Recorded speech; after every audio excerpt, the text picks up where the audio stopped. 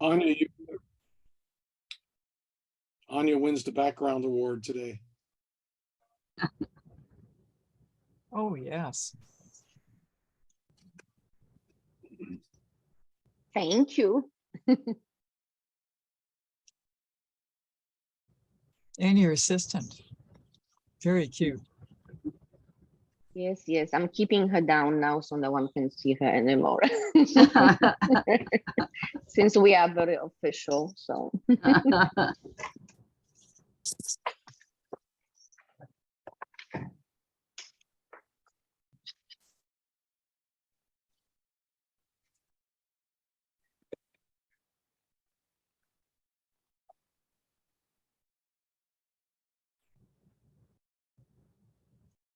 Okay, looks like we can start, Stephen. This look like, Yes. okay. Oh, is it just you, Jason, today? Yes, I'll be doing Okay. it today. Yes. Okay, great. Okay. I'd like to call the Board of Agriculture meeting to order. It is 9:06. And I'd like to say aloha, good morning to those attending virtually and those in attendance in our boardroom. Before we move to the approval of minutes, I'd like to do a roll call to among the board members. Okay. Mary Alice Evans. Present and alone. Thank you. Dean Anya. Present and alone. Okay. Vince Mina. Present and alone. Suzanne Case. Present and alone. Okay, Diane Lay. Present and alone. Okay, Randy Cabral.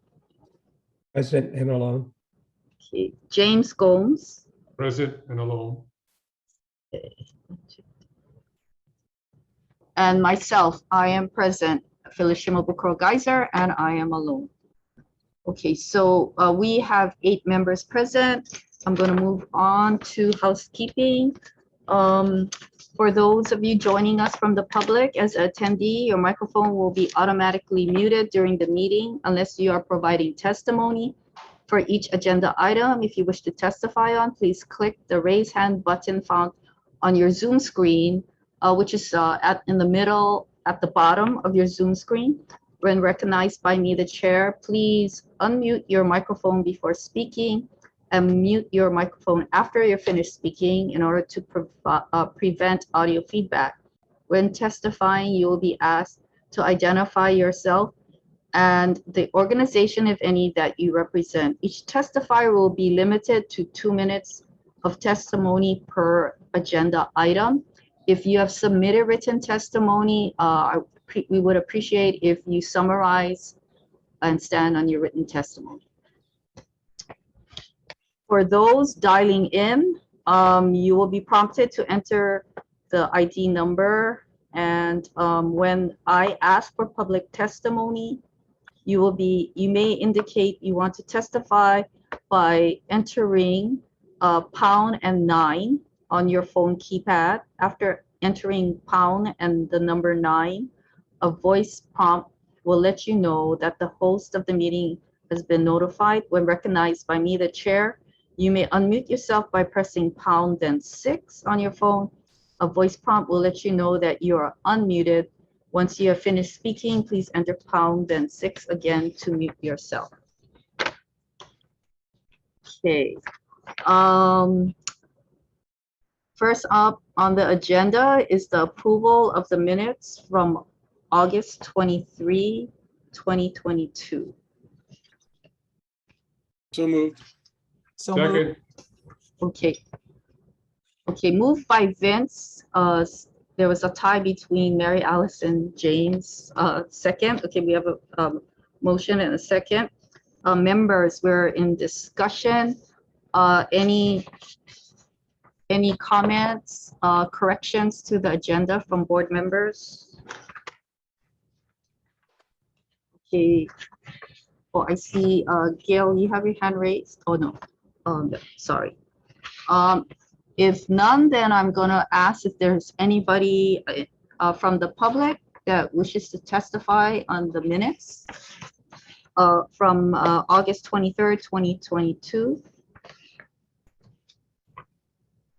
Okay, I see no hands raised. Okay, seeing none, then all those in favor, please, board members, please raise your hand virtually or by your raise hand button. Okay, I see 1, 2, 3, 4, 6, 7. Okay, Suzanne? 8. Okay, there's 8 in favor, no objections, no abstentions. The minutes are approved unanimously. Thank you, board members. There are no introductions today. We're going to move on to communications from the divisions and administration. First up is the Agricultural Resource Management Division. Brandy Ayo is going to do the presentation.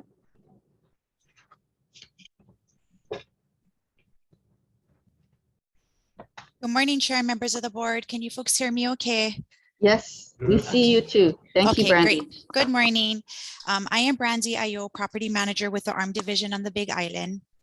This submittal is a request for consent to assignment of General Lease 4762, Jack L. Bronco, lessee assignor to Scott Iona assignee, and the approval to amend General Lease 4762 TMK 3-2-2-056-041 Lot 15 in the Pana Eva Ag Park.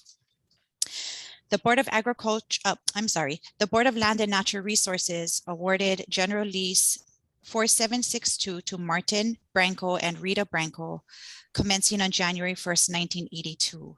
At its meeting held on May 24th, 1985, BLNR consented to the assignment of lease from Martin and Rita Branco to Jack Branco. The subject property was transferred to the Department of Agriculture by Governor's Executive Order 3378, dated February 26, 1988. Since taking over the lease in 1985, Mr. Branco has been growing macadamia nut trees. Due to physical disabilities and extreme economic hardship, Mr. Branco is requesting the assignment of General Lease 4762 to Scott Iona. Pursuant to the terms of General Lease 4762 and the HAR, an assignment of lease is permitted due to physical disability and extreme economic hardship. Scott Iona worked on his family farm, Pollination Farms Inc., for over 15 years, growing apple and Williams bananas and dryland taro. Scott's experience involves land clearing, plowing, soil amendments, propagating from banana keiki, fertilizing, harvesting, pest control, and shipping produce to outer islands. Scott Iona qualifies as a bona fide farmer with more than 2 years of full-time farming experience and satisfies the eligibility requirements. There is a consideration of $10,000 for the assignment of lease. The staff does not recommend an adjustment of the annual rental rate. The current lease language limits the character of use to macadamia orchard. In his plan of utilization, the assignee is requesting to grow a variety of plant crops such as avocados, ulu, cacao, and dwarf coconuts, in addition to macadamia nuts.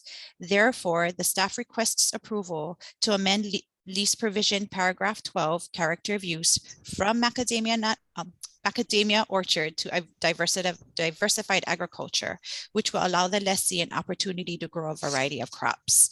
The staff recommends that the Board of Agriculture consent to the assignment of General Lease 4762 from Jack Branco to Scott Iona, approve the consideration amount of $10,000 for the assignment of General Lease 4762 to be paid by the assignee, and approve the amendment of General Lease 4762, paragraph 12, character of use to diversified agriculture. Thank you. Okay, thank you, Brandy. Members, do I have a motion to approve? I see Randy, second by Diane. Okay, we are in discussion. Is there anyone from the public that wishes to testify on this agenda item? I see no hands raised, Chair. Okay, I see member James Gomes. You have a question, Jimmy? Yeah, that's correct. The lease was 1982, this is 2022. 40 years has passed. Before we consent this assignment, has the property been checked over, for any type of things that would not be in compliance? Yes, 40 years, it has. yes. Okay. And I would like to recommend in the future as we move forward, if we can get colored pictures of the area, and see what kind of improvements they made, or even before the lease, like for example, this new party is going to come on board, Iona, to take over. Take a picture of now and moving forward. And does the department do some inspections like periodically? Yes, we do. You do, okay. Yes, Okay, but I would like to have, and colored pictures rather than black and white. We don't travel, we don't see anything, but for me, a picture is worth 1,000 words. So, and I don't know if the other leasee, Mr. Bronco, what type of buildings are on it, or, if there's any kind of environmental problems, but apparently you've vented all of that. yes. Okay, thank you. Thank you, Jim. Moving on to member Diane Lay. Thank you, Chair. I have a question for either Brandy or Brian, or AG. In some of these submittals for consent of assignment, there's reference to when there's a consideration of payment between the parties. There's sometimes the state indicates that they won't be taking a percentage of that, but there's no reference here. So can I assume that because it's silent, we're not going to address that? I mean, we're not going to take a percentage of the assignment. I believe I stated in the submittal, the staff does not recommend an adjustment in the annual rental rate. Am I answering your question? No, Not I the think rental rate. It's not the rental rate that changes. There is a Yeah. provision in the Oh. lease that allows for a portion of the additional amount for the assignment to be taken by the Department of Agriculture. The idea is generally, to the extent that the payment is just for the value of the lease, then that shouldn't be solely by the lessee. DOA should have it. To the extent, however, the assignment value is based upon the work the lessee has put into the land, that, however, is allowed to be kept by the lessee. So there's a mathematical calculation in the lease for that, and I assume, Brandy, you did that and concluded, given the fact it's $10,000 and how long the lease has been, Right. that the value of the assignment is based upon the effort that the lessee has put into the land. Is that right, Brandy? Yes, that is. Well, I guess, Chair, would you consider an amendment to that motion to clarify that point? Rather than the lease rent, it's the consideration of the assignment. Okay, do you want to make a friendly amendment to the motion? Sorry, I didn't write it down. I gotta go look on my, If I could Yep. suggest, that would be helpful. Thank you, Brian. I think it would be to approve the consideration amount of $10,000 for the assignment of general lease S4762 to be paid by the lessee without any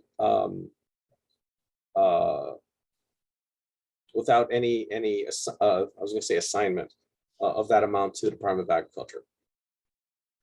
Thank you. Rent participation or assignment participation. Thank you. Without any assignment participation by the Department of Agriculture. And I think we do want to clarify in the record that it's because of that second factor that you mentioned, which was the work that the existing tenant had put into the property.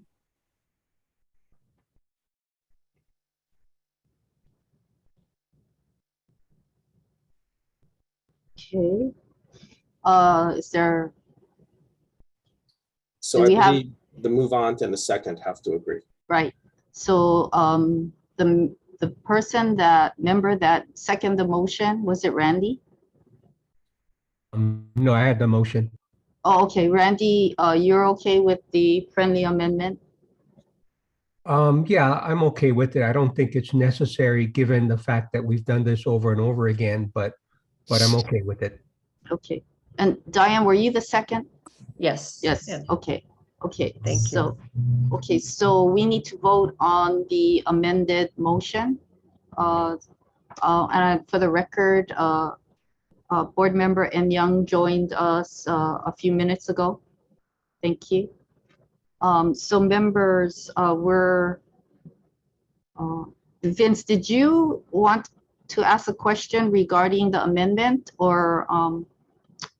No, it was, Chair, it was just to follow up on what Jimmy had asked Brandy. Okay, why don't I wait till we amend the motion and then we'll continue on with your question. Thank you. Okay, all right. And then we also have Brian Cow's hand raised also. Okay, so members, we have an amended motion. All those in favor of the amended motion, raise your hand.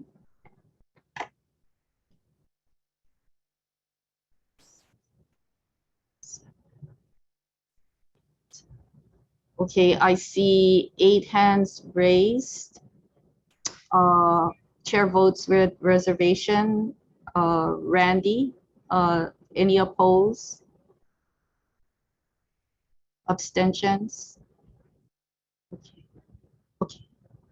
The motion is amended. Okay, so now I'll move on to Board Member Vince Mina, followed by Brian Cow. Yeah, thank you, Chair. Brandy, when Jimmy was asking for colored photographs, do you guys do any drone work that, because I see it's 20 acres. Do you do No, anything that you could take a picture from overhead just to see the amount of growth or anything like any improvements like that? no, we don't have use of a drone. We walk the property a lot of times with the lessee, and we take colored photos when we do our inspections. So how can we get a drone for these folks? Because really, I mean, to this day and age, it's really valuable to see improvements that are done on the land, especially when you're dealing in 20 acres. I mean, I don't know what kind of colored photographs you could get that could communicate to us. Vince, if you'd like to lobby and advocate for funding, supplemental funding to ARM's budget in the Okay. next session. All right, I will. Okay. Brandy, let me know when I need to talk up about it. I will. Thank you, Vince. Brian Cow, can you let Brian in, please? Jason. He previously had his hand raised.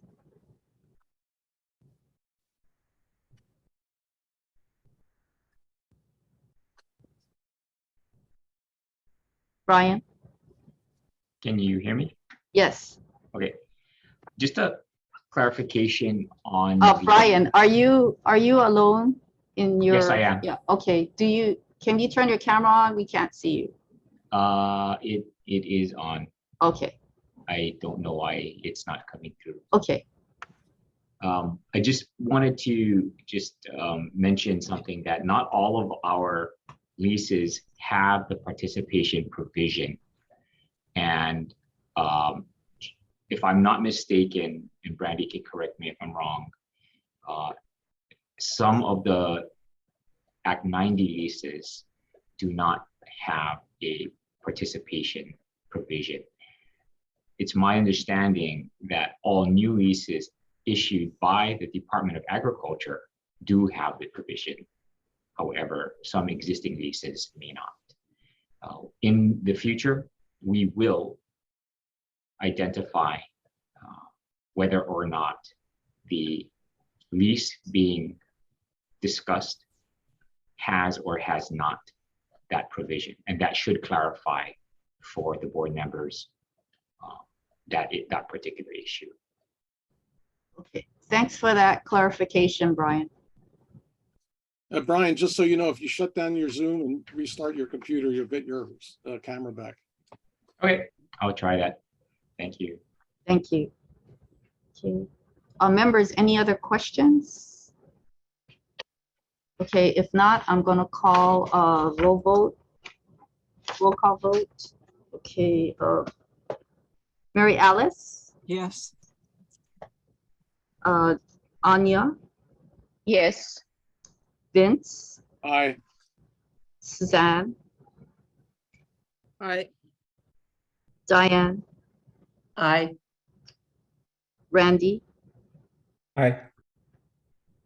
Jimmy Gomes, James Gomes, and Young. Yes. Okay, and I believe Fred Cowell is still excused.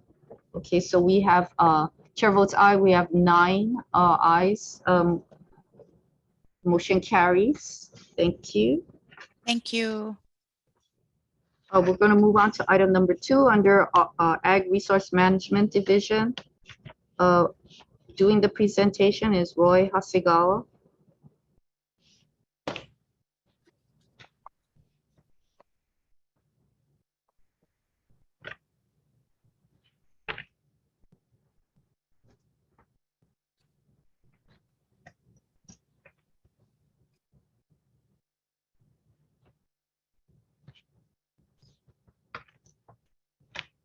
Okay, Roy, whenever you're ready.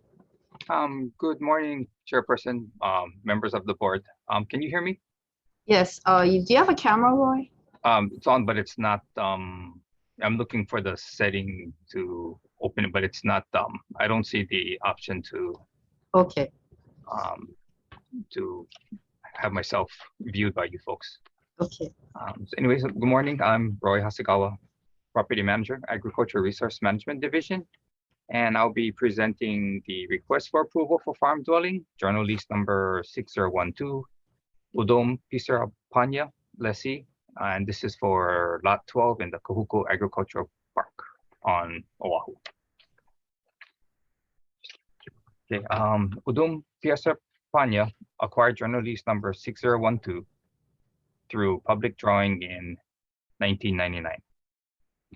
The lessee and his family have developed a lot into a successful farm that produces ornamental flowers and tea plants. There is an existing farm dwelling on the premises for which final building permits were obtained from the city and county of Honolulu in 2003. Corresponding information documenting the permits for this dwelling is in the lessee's file. Board approval has yet to be obtained, and the lessee is requesting after the fact board approval. Staff reviewed the construction plans and dwelling for suitability of the improvement for appropriate agricultural use and recommends after the fact approval pursuant to section 4-153-32C Hawaii Administrative Rules and lease provision paragraph 14 dwelling restrictions. The dwelling is occupied by the lessee's family to provide security for crops, supplies, and equipment on the premises. There have been numerous incidences of trespassing and theft of crops, farm tools, and equipment from the premises. Other lessees of the Kahuku Agricultural Park have reported similar instances of theft, vandalism, and illegal trespassing. The lessee is in compliance with the terms and conditions of General Lease number 6012. Staff recommends that the Board of Agriculture approve the after-the-fact approval for the farm dwelling. Thank you. Okay, members, do I have a motion to approve? So moved. A move by Mary Alice. Do I have a second? Second by Randy Cabral. Okay, we're in discussion. Is there anyone from the public that wishes to testify on this item of the agenda? I see no hands raised, Chair. Okay, so board members, I see James Gomes followed by Dean Anya and N Young have questions. Go ahead, Jimmy. Okay, I have a couple of questions. Since they obtained a building permit in 2003, and they're looking for an after-the-fact approval, and this is 2022, 19 years have gone by, and they want approval. Why so long is one question. Can anyone answer me? Upon review, a thorough review of the lease file, it was staff was not able to find the board approval, and there were other board approvals that were found where there could have been some confusion where the chairperson may have approved the building I mean, for the approval to build, but we weren't able to find it in the we weren't able to find it in the file. Okay, so here's another question for you, Mr. Hasegawa then. Because they want the dwelling because of issues that's happening on the Kahuku Farm properties, ongoing theft, vandalism, trespassing, et cetera, et cetera. Is there any kind of safeguards that these owners or lessees, I should say, have put into place to try to help curb this besides living on the property? Or has Department of Ag tried to assist them in any way of, if we do, protect them against some of these issues that's happening?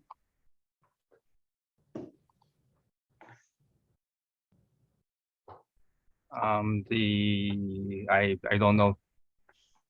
Okay, hang on, Roy. I see Brian Cow has his hand raised. Can we have Brian join you, Roy, in the Q&A discussion? Okay, Brian. Can you guys hear me? Yes. Okay, well, I tried quitting and rejoining, so I'm not sure if the video is working, but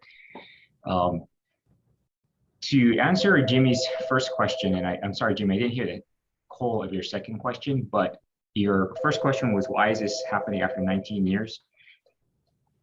Yes, sir. We started a review of all of our files, and this was one that we could not find.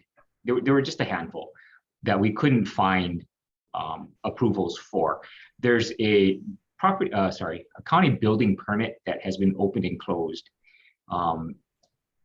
However, we couldn't find the actual approval from either BLNR, the previous Department of Land and Natural Resources chair, or our board. So it's strictly a housekeeping measure just so that we can complete the file, and that's why it's old. It's really all there is to it. And your second question was something about what have we, or what we. No, my second question was, does these lessees that are in the Kahuku Agricultural Park, have they put up some kind of safeguards or any kind of programs to prevent the ongoing theft, vandalism, trespassing, etc.? Or does the department have anything that they're helping out these lessees, by putting some security online? Or, I was just curious because it seems that this is an ongoing issue for these lessees.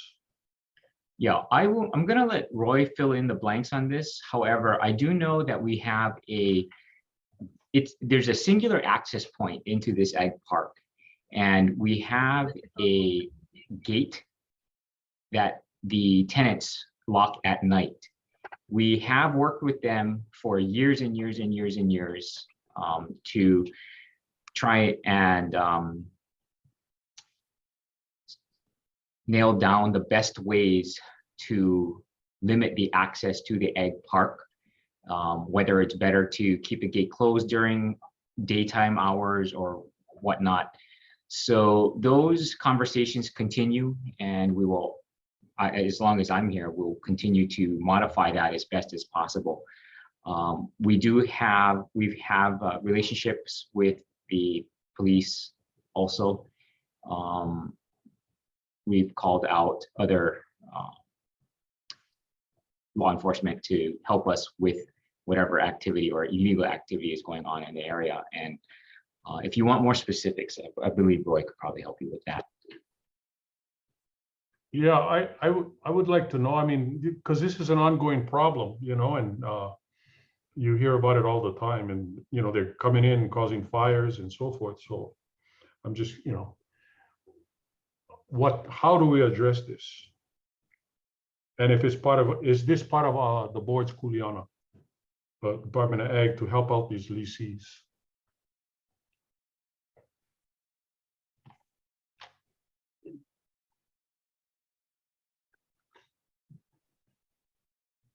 Phyllis, I think you're on mute. Sorry, I was trying to minimize the background noise. Thank you, Jimmy. Going to move on to Anya, followed by En Young. Thanks, Brian. Thank you. Thank you, Chair. The quick question that I have is, what is the size of a dwelling? The size of the dwelling is, it's a square footage is 1,350, 3 bedroom, 2 bathroom. Okay, thank you. And how many people live on the property? 3. Okay, thank you. That's all what I have. Thank you. Thank you. N?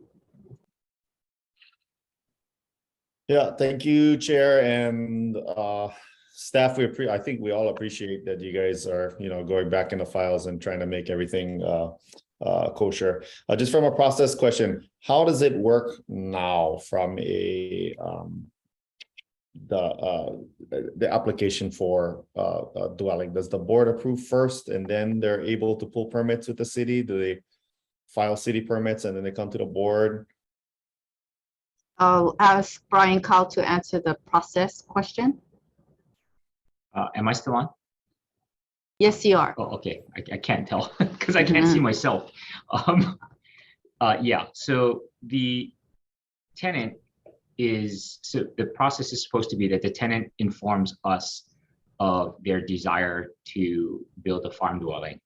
And what we require upfront before we do anything is a set of signed and stamped and signed either architectural or engineering plans, just to make sure that the building is being built or designed anyway to code. The county building permit is not supposed to be issued without landowner's consent. So it's not supposed to be issued without our consent. However, we do find that that is not consistent. Sometimes it gets through. And when I say county, I do mean all counties. Sometimes for whatever reason, the county employee will sign off without Department of Agriculture's consent. And then we have to go and backtrack and do a whole bunch of other things. But that is the process. So once we see signed and approved plans or signed and stamped plans, then supposedly the tenant is authorized to go to the county and seek building approval. Or when's the board approval in this, Brian? Well, it's after my understanding is after the staff is reviewed and reviewed the plans for whatever we feel is necessary, then we can go to the board. Because the board approval is the final prior to any official action on the county side. Yeah. Okay, thanks, Brian. And then one follow-up, if I may. You're looking in the packet and saying staff reviews the suitability, of the improvement. Does that vary from parcel to parcel, and does it, doesn't comport in any way with what they might be using the property for? Like, what's the staff review process? Yeah, that's primarily what we look at. The property managers communicate with the engineering staff on the intent of the structure that's being proposed. And it has to, it's one of those things where it's unreasonable when you know it, when you see it. So we have actually denied people coming to us by trying to submit, McMansions or something like that. It just didn't make sense with the size of the property that they're on. But there's no one size fits all thing, because somebody could come to us with a 5-bedroom farm dwelling with only 2 people, but they could be setting up 3 bedrooms for farm worker housing. So it's there's no one size fits all that we could tell you. It's very much a one-off type of thing. Okay, thanks, Brian. Thank you. And Vince? Yeah, Chair, thank you. Is there any consideration given to, even if there isn't a camera there, to have a sign on the gate that says this property is being video surveillanced and you know, for all to come in and enter and leave the property or something like that to kind of dissuade, keep honest people honest. Brian? We'd have to check whether or not that's something we could do with the Attorney General. Maybe Brian Yee can say whether or not we could do that. We do have signs, government property, no trespassing, and all that other kind of stuff. Yeah, but I think if it was, yeah, if you could point out that, you know, you're being watched, that would be kind of cool. Brian Yee, do you have any comment to So- Member Mina's comment? Well, start with the videotaping. The videotaping, I think, is fine as long as there's notice of the entrance because it's a public area. Whether you want to put up a sign that is incorrect is a different question, perhaps, dealing with sort of the credibility of government and, you know, trust and reliability. But in terms of the privacy concerns, you would just want to, you know, face the camera in such a way that it doesn't look into someone's house, for example. But it's perfectly fine to look at the entrance and see who comes in and out. Yeah, I mean, I think that would dissuade people making a decision to come in if they're not, if they don't belong there. You know, this is an ongoing issue in agriculture, and with inflation and all that, it's only going to get worse. Yeah, it is for the farmers, so I would probably want to make sure you consult with them, since they're, you know, numerically they'll be the ones on the camera most often. But other than that, there's nothing illegal about the idea. Right, thank you. Jimmy, you have a question?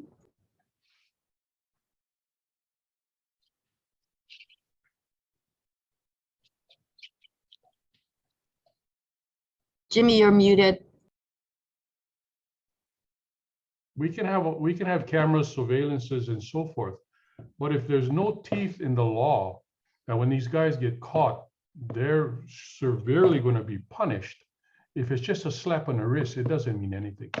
I mean, you know who the culprits are, you know who to watch for, but it's got to have a lot of bite into it that when you do trespass or you do cause these violations, you're going to be, it's not more than a slap on the wrist. That's my thought.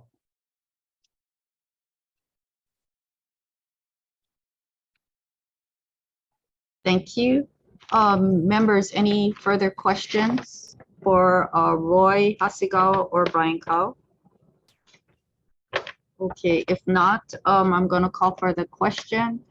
All those in favor of approving the after the fact farm dwelling for general lease number S-6012, please raise your hands.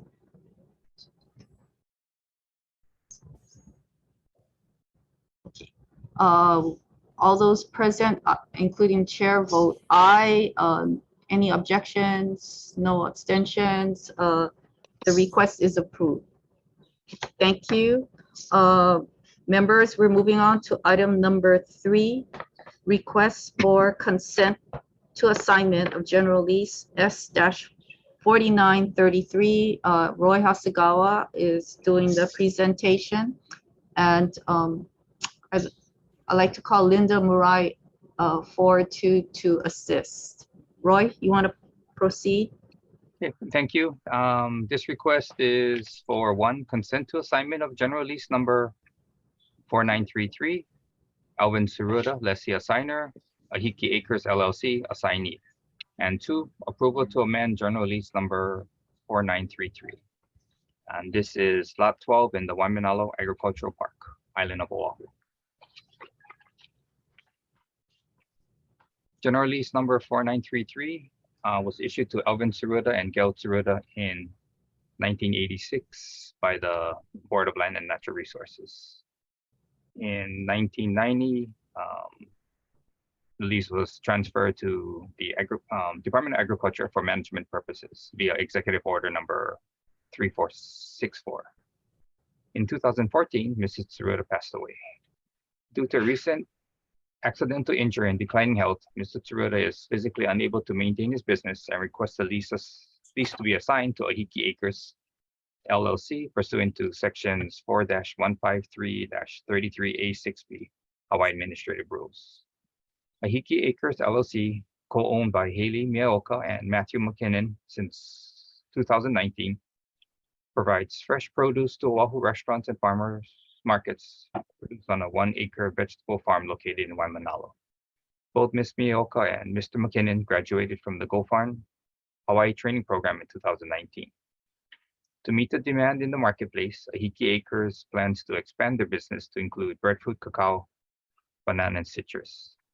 The lease may be assigned to Ahiki Acres, which qualifies as an agricultural entity with at least 75% of its members who qualify as bona fide farmers and meet residency eligibility requirements. Ms. Miaoka and Mr. McKinnon qualify as bona fide farmers with more than 2 years of full-time farming experience and meet the eligibility requirement for agriculture parks pursuant to sections 4-153-1 and 13 Hawaii Administrative Rules. A purchase agreement has been executed between Mr. Tsuruda and Ahiki Acres LLC for the amount of $100,000. In accordance with paragraph 13, assignments, etc., staff recommends that the annual rent rate not be increased. The current lease language limits the character of use to nursery, so that Ahiki Acres may also farm vegetables and fruits in addition to performing nursery activities. Staff requests approval to amend lease provision paragraph 12, character of use from nursery to diversified agriculture, which also includes nursery pursuant to 4-153-33C Hawaii Administrative Rules. Staff recommends that the board consent to the assignment of general lease number 4933 from Alvin Tsuruda to Ahiki Acres LLC, approve the consideration amount of $100,000, and approve the amendment of general lease number 4933, paragraph 12, character of use to diversified agriculture. Thank you. Okay, members, do I have a motion to approve? Moved by Randy, second by James Gomes. We're in discussion. Mary Alice, you have your hand raised. I do. I'm wondering if staff can explain the $100,000 consideration, what it's based on. Is there a residence on the property? Are there farm structures or some other improvement that the previous or the Mr. Tsuruda and his wife added to the property? Okay, thank you. I'd just like to note for the record, board member Fred Cowell has joined us. Aloha, Fred. Okay. I'd ask Roy or Linda, can you please address board member Mary Alice's questions?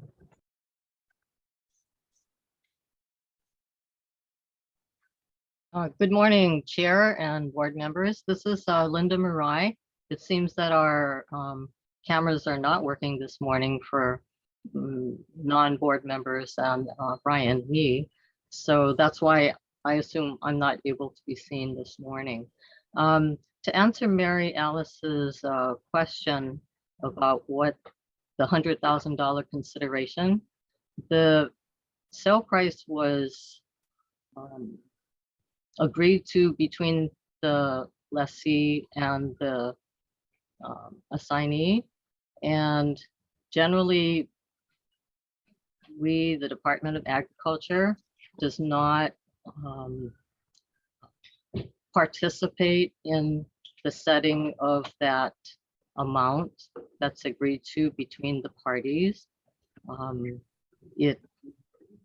I can only assume, if I was taking over the lease, that I would see the value, the $100,000 value, and a return on my investment by taking over the lease. But to answer your question about what's included, as far as I know, and from what I have seen on the property, Mr. Tsuruda does have a very large shade house on his property. And it's my understanding that some of his, I guess, equipment and supplies, small things, are being conveyed along with this assignment. And but there is no house or dwelling on the premises.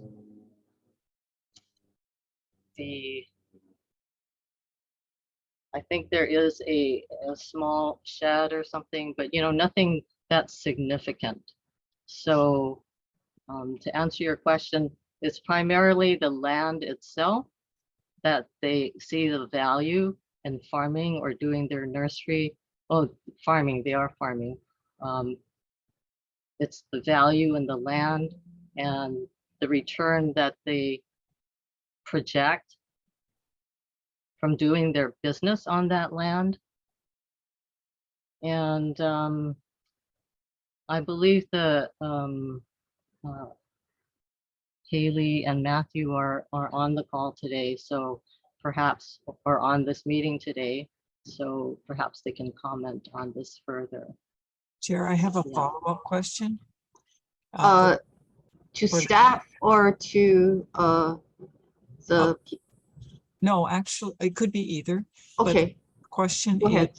is this parcel served by the Waimanalo Reservoir and transmission system for agricultural water?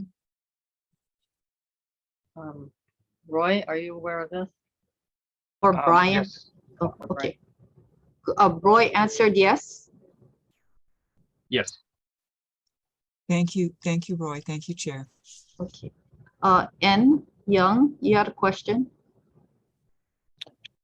Yes, I have a couple. Thank you, Chair. Okay, so just generally, I'm in support of this measure. I know that for us, we had just reapproved the lease for Mr. Tsuruta a couple months ago. And so I was wondering, from a staff perspective, did we know that Mr. Tsuruta was in talks? Or I don't know if he was at the time, but it certainly did seem like at some point he was going to reassign the lease, given his stage of his career. Yeah. Then the second piece is just on the annual rental. Now, of course, I want to keep it as low as possible for farmers, but changing character of use from nursery to diversified ag, just from the staff perspective, generally, is nursery a more expensive classification? In this case, I don't think it's I don't feel like it's that bad, but for example, if we were to talk about pasture land, the cheapest classification, and moving to something like diversified ag, how does that affect the rental consideration? I don't want to set a precedent where we're changing character of use and not necessarily considering the rental differential. Okay, so Linda, you want to address board member N Young's questions? Sure. Regarding the first part of your question, and I, excuse me, I see this note on my screen to join as a panelist. But you are a panelist, so you're speaking to the board, so you're okay. Linda.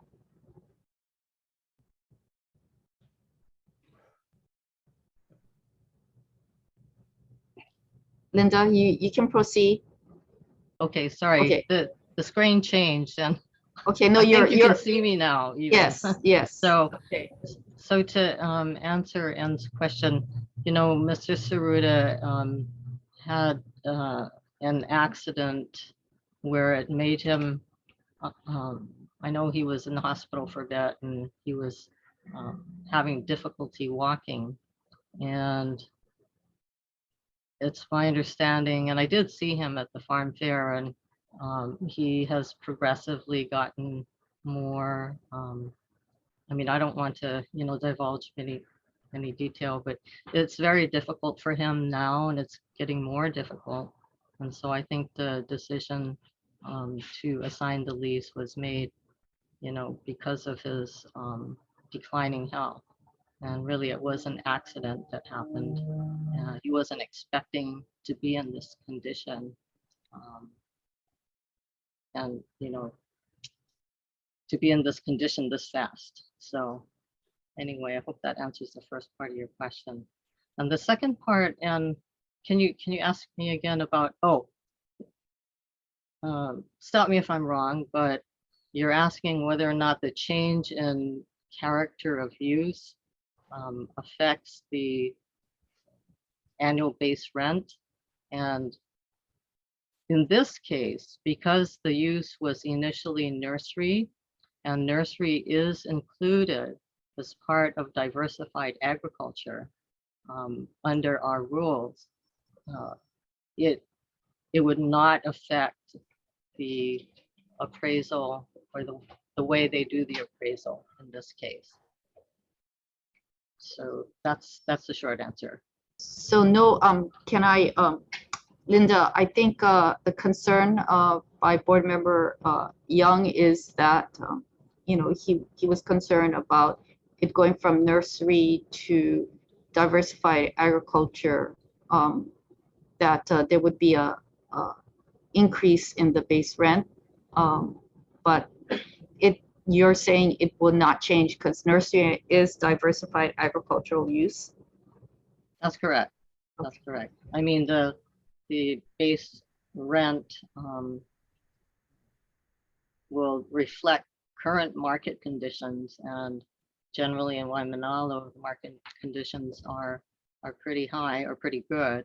So the rent increase, but it's not because we changed the use from nursery to diversified agriculture. Yes, so you're right, Phyllis. And we are not recommending that the annual rent be increased, right? We are saying the staff Right. recommends, yes. Right. So, Right. so for board member and Young's concerns, there will be no increase if the lease is assigned. That's correct. Thank Does you. that answer your question, Anne? Okay, thank you. Randy, you have your hand raised. Chair, I just want to make a comment to, Mary Alice's question. It's my understanding that when Elvin took over the land, it was completely raw land, completely overgrown, and a lot of work went into clearing.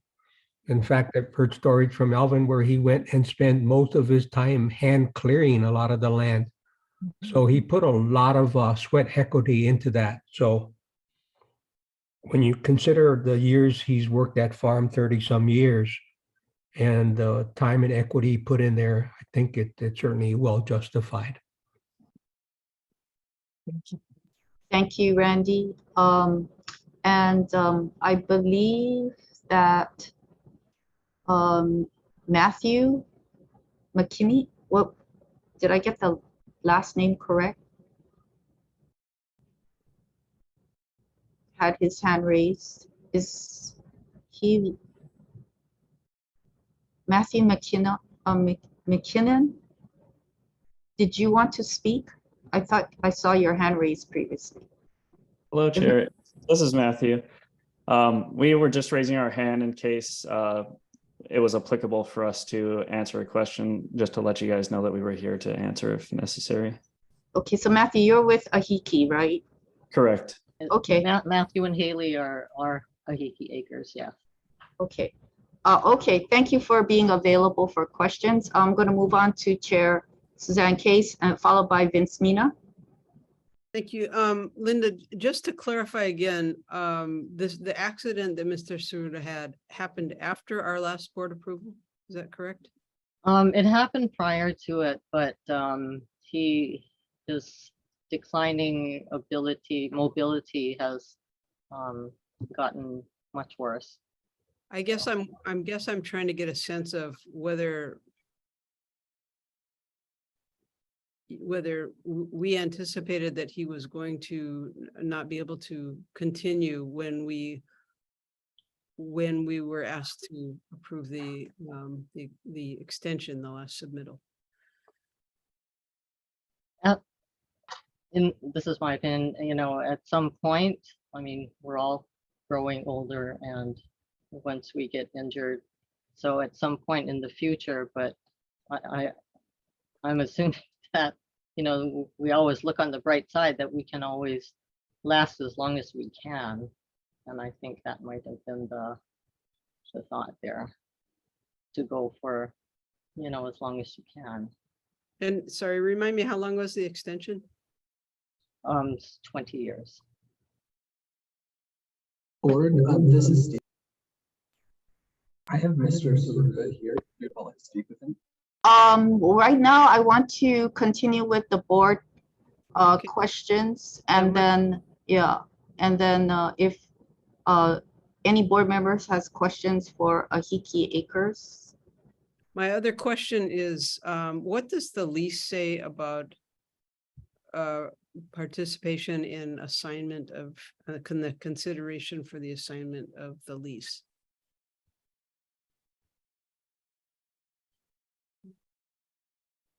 Roy? This list doesn't have about the premium. It's not in the lease.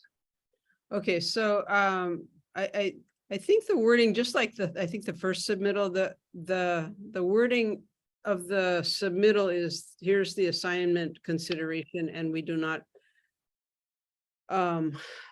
recommend an increase in rent. And those are two different things, and it might be helpful if the submittal said what the lease says in terms of whether the department should or should, you know, does the lease require that the department share in the consideration? And so in this case, it sounds like it doesn't, so that's okay, but it's the way it's worded is it's mixing up, not recommending a rent increase, which I think has to do with the use, versus whether we should get a share of the percentage of the consideration. So those are two different things, and I would just ask and recommend in future submittals, you separate those two things and say what the lease says for assignment, consideration, participation. So that's just a submittal statement. I guess I am a little concerned that this thing was bifurcated and sort of with the intention of doing an extension for somebody else to buy him out. That makes me a little uncomfortable. Anyway, that's all I have. Thanks. Suzanne, so did you want to, your comment is regarding clarity on whether a lease is being approved without any assignment participation or with the assignment participation moving forward? Is that your concern? Yeah, the submittal says a purchase agreement has been executed by Mr. Tsuruda and Ahiki Acres LLC. There is a consideration of $100,000 for the assignment of the lease.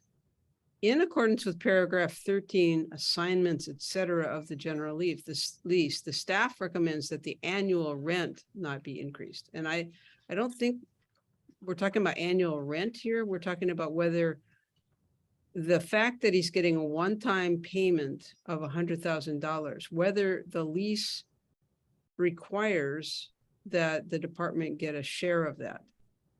Or, you know, typically what you would do is you would say what the lease says about that, and then you would do an analysis of like we did in the first submittal, is that pure, like he's making money off the state, or is that basically reimbursement for all the sweat equity that he put in?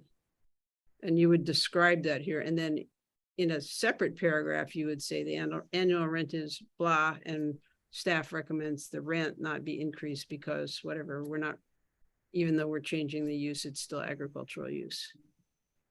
So that's what I mean. Okay, thank you. Vince, followed by Anya, followed by Diane Lay. Yeah, Chair, I wanted to ask a question of Haley and Matthew, if they're here. Okay. Matthew. Matthew McKinnon.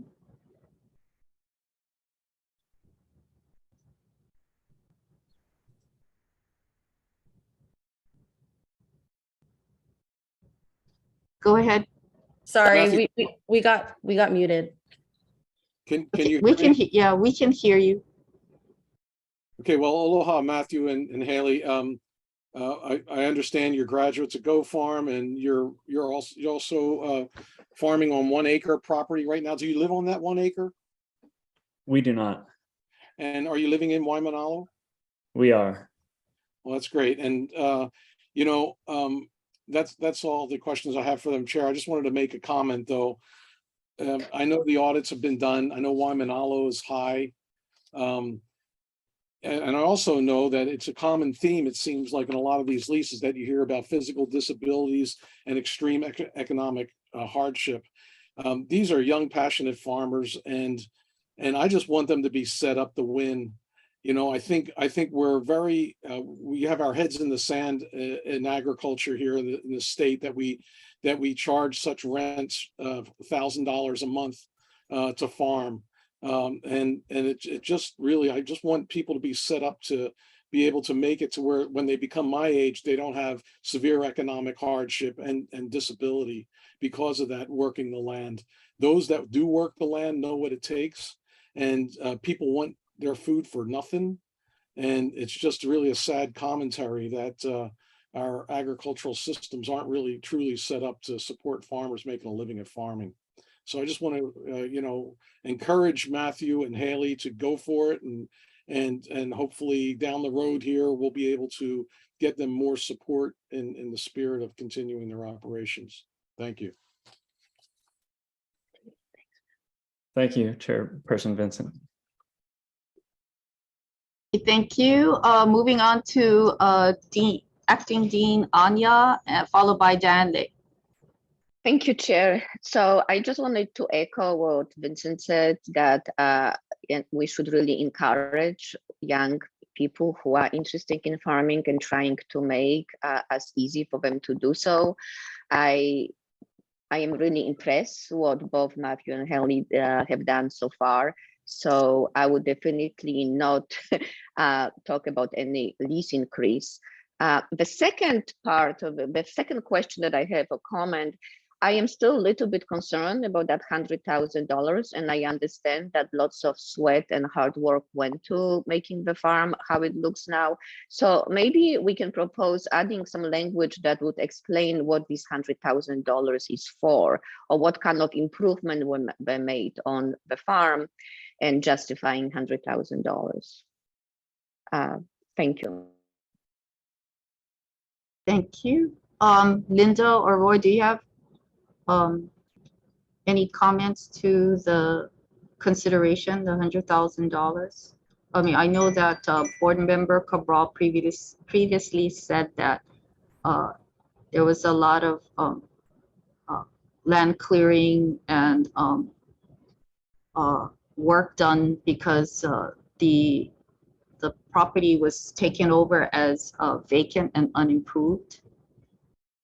Yeah, so just to clarify, I'm just proposing editable language that would explain that. Okay, Okay, thank you. thank you. Thank you for that. Diane, you had a question? Yes, actually, I don't have a question. I just have a comment. You know, the board's authority, you know, does increase. Sorry, barking dog. The board's authority does have a degree of discretionary decision making, and you know, in consideration of the years that this farmer Alvin Saruda is committed to contributing to the value of this state land, state agricultural lease, and the farming industry as a whole. I think, you know, we need to be reflective of that in our decision making, and we also need to be reflective of our need to facilitate moving forward and assuring that, we can see continued success in agriculture. And, I applaud the Matthew and his wife, I apologize, I've forgotten his name, for stepping forward to, take on this responsibility. It's a big commitment they're making, but I think, the board has the ability to, to really move us forward in making decisions that will help guide this along the way. So thank you. Thank you, Diane. Vince, you had one last question. Vince, you had your hand up raised. Just as a final comment, Chair, I do support the consideration and appreciate Mr. Taruta's work over all the years, and wish him all the best. Thank you. Okay.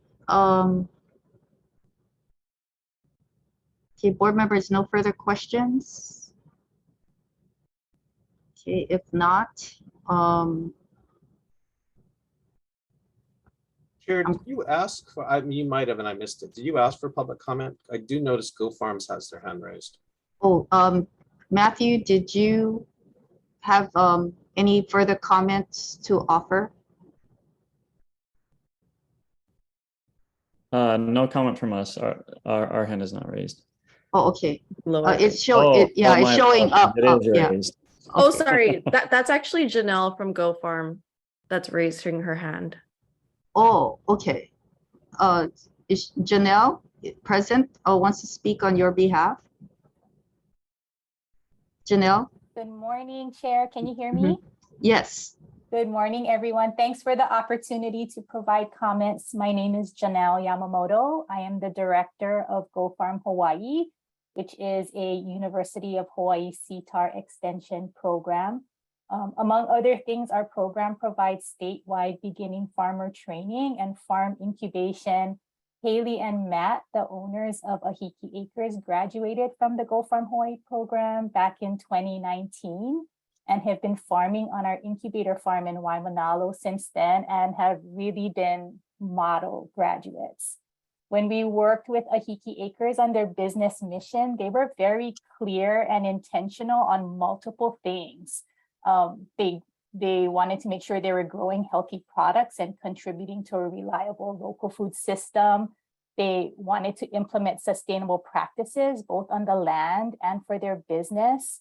They wanted to educate future generations, and they wanted to serve the Waimanalo community. They're currently operating on a 1.25 acre plot at the Waimanalo Research Station and has found success by focusing on intensive cropping methods, increasing yield, and improving efficiency. They provide a consistent supply of food to the local community and have a loyal and consistent customer base. They constantly look for ways to improve their business in addition to their production and have sought out leadership, financial management training. They employ 2 individuals and have become a small aggregator by selling products for other local small farmers. They have a commitment to sustainability and have implemented farm practices to build healthy soils and conserve natural resources. And they've been great community members by mentoring other farmers in the program. They've been hosting educational activities for youth. They actively engaged in the Waimanalo Ag community, including with the Hawaii Farmers Union and the Waimanalo Ag Association. Their commitment to farming and the Waimanalo community has been firm. Haley was born and raised there, and her roots there are very deep. And while pursuing ag in another community would have been easier, they never strayed from their mission to increase food security in this particular community. They've quickly become a small farm leader in the ag community, and I encourage the board to please support them so we can see their continued growth at the next level. Thanks for giving me the time. Thank you. Thank you, Janelle. Okay, board members, if you have no further questions, comments, gonna move to the vote. All those in favor, raise your hand, please.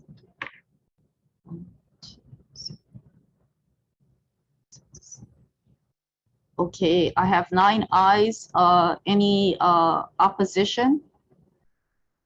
Chair, this is Steven. Mr. Zuda wanted to speak real fast. Is that okay, or? If we just voted, if he can just be very brief, because we have voted 9 approvals. I don't know if Chair Case, Yeah, I just want to say I vote with reservations, and my reservations have to do with the consideration charged for the assignment.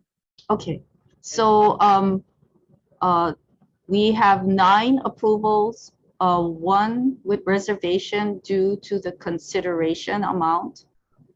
So the motion carries unanimously. Is there anything that Mr. Tsuruda wants to say briefly, but it has been approved? Yes, I believe so. Jason, could you promote the public testimony?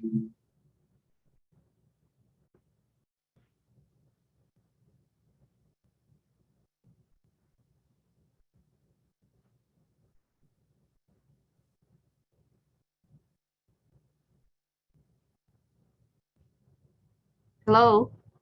Hello. Oh, yes. Mr. Tsuruda, the board approved the transfer. So they didn't have any questions for the assignment or transfer of the lease.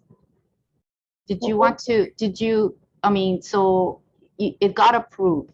Okay, well, I wanted to thank the board then for approving it, but I wanted some clarification as far as the value. Yeah, so there was concern, but the staff will provide a better explanation of that for the board in future meetings. But the motion was approved. Yeah. Oh, okay. Okay. Yeah, because I have a lot more improvement that wasn't mentioned. So that part Okay. of value of the property. Okay. All right. Well, we thank you for your presence, and also for your appreciation that the board approves the request to assign and transfer the lease. Okay. Okay. All right. Okay. Okay. Well, thank you. okay. Thank you very much. Okay. Thank you. Okay. Board members, we are now moving on to item number 4, requests to assignment of general lease S-9013. Linda Murai. Thank you, Chair, and board members. Again, I'm Linda Murai. I'm a property manager with the Agricultural Resource Management Division. This is a request for consent to assignment of general lease number 9013. Lonnie L. Jin is the lessee and the assignor. Kumu Farms LLC is the assignee. This is at the Molokai Agricultural Park on the island of Molokai. Under remarks, the lease was awarded to Lonnie Jin in 2003, and subsequently, due to family-related issues, Mr. Jin moved to the mainland and entered into a license agreement with Agrigenetics Molokai LLC to operate a seed farm on the premises. He had intended to return to Molokai to resume farm operations. However, those plans did not materialize. In 2018, Agrigenetics closed down its seed production at the Molokai Agricultural Park, and the license with Mr. Jin was canceled. Mr. Jin is unable to resume farming as he has significant physical disabilities. Therefore, he requests to assign the lease pursuant to paragraph 16 of the lease and 4-15333 with the Hawaii Administrative Rules. An agreement to assign the lease was executed. Assigned the lease to Kumu Farms LLC was executed. Grant Shul is the sole member of Kumu Farms, and he owns and operates a successful farming business on Molokai and Maui. He currently holds title to 5 leases at the Molokai Agricultural Park, on which he produces primarily organic sunrise papaya, a variety of vegetable crops and herbs, including but not limited to kale, beets, beans, bananas, fennel, etc., which he sells locally on Molokai and exports to the neighbor islands. Mr. Shul will expand his papaya production onto the new lot. Kumu Farms qualifies as an agricultural company with 75% of the interest in the company owned by members individually qualified as bona fide farmers. The sole member of the company, Grant Shul, has more than 2 years of farming experience, qualifies as a bona fide farmer, and meets eligibility requirements pursuant to the Hawaii administrative rules. There is a consideration of $16,000 for the assignment of lease. In accordance with paragraph 16 of the lease, staff does not recommend an adjustment of the base annual rent. The next rental reopening is set for June 1st, 2024.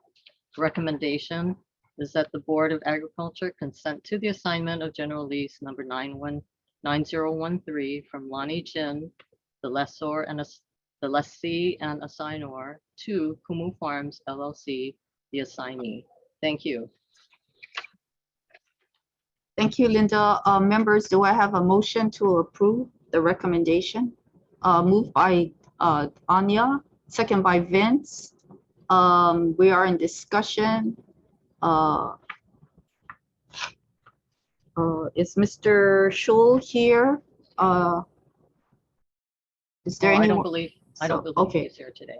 Okay. Board members, do you have any questions? Vince, followed by James, followed by N.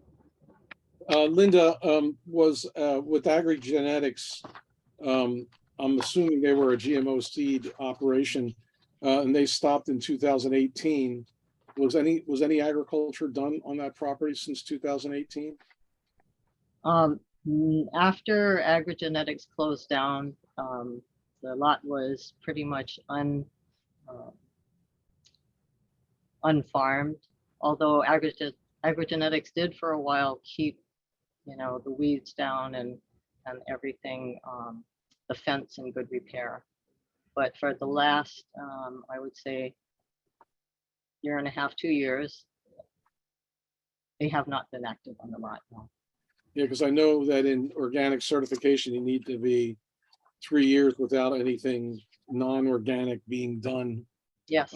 On the Yes, property. you're right. I was concerned about if Mr. Shul's going to continue organic production of papayas on that 42 acres. Yeah. Okay. Thank you very much. Thank you. James. I got a couple of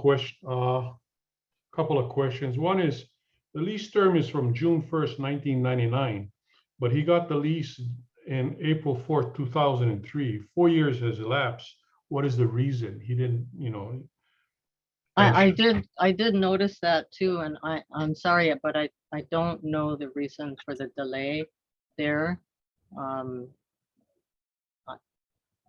sorry, I don't want to speculate and Okay, so the other part of this question is Mr. Jin left and went to the mainland, but when did he make the agreement with AgriGenetics?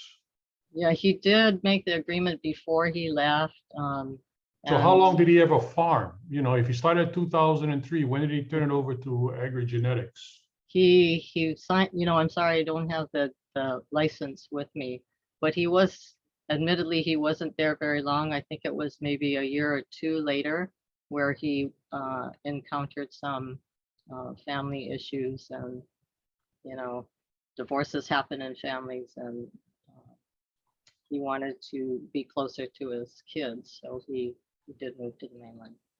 So if he had it in 1999 and you don't have any reason why the 2003, did he actively farm in 1999 to 2003? Or I was can he? only go by what's in the records, and apparently he did start. I haven't been here for 9 years, so I don't know. But according to the files, he did start the process of clearing the land. Okay, thank you. Thank you. Thank you. Ann, you have a question? Yes, thank you, Chair. Kind of, I think along the lines of what Director Gomes is going towards the case. So like the last approval we just did, for Ahiki, right? The perception was, we'll take what Mr. Stewart is saying at face value. Accident happened, we extended the lease, his health quickly declined, and so he had to kind of, cut loose on the lease. I think that's all fine. This one, it seems like, as Director Gomes is saying, he hasn't been farming for 15 years, and in fact has been subleasing. And the target tenant also already has 5 other leases at the Egg Park. Now, I know each market is different, but it seems like this would be more of a candidate to put this land up for competitive bid than it would to reassign with some consideration for the person who hasn't been farming there for at least since at least 2003. So again, just from the, I guess from the submittal perspective, for the staff, is it because nobody wants to bid on Molokai lots? I know that Puna is kind of the same way. Is it, is there a compelling reason to have someone who hasn't been actively farming for quite some time, be able to reassign the lease like that? Well, Agrigenetics Molokai was on the land, and they were actively farming up until they did, well, the whole company pulled out of Molokai in 2018, which is really unfortunate. So, we try to help the farmers in any way we can. And Glenn Schul is, doing he's farming a lot on Molokai. He's doing a good job of it.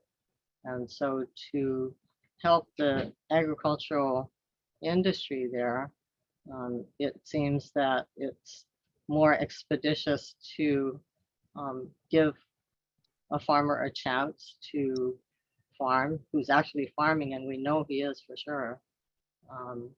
And that would be my take on this, why we should assign to Canoe Farms. Yeah.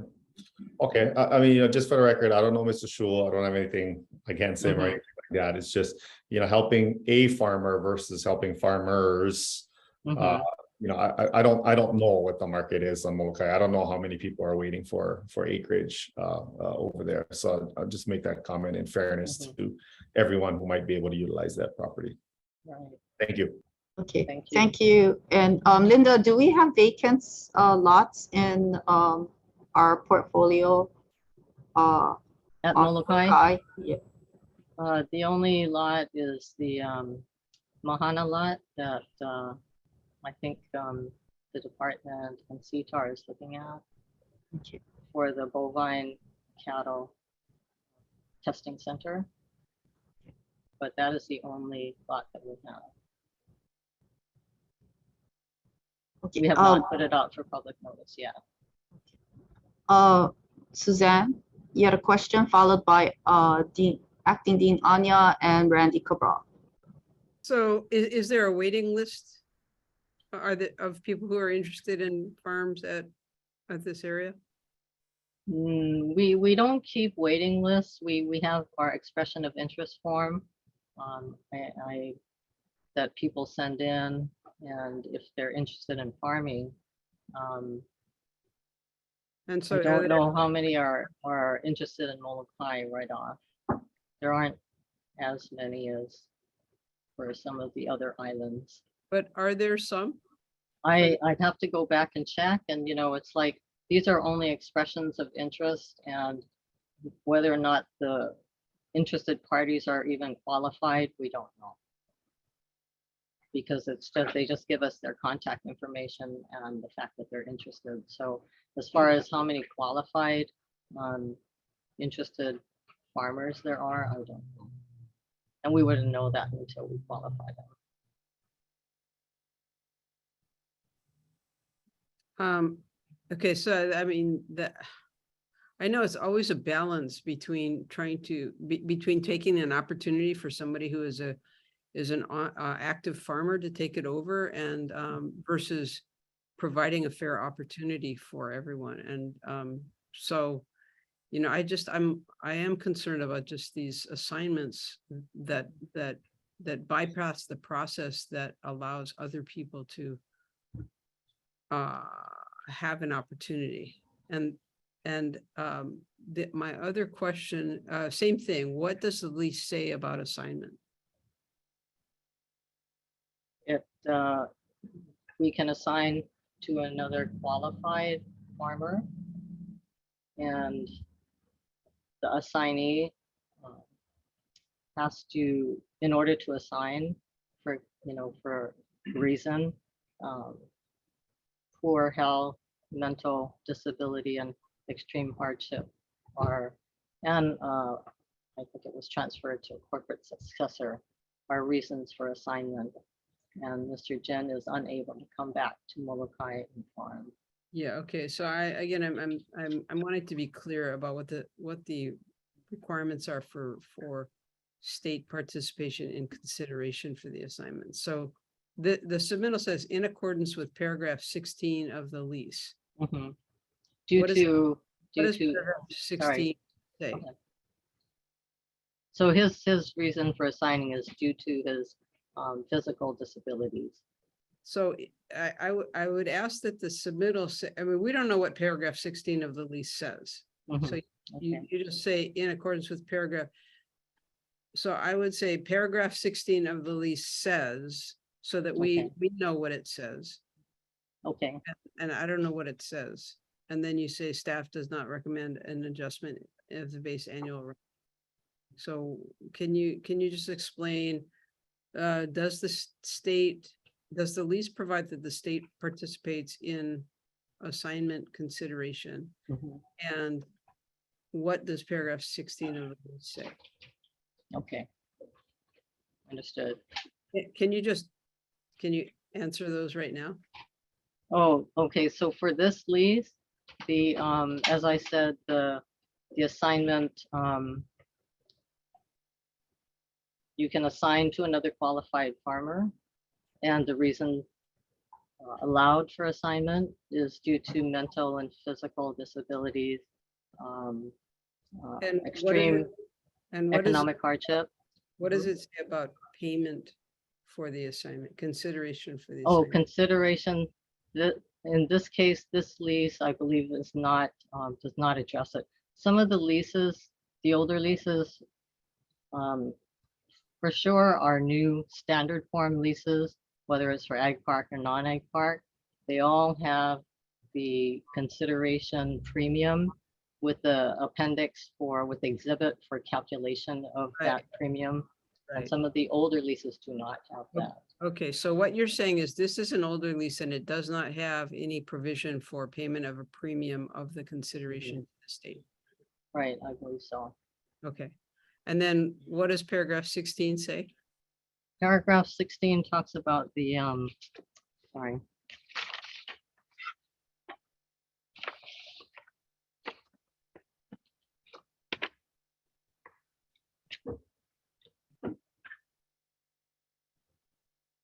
Oh, paragraph 16, it talks about the assignment of lease. Under what circumstances you are allowed to assign the lease and to whom you're allowed to sign the lease. Okay, so what this really means is in accordance with paragraph 16 of the lease. The paragraph 16 of the lease says that they can assign under these circumstances and this situation meets those circumstances. That's correct. And because there's no change in use, staff does not recommend an adjustment of the base annual rent. Is that Right. correct? Correct. Thanks. Thank Okay, you. that's all I have. Anya, followed by Randy. Thank you. So I just would like to have a little bit clarification how that $16,000 was calculated, where it came from. Is that the standard? I would like some clarification. As I've said previously, and I think the department has said previously regarding considerations, the department does not get involved with the negotiation of the amount of the consideration. It's something that is worked out between the two parties. However, at the same time, the consideration does come up for board approval. But generally, the department does not become involved in whatever the two parties agree to. I hope that answers your question. Yes, thank you. So I have a follow-up or just more a comment. Since the leaser, current leaser has not really farmed on that property for a long time, and then he contracted out, are we concerned about $16,000? I mean, I'm not totally sure why the leaser would receive $16,000 right now if he didn't farm, and did he make an improvement and things like that? So. I don't know. I know the property is fully fenced with, because Molokai has a very severe deer issue, and the fence is quite expensive. I'm aware of that. But I don't know how they came to agree on that amount. Thank you very much. So it could be, that's the consideration because the property came fenced versus other ag lands that are not protected by fencing. It could be, that might be part of the reason for the consideration. Or it could be there's already irrigation in place and all of that. The infrastructure is there. Okay, so that's helpful to know that they have water infrastructure. Okay, Randy, followed by James. Just a quick question on the license agreement. Did that come before the board, or does it have to come before the board in order to issue a license agreement with the second party? That's a good question. I didn't see in the file where it did come before the board, but as I recall, the terminology that's used in the license agreement, it's kind of a gray area whether it really needs to come before the board. Agrigenetics had at least 4 license agreements in the ag park, and as far as I know, none of them came before the board, according to the files. So I can only assume that at the time, I'm sure the AG's office was consulted on this, and it appears that at the time,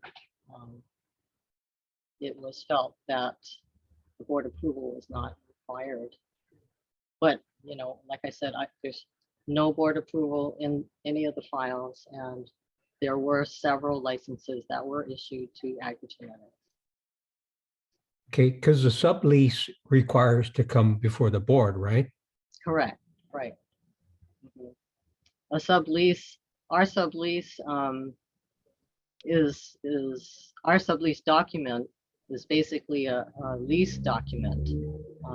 But the license agreement that I saw is very short, it's brief, there's not too much included in it. It talks about fees, not rent. So I'm not sure if that's how it was decided. Like I said, I don't know, I'm sorry. I can only speculate, and I don't want to put false impressions before you. Okay, so are license agreements still going on, or is it no longer? No, we don't have any other license agreements for any of our other leases. in any ag park or non-ag park leases. Yeah, I But know is that's it- the only thing I know about licenses is that ADC issues licenses, but you know, they're a whole different animal in any case. But in our program, no licenses. Those were the only licenses issued that I'm aware of at the Molokai Ag Park and to Agrigenetics. Okay, so it's no longer allowed, or is it just not come up? It hasn't come up as far as I know. Okay, it seems like that's a loophole though in getting away from the board's approval. So Mhm. maybe something should be done to close that loophole. I'd like to say that in order for it to, I think it's going to be reviewed by the chair to put it on the board agenda. I can't say what happened in the past, but since I've been chair in 2019, there's been no request by staff to me as chair to have the board consider any licenses. The request has been for all leases or the ability to sublease. And since I've been here for 9 years, there have been no requests for licenses. And if there was a request, we would certainly, you know, seek board approval on it because the way it's set up, even though the words may be different, I would think that it would require board approval. So going forward, anything like that would go before the board. Thank you. James? Linda, you had said something about fencing Mhm. or that they put on a perimeter. Did you see the fence? Yes, I go to Molokai at least How twice tall a is year. the fence? I think it's 8 feet because it's the deer can jump over 6 feet. Well, you can So jump all over the, all, I'm I sorry. see them climb 8-foot fences, climb over an 8-foot fence. Isn't that amazing? It is amazing. And unfortunately, some of them who try to climb get caught up in the wires and, you know, we've had carcasses stuck on the wires, unfortunately. Thank Yeah. you. Thank you. Okay, board members, any further questions? I don't, Mr. Schul is not present. Is there anybody from the public wishing to testify? Okay, seeing none, board members. I think Diane has a. Oh, I'm Yeah. sorry, Diane. Yeah, Go ahead. I guess I'm really struggling with this in terms of what is fair and equitable. Sounds like there's not an abundance of vacant lots that are available in the ag park on Molokai, and there is a waiting, or not a waiting list, a list of folks that have interest. Excuse And, me. and the producer who signed the original lease has not been active on the land for so long. I mean, I don't know if staff can bring more information to us if we defer this matter or. I'm going to, Diane, I'm going to let you and Vince ask the further questions, but I'm going to move to defer after, but I'll let you continue with your questions. No, And that's yeah. fine. I just want either more information or, I think. Can I just say something about the interest? I have received a few calls, but they are usually from educational groups wanting to do something like Go Farm or looking for a processing facility site for agriculture. And so they're generally not from farmers. The expression of interest form that we received are from farmers in the ag park, actually. So if that says anything. Okay, so I'm just gonna allow Vince to ask a question, Mary Alice to ask a question. But I'm gonna defer this, to the next, regular meeting. Vince, go ahead. Yeah, okay, so since you're gonna defer, I guess it's a moot point, but I just wanted to point out that this guy, Grant, is the real deal when it comes to farmers, especially on Molokai. Molokai's soils are so deplorable. Deer is just such a big issue. So to have somebody that's so bona fide as Grant and doing the work. He also has a farm here on Maui at Maui Tropical Plantation. Does a really good job as a farmer. So it's not like we're risking anything in that spirit as far as having somebody on the land who will actually farm it. But if you're going to defer, then you're going to defer. Well, yeah, thank you, Vince. So noted. Your comments, Mary Alice? My comment is one that I mentioned before, and that is that the process of auctioning leases can lead to very perverse results where a good farmer may not have the financial wherewithal to put in a winning bid. And so I'm concerned when, in a well-intentioned attempt to make it possible for as many people as might be interested to put in a bid, that the actual result may be not the best farmer.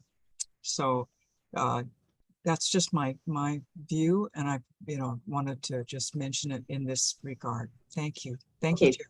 Thank you, Mary Alice. Okay, Suzanne, one last comment followed by Anya.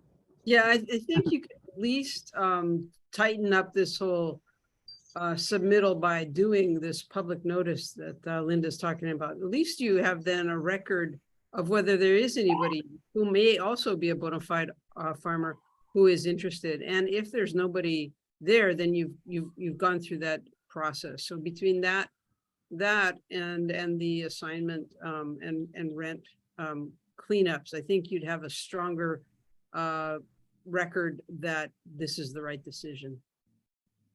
Okay. Anya, did you want to, you had your hand raised? Yes, I was just about to suggest what Susan suggested, so thank you. Okay, so I'm going to defer because there's a lot of questions. So about the interest, and so that staff can go back, look at the list and see if there is significant interest for Molokai. And so we'll take this up on the next regular board meeting. Okay, so I'm going to defer.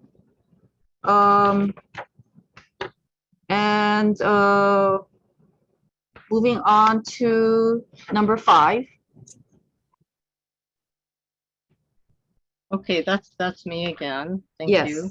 So Linda. number 5 is a submittal entitled Discussion and Action on Senate Concurrent Resolution number 76, requesting the Board of Agriculture to prohibit unapproved residential use of farm dwellings in agricultural parks.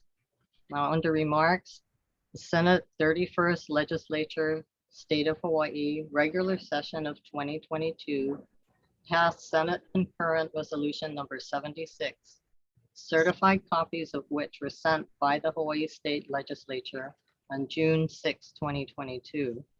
Senate Concurrent Resolution number 76 requests that the Board of Agriculture, 1, establish a prohibition on unapproved residential uses of farm dwellings in agricultural parks, and 2, prepare and submit a report of its findings and recommendations, including actions taken, progress made, and any proposed legislation to the legislature no later than 30 days prior to the convening of the regular session of 2023. The recommendation is that the board first establish a prohibition on unapproved residential dwellings in agricultural parks, and 2, assign the Agricultural Resource Management Division the task of preparing a report of findings and recommendations, including actions taken, progress made, and any proposed legislation in response to Senate Concurrent Resolution number 76. Thank you. Thank you, Linda. Okay, do I have a motion to approve the recommendation?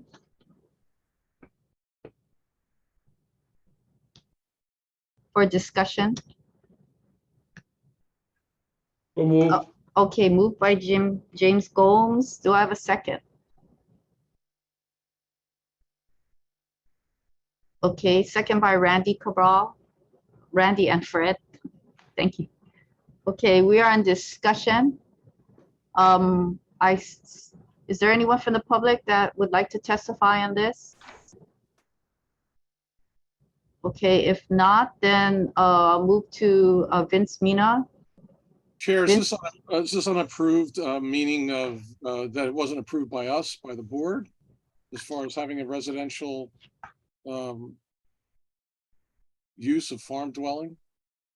Vince, this is a concurrent resolution, Senate concurrent resolution that was passed this session, and it requests the Board of Agriculture for us to establish a prohibition on unimproved residential. So we're just bringing it to the board because the resolution said that the request is to the board to establish a policy regarding unapproved residential uses, and that we're the board directs the department to prepare a report of the department's findings. So that's why we're bringing before the board this Senate concurrent resolution, because it does request that the board do this. So that the board sets, the department sets a policy that the board would approve. Yes, the board directs the department based on what it wants, what the policy is on unimproved residential dwellings, and the department provides, prepares the report of findings to the legislature. I think it's due 20 days before the next session, so that would be the end of December. Okay, thank you, Chair. Okay, N followed by Mary Alice. Thank you, Chair. I'm all in favor of keeping a good relationship with the legislative branch. I'll just say I don't understand what this is. A prohibition on unapproved residential dwellings. I mean, if they're not approved, they're de facto unapproved, right?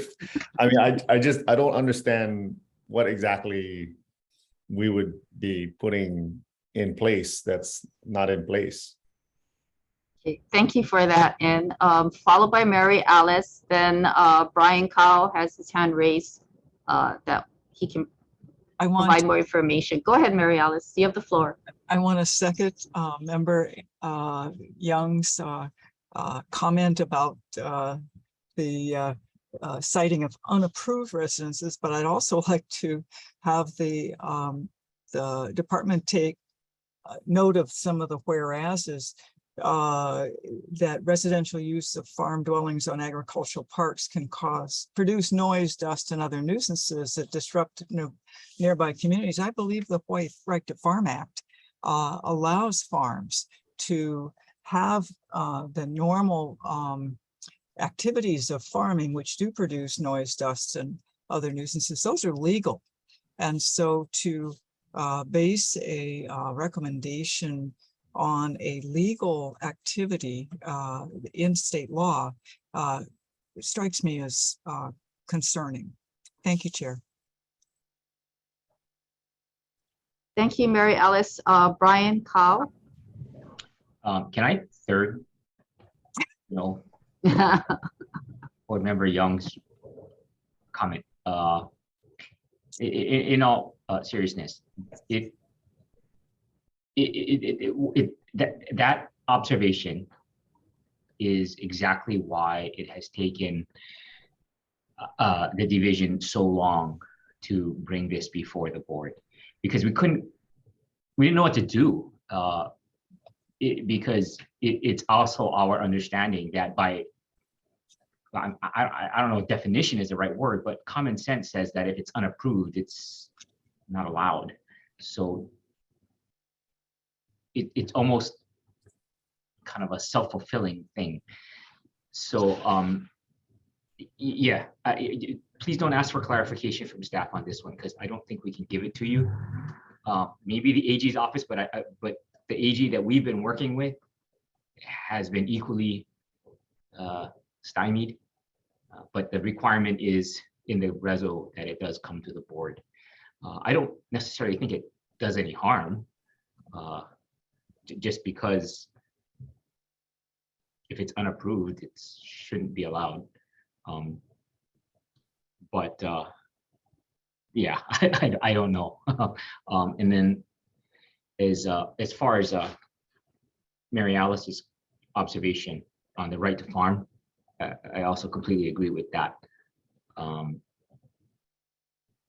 If you are in a agricultural district, these are things that happen. So I'm not sure what the genesis of all of this was. Okay, Brian, thank you. Suzanne?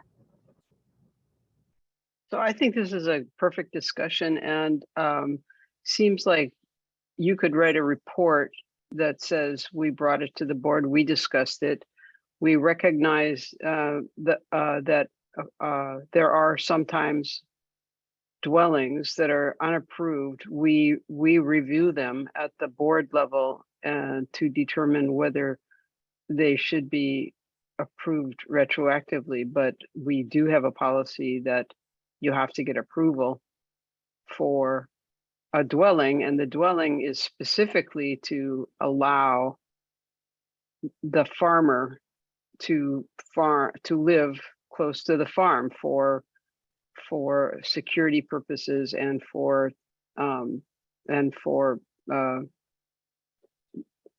proximity. And there's a right to farm. We note that there's a right to farm act, and we should cite it in the report and say that we are, following that act and expect our farmers to comply with it as well. I mean, I think that might be, you just write that, yes, we heard you, we agree on unapproved dwellings, and we note the right to farm act. Thank you, Chair Casey. Thank That's you. kind of exactly what we were going to do. Yeah. Thank you, Suzanne. Randy, followed by Diane. I guess I'm looking at it a little bit differently because I consider residential housing versus farm dwelling two different things. And I know there've been complaints of ag leases where people currently reside on as a residence instead of a farm dwelling, since they don't actively farming. So this is where maybe what's driving this concern, because that's been raised over and over again, where other farmers are saying, hey, that person in that park is not farming, he's just living there and it's a residence. So I can see that concern, but I'm not sure if that's what they're talking about. But I don't know if they're looking at residential versus farm dwelling and as two different things. Thank you, Randy. Diane? Yes, very confusing. And the committee reports and testimonies weren't helpful other than the departments. Thank you, Chair, for that testimony. I guess the other point that the report out could address is, how staff responds to complaints from neighboring parcels. And if we do or we don't. So, being good neighbors and being good stewards. So. It really depends on the nature of the complaint. If it's a right to farm issue, then it's kind of iffy. If it's illegal use of the land, then definitely something that we look into. But I think it's a function of whether, staff are responsive at some level, I mean, even the Right to Farm Act, if somebody's got excessive noise, there's a process that needs to go through, step through. And that may not, decision on noise may not be made by ARM, but it may, you as staff may reach out to the Department of Health. Well, we look into everything. So I guess, yeah, what Diane is suggesting is that part of the report, we explain the process of how we respond to the complaint. Whether, it's outside of our purview and we work with another agency that has the regulatory enforcement authority expertise. Okay. So we were dealing with hemp about that. Remember, board? Lights, intensity, noise, odor, yeah. Okay. Okay. Oh, Suzanne, you have your hand raised. The reso talks about residents. There's a little bit of a disconnect because the reso talks about the residents, but the whereas talks about the farming impacts, and they're not necessarily the same. So, but this could have been driven by the hemp situation, for example, and we did take a lot of time trying to work through that. So yeah, I mean, I think a genuine, recognition of the various issues. One though, we should state is, we do have a goal of making sure people are actually farming and not just using a farm parcel as a residence. And therefore, we look at farm dwellings, and we support farm dwellings, and we don't support residences on ag land where there's not genuine farming going on. And we do investigate complaints and make sure that what is being generated from the farm is not an unreasonable level of impact. Okay, thank you. So I think we have a motion and we have a second. I see someone in the audience, in the public has their hand raised. Janet? Can you call Janet forward?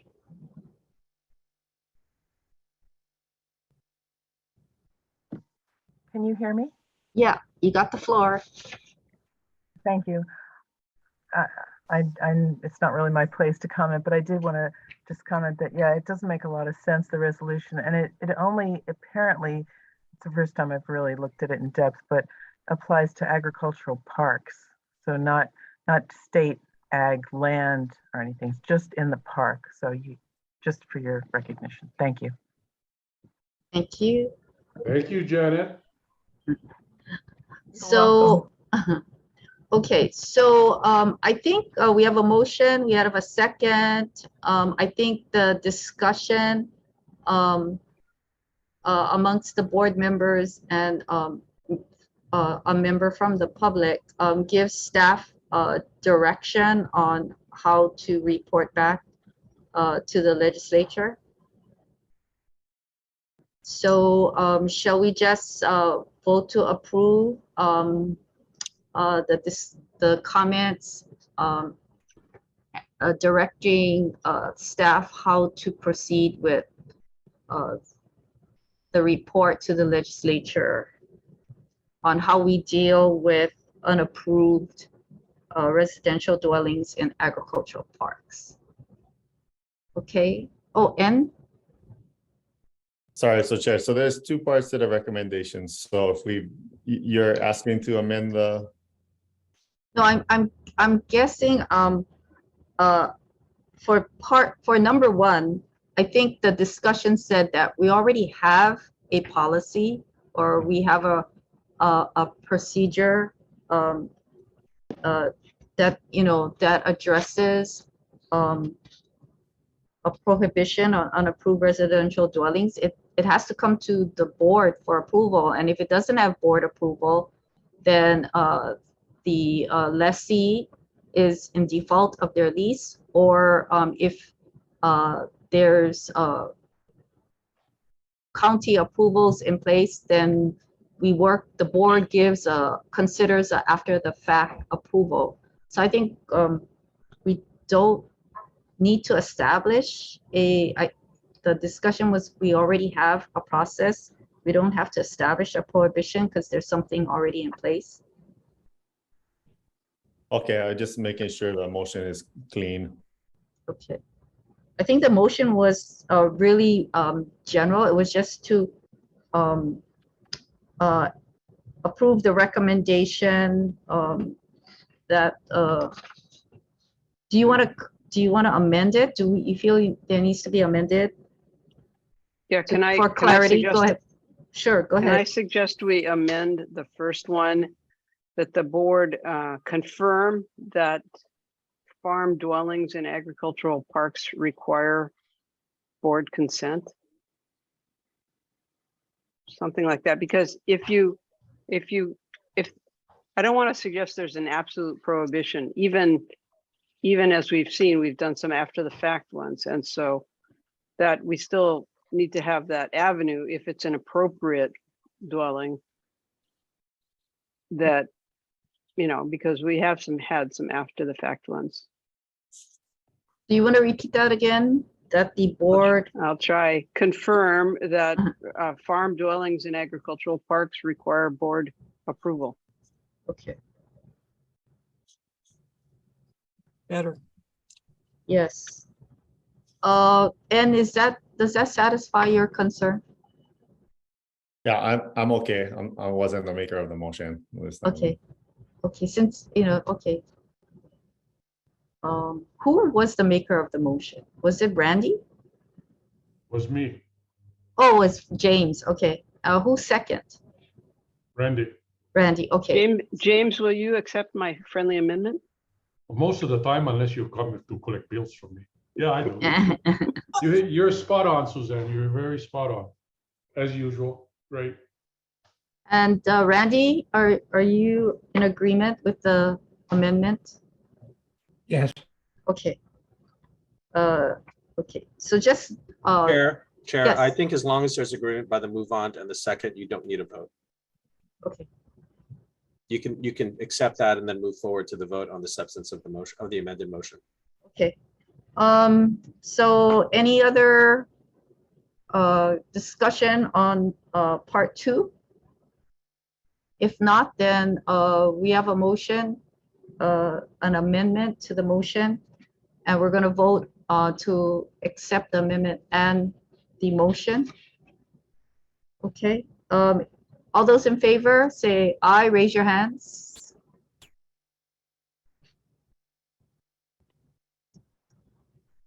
Okay, we have unanimous approval of the amended motion and to move forward with the recommendation number 1 and number 2. Chair, Okay, can yes. we take a short break? Oh, yes, you read my mind. So because we've gone beyond 2 hours, is 10 minutes enough? Because we have quite a bit more to go. Is 10 minutes enough? All right. Chair, Okay. can I make one note? Because we have a number of issues still to go, can I remind members of the public that they need to speak during their portion of the meeting, so that when public testimony is requested, they need to raise their hands at that time, and they should not rely upon the possibility that the chair might allow them to testify at the end of the public testimony. So I just want to perhaps try to discourage people from waiting till after the discussion and then coming in at the last minute. So thank you. Thank you, Brian. Okay, so we're gonna take a 10-minute break and we'll be back at recess and we'll be back at 11:20. Thank you.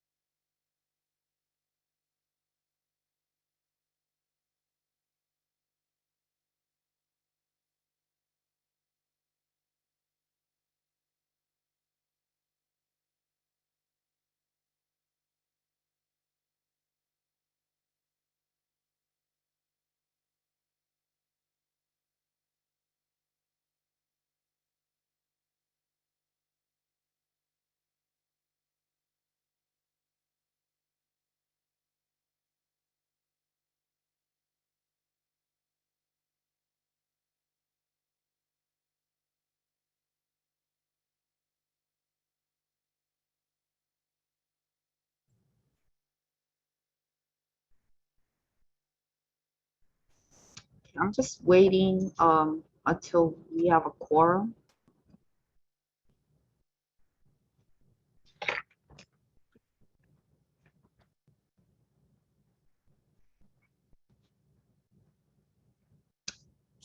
Okay, let me see. 1, 2, 3, 4, 6. Okay, we're all here. Okay, we can resume. Are we live or Stephen, Jason? Yes, we're Okay. live. Okay, thank you. Okay, so I'd like to call the Board of Agriculture meeting back to order. We are now on item B of our agenda, Animal Industry Division. I'd like to call for Dr. Raquel Wong to present item number 1, request for approval of amended and restated right of entry in favor of the Board of Water Supply.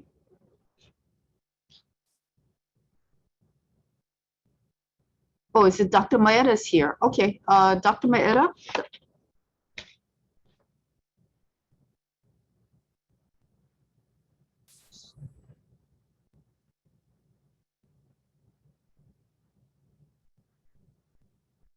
Can you allow Dr. Maeda in? Or is that Dr. Okay, we have Dr. Maeda and Dr. Wong. So Dr. Maeda, do you want to start, or are you deferring to Dr. Wong?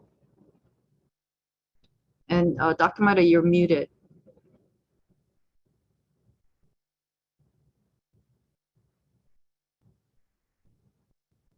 Okay. I see. Oh, there you are, Dr. Maeda. You're muted. You can proceed.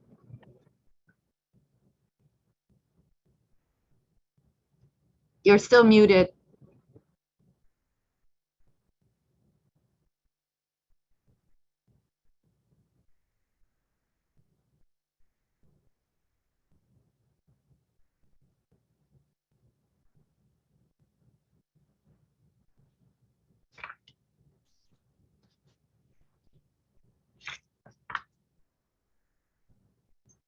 I think, does he hit the space bar, or are you doing it by phone?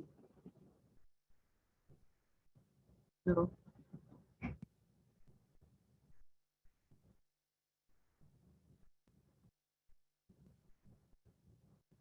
Are you able to hear us? Oh, okay, but for some reason you're still muted. We can see you.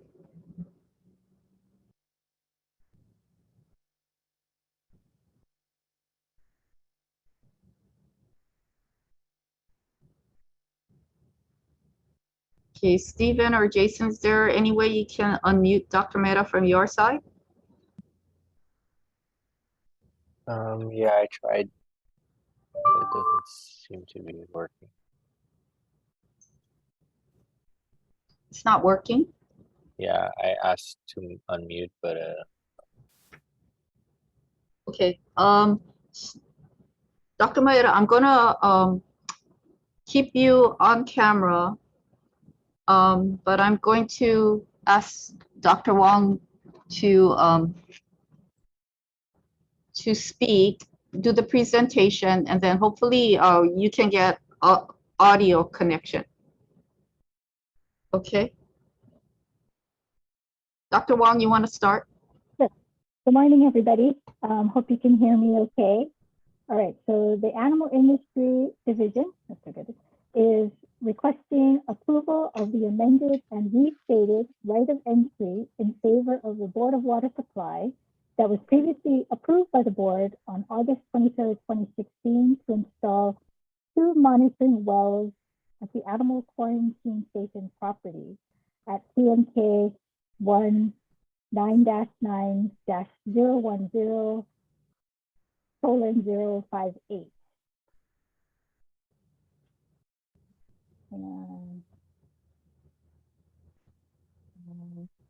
So the character of use, the Board of Water Supply has requested permission from the Animal Industry Division to enter the property to inspect and survey for installation of 2 monitoring wells and construct and install 2 monitoring wells and appurtenant work And number 3, take samples from the Monington wells at a monthly or greater or lesser frequency as determined by the Board of Water Supply.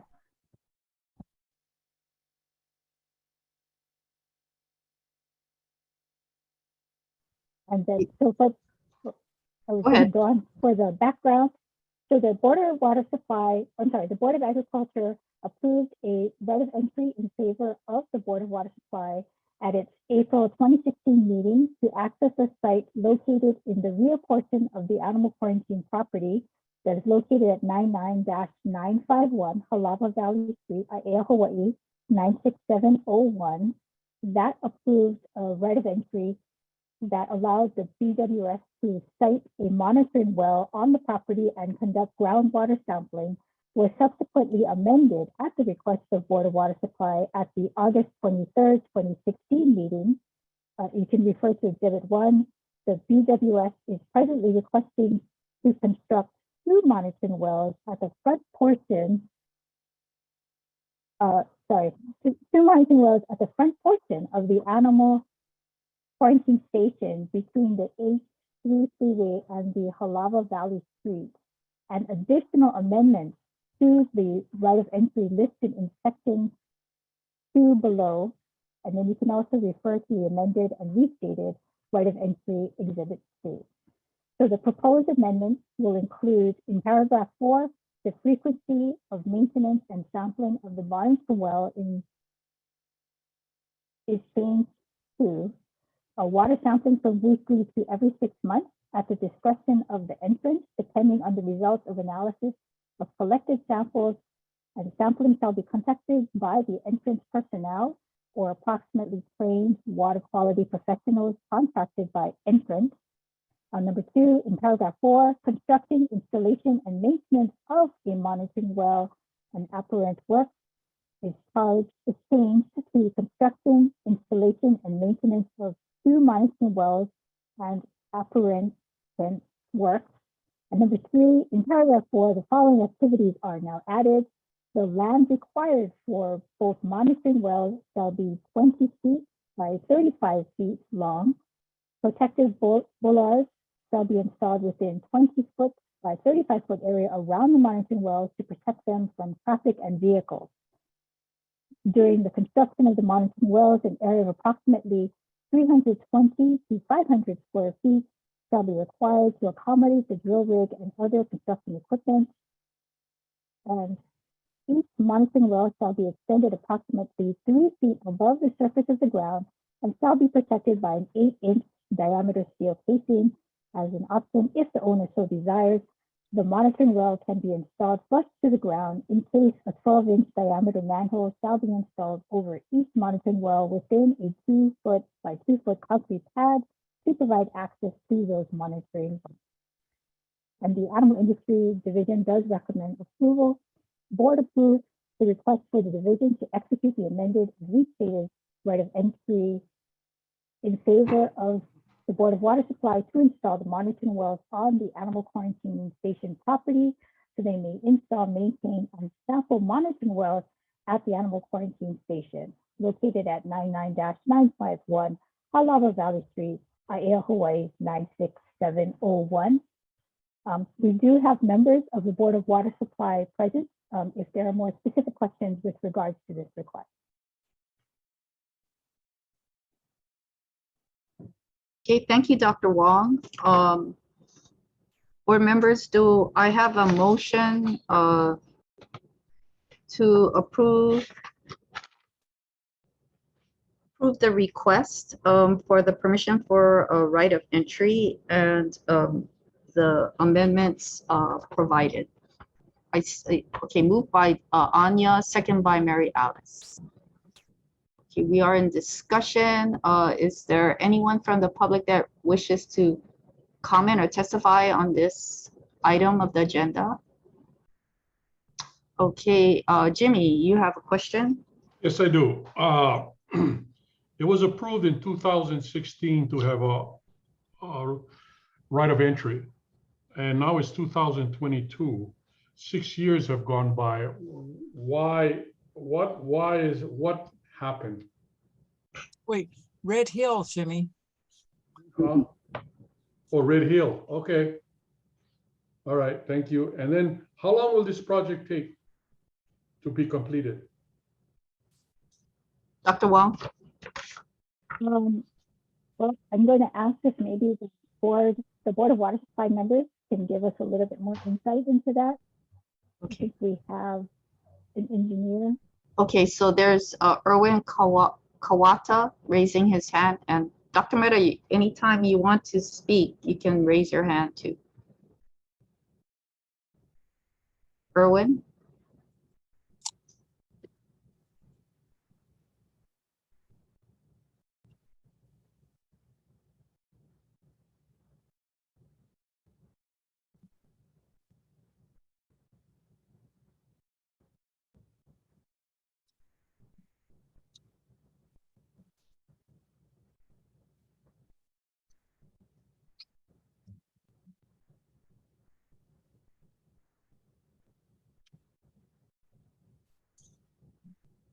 Yeah, how we doing with getting Hello, yes, can you hear me? yes, we can Hello. hear you and see you. Okay, thank you. This is Erwin Kawata at the Board of Water Supply. In response to the question, originally in 2016, yes, we did get board approval to install the monitoring well. A couple of things happened. Number one, as we were doing the siting work, we noticed that the well or the proposed look or the location was very close to some of the kennels where the dogs were kept. We were concerned about drilling noise. The well is going to take anywhere from 4 to 6 months to do drilling and installation and construction. It does give out a lot of noise. Concerned about that, we did a noise study, and we found that the amount of noise could be problematic or harmful to the animals and the dogs that were kept there. So we decided not to proceed with the project. And during that time, Red Hill was an issue. We wanted to install the monitor well to collect groundwater data to understand groundwater flow direction and potentially any kind of contamination from petroleum contamination that could be moving in the subsurface. Going forward until now, in November of last year, as everyone knows, there was this fuel contamination that happened in Joint Base Pearl Harbor. Since then, a lot of activities have accelerated.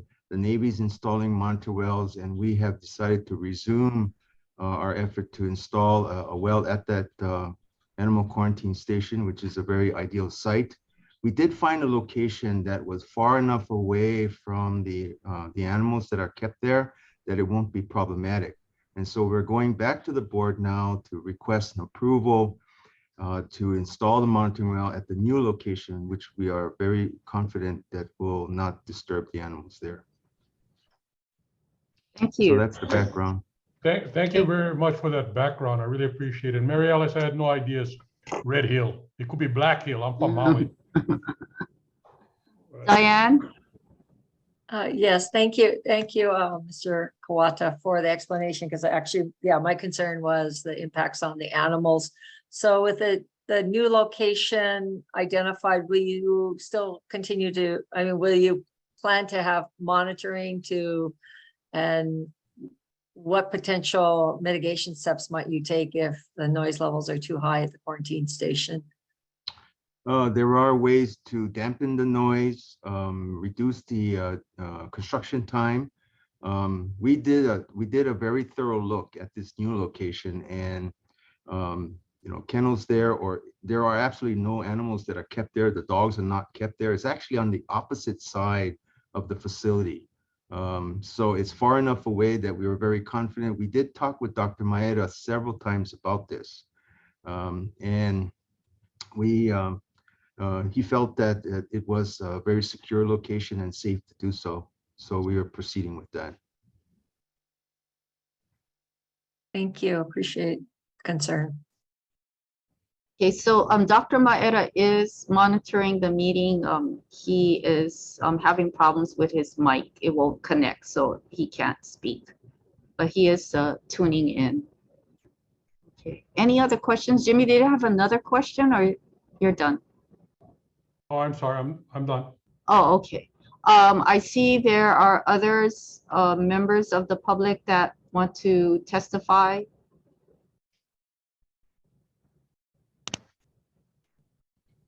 Yes, I'll let them in. Chair, if I could just suggest that at the end of the public testimony, you inform them that public testimony is now over instead of going directly into the board discussion. Okay, thank you, Brian. Okay, I'm gonna let Sarah Moody in. Sarah, if you can just state your name and organization. Hello, my name is Sarah Moody. I am the Deputy for Strategic Operations for the Navy for the Red Hill OIC Environmental Group. And we knew that we were coming into this meeting today. It was our understanding that we were working with the animal quarantine facility to get agreement on a monitoring well location in the parking lot of the animal quarantine facility, as well as a laydown area for the monitoring well efforts that are going on in the area from right of entry approval. And we noticed in the agenda today that is a Board of Water Supply location, and I appreciate Erwin's clarification of the efforts of the Board of Water Supply, and I think we're all working towards the same goal and the same effort of getting those locations approved so that we can continue to expand our monitoring ability on that greater Moanalua Valley area. I just want to clarify, are we only talking about one location for Board of Water Supply, or was there a converging of the locations of the request that we had made with Dr. Maeda? We just want to ask some clarification because we were unclear if this was approval for our location or if there was going to be a singular location between Board of Water Supply and the Navy. I know we're all working towards the same effort, but we just want to kind of get some clarification on that. Okay, thank you. Dr. Maeda, are you, or oh, there you, okay, you got mic? You got audio? I fixed Yes. it. Can you hear me? Yeah, yes, we can. Okay. The Navy had put in a request and we had sent information, requesting additional information back to us to go ahead and submit an ROE on their behalf. We did not get the information in time. As far as the areas that Board of Water Supply is talking about versus the Navy, they're not on top of each other. They're relatively somewhat close, I guess. The Navy is requesting property on the parking lot side of the fence line. The Board of Water Supply is requesting a site slightly north of there. But out of the parking lot. It's more of like just a grass open area. I think, I don't know if Mike Matsuo is on the phone or on the line, or Ian, if they have a diagram or a photo map. I'm sorry, but the exhibit map did not come out too well on the photocopy. Are they there?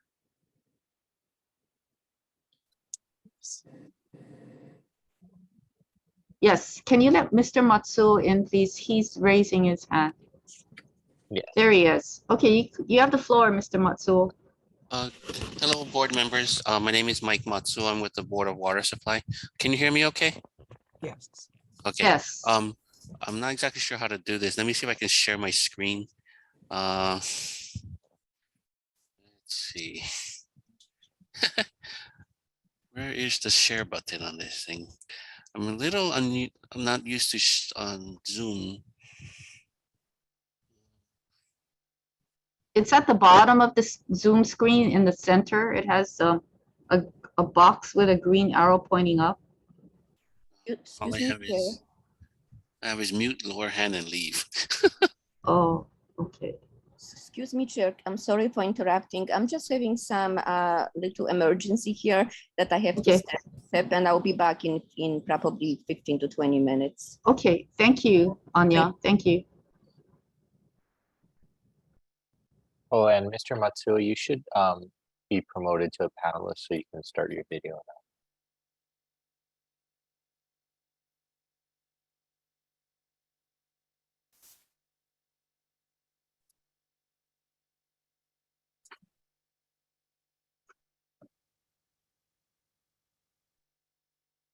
Okay, we see it.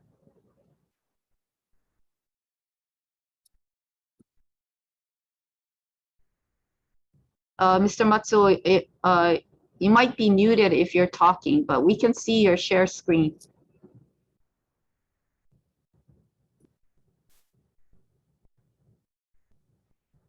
Or Mr. Kawata? Here, can you hear me now? Okay, yes, yes. Okay, sorry, I was muted. Okay, so anyway, what I'm showing you here is the an area where what we're calling Site D, or the monitoring wells, are located. As you can see here, there's the state right of way, which is the H3 freeway. There's a parking lot right below it. The entrance to the facility is way off on the left-hand side, and up in the upper right corner here is the well site itself. Let me zoom in a little so you get a better idea where it's located. And again, it is close to Halava Valley Street. There's a fence that goes along Halava Valley Street that secures the animal quarantine facility. And this is where the where our two monitoring wells are proposed. I'm not exactly sure where the Navy's wells are supposed to be located. I have a feeling it's somewhere down on the lower side, below our site. Maybe Dr. Maeda can explain based on what I'm showing on the screen. Sure. Can you hear me? Yes. It's, if you look at the parking lot and it has those 5 diagonal stripes, piers, it's at the top one, the most north in the photo, right? Yep, right in that area. They're proposing to site a well there and then to use some of the area towards the west from there against that line to have an area for them to site equipment and whatnot to go ahead and do the project. Okay, so I also see Sarah Moody's hand is raised, so I think she might want to comment on the aerial. Yes, thank you so much. Yes, the area that we were looking at was in that parking lot kind of south of the location that Board of Water Supply has identified. And we will definitely want to coordinate and discuss with Board of Water Supply and making sure our efforts are aligned. My secondary concern is we had a request previously submitted to Dr. Maeda to use that parking lot as a laydown area for the other wells that are going into the region of Halava Valley Street. There are well locations that are being worked with Queen Emma land in the area off of Halava Valley Street with BNC Trucking, with Hawaiian Cement, and with a local church in the area. And we want to make sure that we have the option of access to that parking lot, or is the efforts being done by Board of Water Supply going to make it challenging to have the option to request the use of that land for laydown space because the parking and access to the businesses in the Halava Valley area are so tight? That was our request that had been previously submitted to the animal quarantine facility as well. Yes, I can go ahead and comment on that. We don't find the use of that additional area in conflict. That's like I'm going to explain about the location of the proposed Navy well. The property to the left of that, the west side, is the area that we'd be looking at. And I think we discussed that before. Okay, Thank you for that clarification. Okay, so we're only discussing the Board of Water right of entry. That's on the agenda. Okay, so Ms. Moody, thank you for commenting and your testimony, but we're only taking action on the request for the Board of Water Supply right of entry. Board members, do you have any questions? I saw, Diane, did you have your hand raised or are you okay? I think I'm fine. I just, Dr. Maeda's last comment about parking not being a concern, if there's other equipment laid down in the area, but yeah, that's all I was worried about was assuring our customers have access to parking at high volume days, hours. Thank you. Anyone else? If not, then I'm going to call for the question. Thank you, Mr. Masul. Welcome. Okay, members, you heard the recommendation. All those in favor, can you please raise your hand?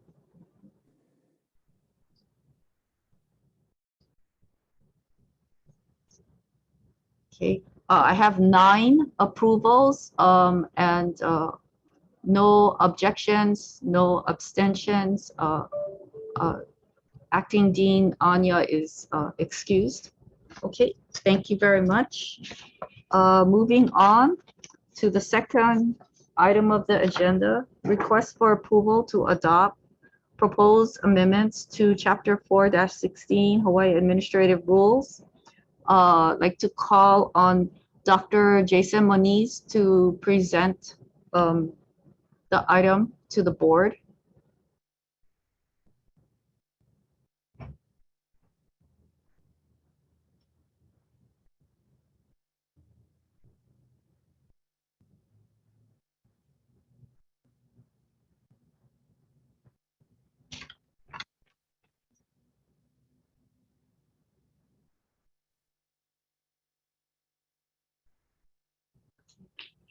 Okay, Dr. Moniz,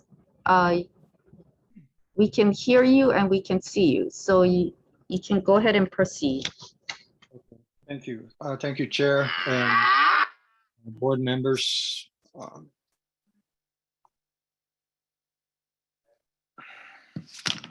The subject this morning is a request for approval to adopt proposed amendments to Chapter 4-16 Hawaii Administrative Rules entitled Cattle, Sheep, and Goats. I can read all the subsections, but basically all the subsections are involved. Would you want me to read through all the subsections? I believe the board has a sheet of all the, a summary of specific changes recommended to Chapter 4-16 HAR. So I think you can proceed with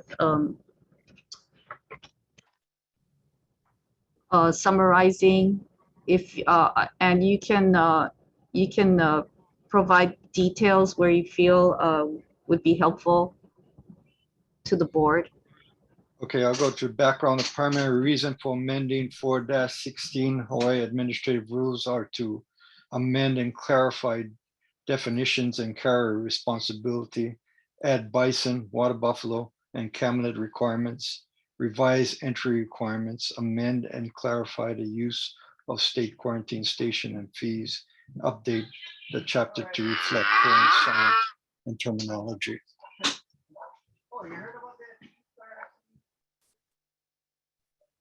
Okay. I can go through the summaries.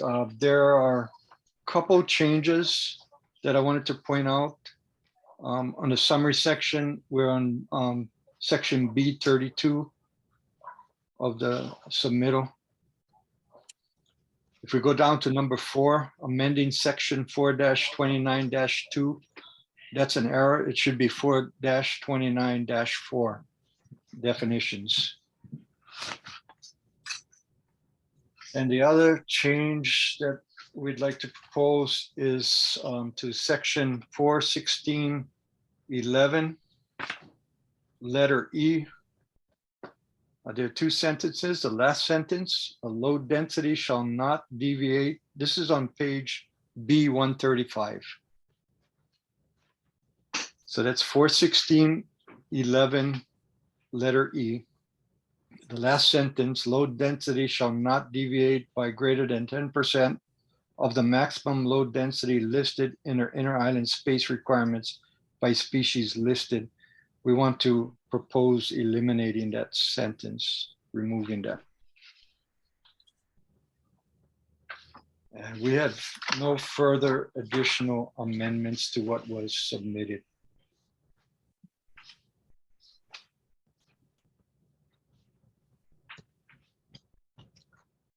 Okay, did you want to summarize the testimonies received at the public hearing? I think in the submittal, it does say the number of testimonies that were presented during the public hearing process.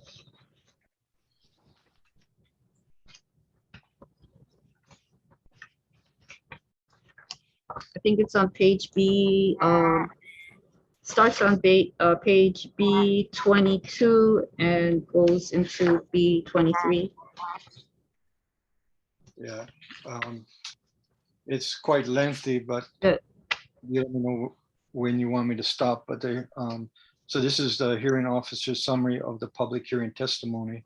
The proposed amendments to chapter 4-16 HAR as preliminary approved by the board on November 30th, 2021, were taken to public hearing on May 9, 2022 on Kauai, May 10, 2022 on Oahu, May 11, 2022 on Maui, May 12, 2022 Kailua Kona, and May 13, 2022 in Hilo. 13 individuals attended in person or via video conferencing. A total of 62 individual written and oral testimonies were received and summarized. A summary sheet and a written testimony for the public hearings, face mail transmissions, postal and electronic mail were attached to this submittal. A total of 7 individuals testified in person or via video conference at the public hearing at Lihue, Kauai, Honolulu, Oahu, Kahului, Maui, Kona, and Hilo, island of Hawaii. In addition, the department's proposed amendments received 62 written and email testimonies, of which 17 testimonies, 27.4%, were in support of the proposed amendments and none were received in opposition. Testimony was in support of the rule amendments by all individuals and groups identified themselves as the Hawaii Humane Society, ranchers, handlers, cattle industry organizations such as the Hawaii Cattlemen's Council, Hawaii Cattle Producers Cooperative Association, a veterinary hospital, and a veterinarian. Okay. Let's see.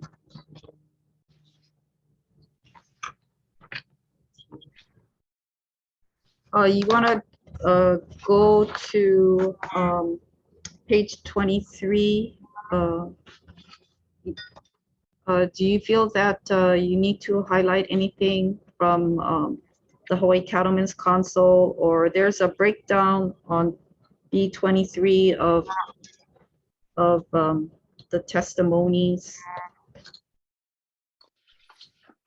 Yeah, the only thing that I would add is I believe Hawaii Cattlemen's Council is on the at the meeting this morning. I did mention the 2 changes. One was basically a numerical error on 416 4. It was written as 416.2. I don't think anybody will comment on that. The other was the deletion of that sentence in 416.11, letter E, that last sentence. Believe the Hawaii Cattlemen's Council will testify or raise their hand to explain their position on that additional change. Okay. Okay. Thank you for now, Dr. Muniz. Board members, do I have a motion to approve the recommendations for discussion? So moved. Moved by James Gomes. Do I have a second? Second by Randy Cabral. We're in discussion. Okay, so I'm going to ask members from the public, if you have submitted written testimony, either stand by your testimony or summarize. We're going to limit testimony one time, maximum of 2 minutes. Okay, and I see that there are a couple people with their hands raised. So Stephen, you can call them forward to testify.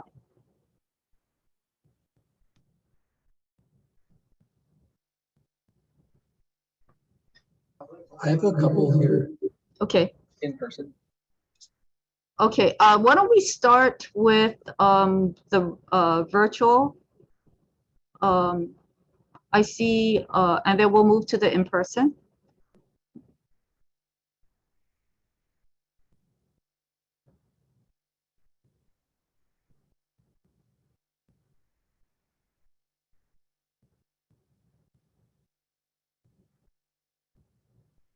Or shall I call the virtual out, Stephen?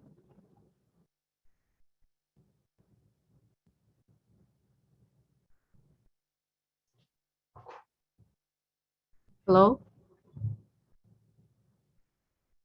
Sorry, I just let AWI farm team in. Okay.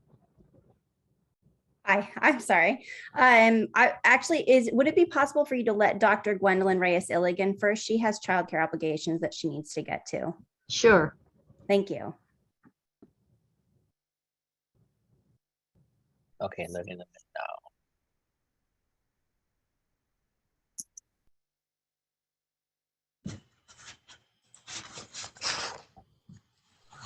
Hi, can you hear me okay?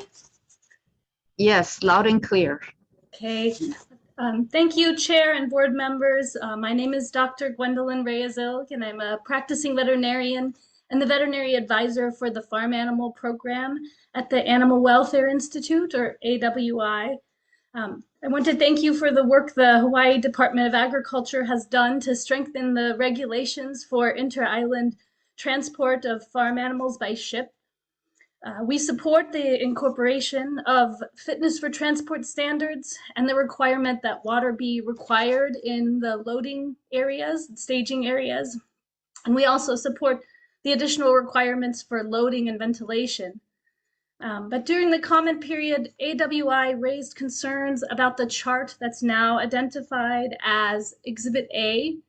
We observed that the calculations were not based on the internal dimensions of the animal shipping containers, but rather the external dimensions, which can be quite different. The original max number to load figures were too high because the calculations were based on the external dimensions of those containers. And we also noticed that even when we corrected the max number to load figures to reflect the actual internal area that the animals could access, the space each animal was provided was still lower than what's recommended in the scientific literature on ocean transport and the United States Federal Live Animal Export Code. So we recommended that the chart be corrected by decreasing the max number to load to ensure that each animal would be provided the area per animal that the chart indicated they were entitled to. So we were disappointed when the proposed rules that we received actually did the opposite. It kept the max number to load the same, and also and instead decreased the space allowance for each animal. We were also concerned that in addition to this, the new proposal would allow the maximum number of animals to be exceeded by 10%. So I'm pleased to hear that you're planning to remove that sentence that would allow a 10% deviation.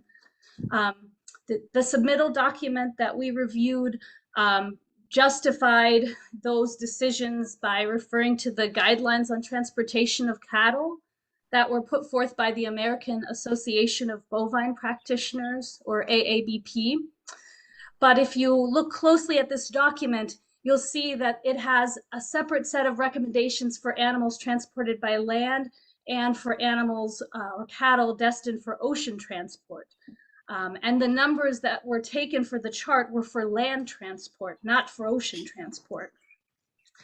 And the same can be said for the document by Temple Grandin that was referenced. But animals who are transported by sea are under a very different set of conditions.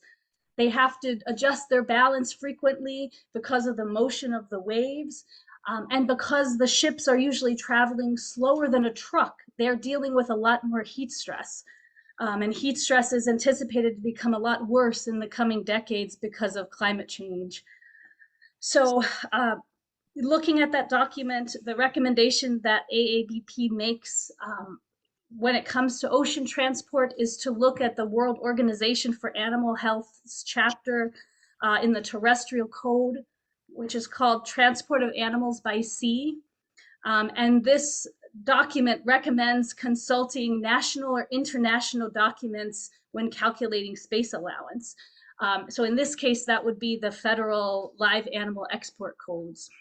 So we do hope that you reconsider the max number to load on that chart and decreasing it to be more in line with what's recommended.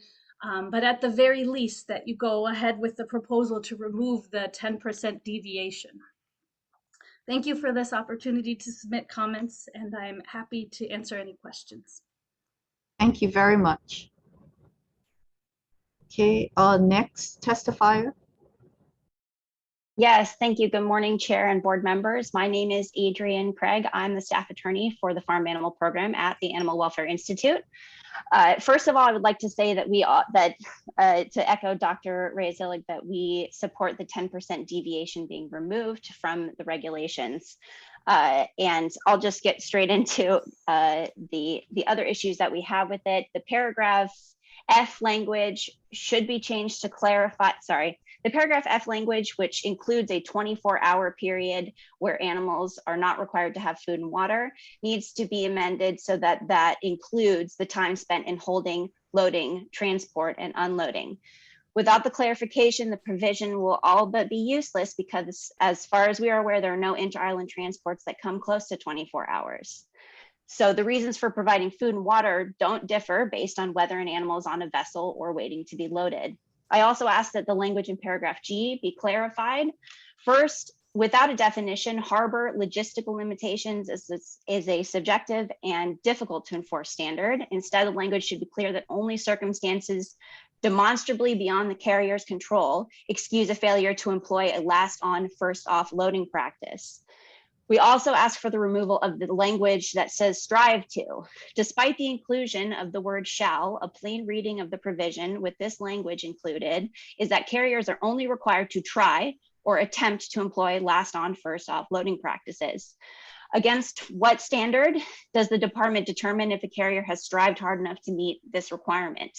So the department must remove this language if it plans on having a standard that's not meaningless. Lastly, I would like to highlight for the board an important facet of this issue. While to industry and carriers, a successful transport is one where the animals make it alive from one island to the other.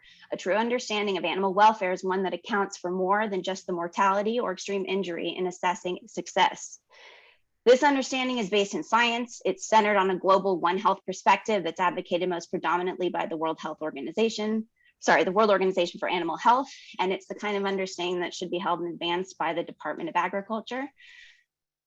And that's all I have to say. Thank you for hearing us today, and we hope that you will be able to make those amendments before approving the rule.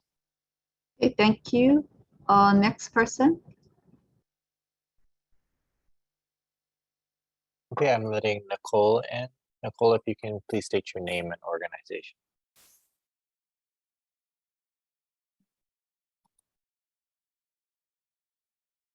Hello? Yes, go ahead. We can hear you and we can see you. Hi, Chair Shimabukuro Geyser. Thank you to the Department of Ag Board. I'm Nicole Galassi representing the Hawaii Cattlemen's Council. Dr. Moniz is correct. We do support the changes that he went through, including removing the allowance for that deviation from load densities. We'll stand by our written testimony and also want to add that Hawaii's inter-island livestock transporters are the most concerned about animal health and well-being. It's their top priority, their number one goal. They are the experts in inter-island transportation and have been safely transporting livestock. So thank you. Okay, thank you, Nicole. Next.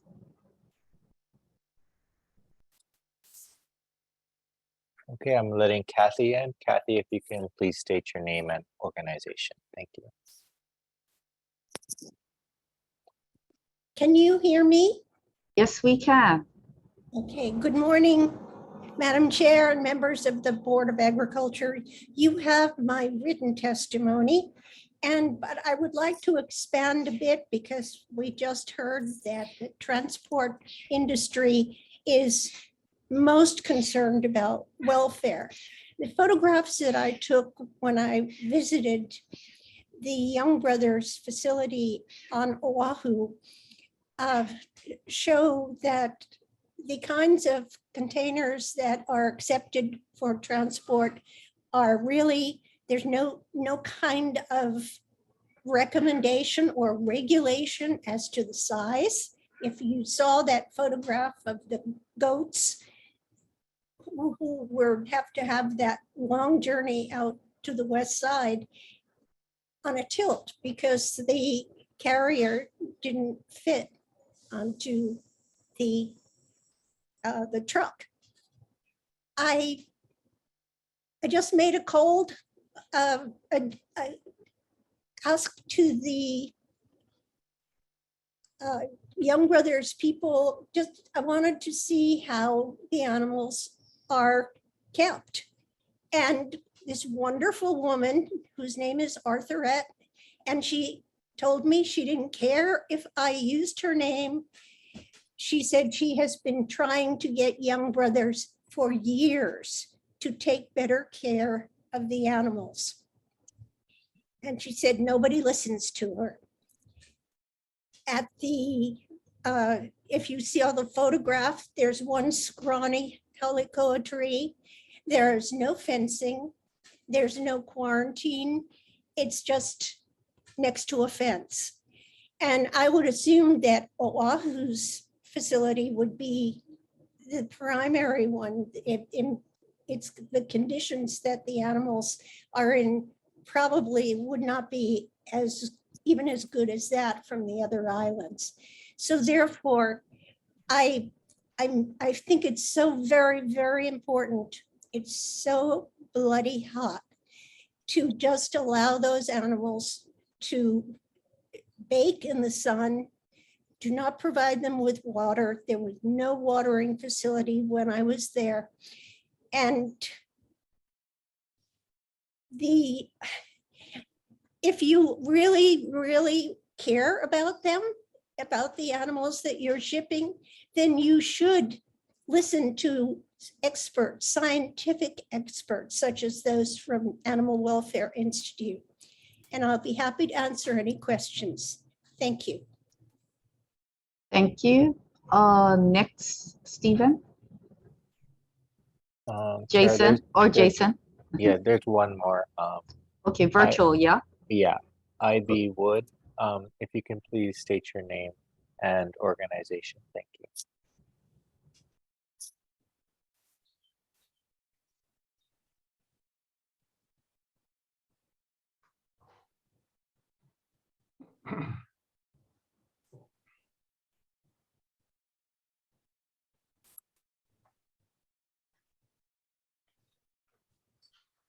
Can you hear me okay?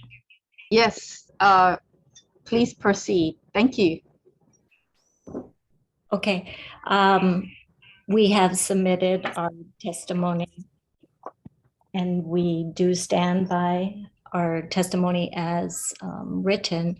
I do want to thank Dr. Moniz and the rest of the staff, Department of Ag, for working with Hawaii Cattlemen's producers and shippers in our island to come up with these documents.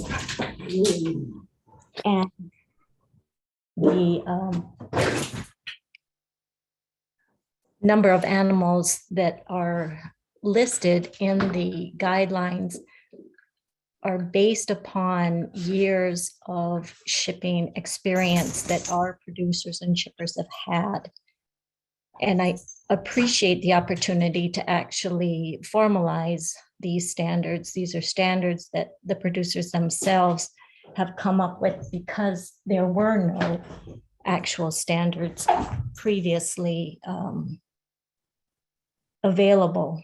And we have been doing this, as Nicole stated, for many, many years now. The standards in AABP are actually written in cooperation with Hawaii's shippers. So we do appreciate the concern that both our shippers and our producers have, and want to again affirm that we do stand by our testimony. We approved the 10% being removed from the document, and once again want to let the community know that no one is more concerned about these animals being safely transported than our producers themselves. Our practice does the majority of health certificates for the cattle that are being shipped.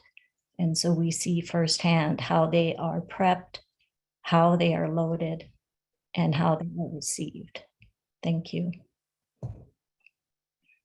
Dr. Wood, could you, if you're speaking on behalf of organization or as an individual? I'm speaking on both, Chair, as a private veterinarian who does the work with the producers, and as the chairperson of the Animal Health and Wellbeing Committee for HCC. Okay, thank you very much. Okay, I believe now if we have heard from virtual testifiers, then we're going to go to in-person testifiers in the boardroom. Yes, I would like to just follow up this first one. If you could please state your name and organization.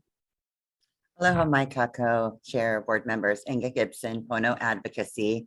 Sorry, I thought I was going to go first since I'm here in person, but thank you for the opportunity.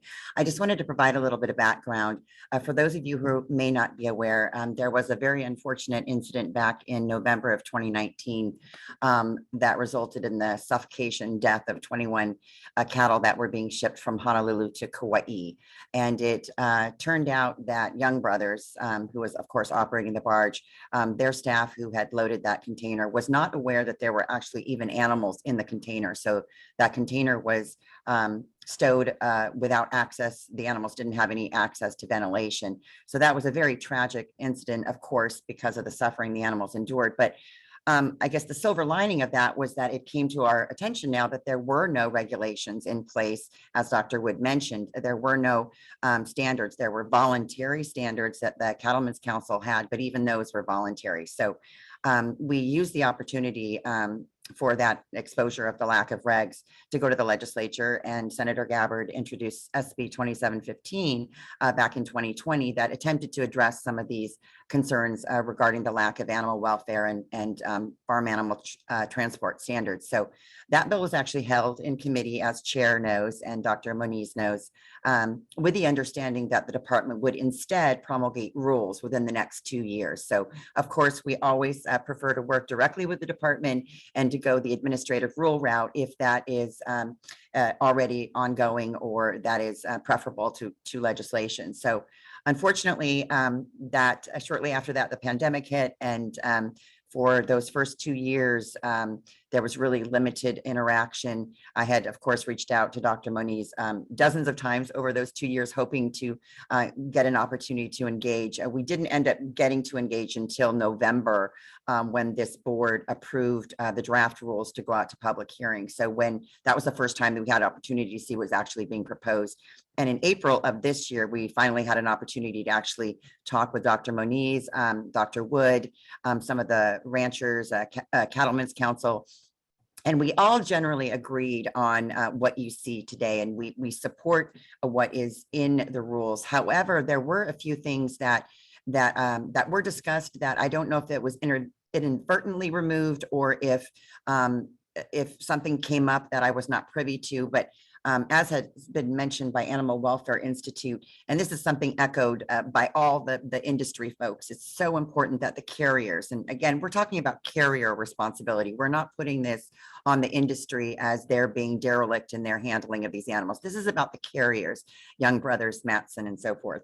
It's so important that these animals be loaded last on and first off. If that had occurred in this incident back in 2019, it's very unlikely that those cattle would have died because they were loaded early on and without even people knowing the animals were in there. They ended up, again, suffocating because of the lack of ventilation because of these other containers that were stacked around them.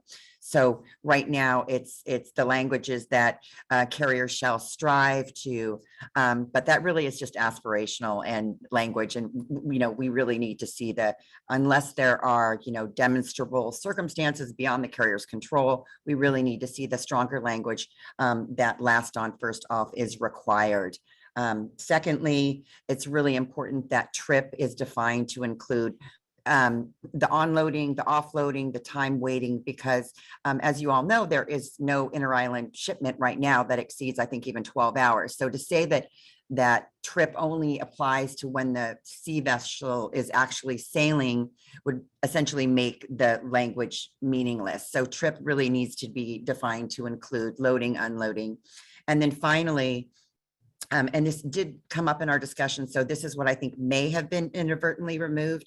We talked about the lack of shade at most of these locations. I know that you probably read in the newspaper, there's multi-million-dollar effort for harbor expansion.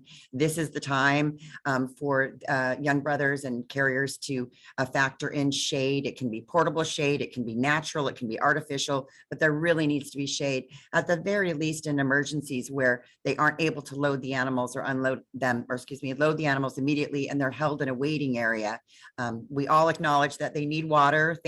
I'm so glad we all agree on that, but it's really important that they also be given shade. And so those are the three critical amendments that are in AWI's testimony. And again, thank you, Dr. Moniz and others for removing that 10% deviation. We think that is really a tremendous improvement, but encourage the board to look at our testimony about these other 3 points that I brought up that are really just really important. We don't want to have to go back to the ledge. We don't want to have to go through this again. And I think we're really on the same page here. So appreciate the opportunity to testify and happy to answer questions. Thank you. Okay, thank you. Is there anyone else in person? No, Steve, that is no. all. Okay, thank you. Board members, questions? Start with member James Gomes, followed by Suzanne Case, followed by Vince Mina. Let me go last. Okay, Suzanne? Yeah, I read all the testimony and heard it just now, and I actually think that those three proposals, I mean, I'd like to hear from anybody else, but they seem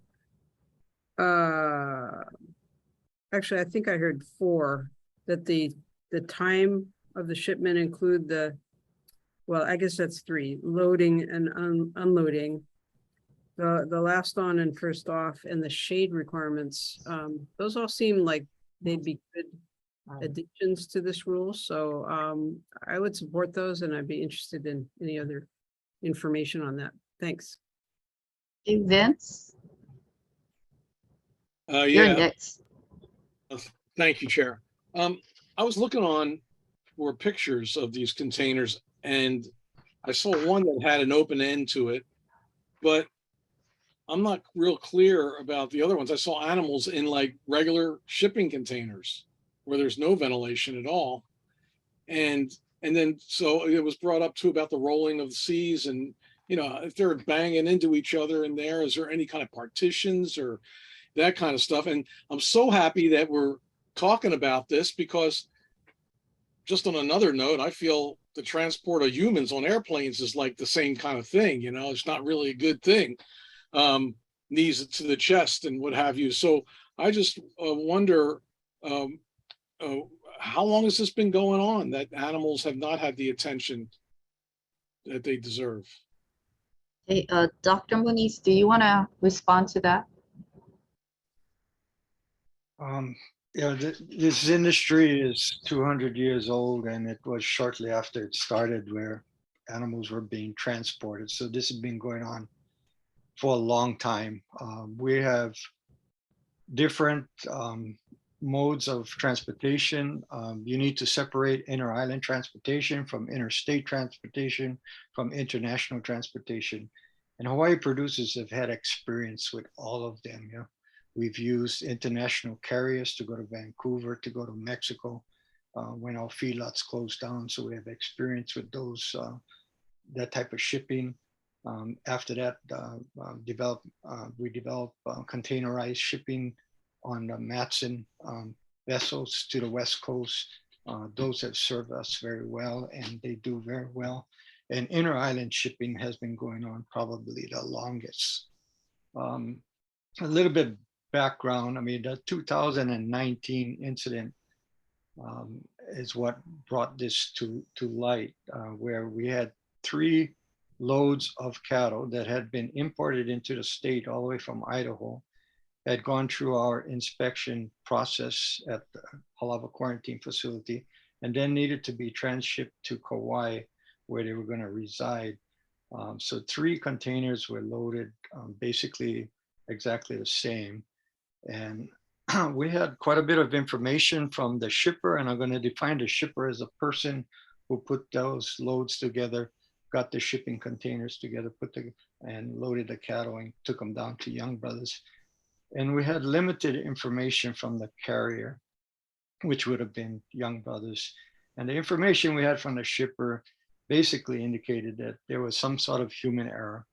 And I don't know the specifics of the human error because we only had the shipper side of the story. And basically 1 container was assumed to be empty and was loaded as such, and therefore no ventilation. And all those animals had died in that shipment. And the other 2 shipments was a perfect shipment, 100% success on the other side. So anyway, that's some history on what brought this to light.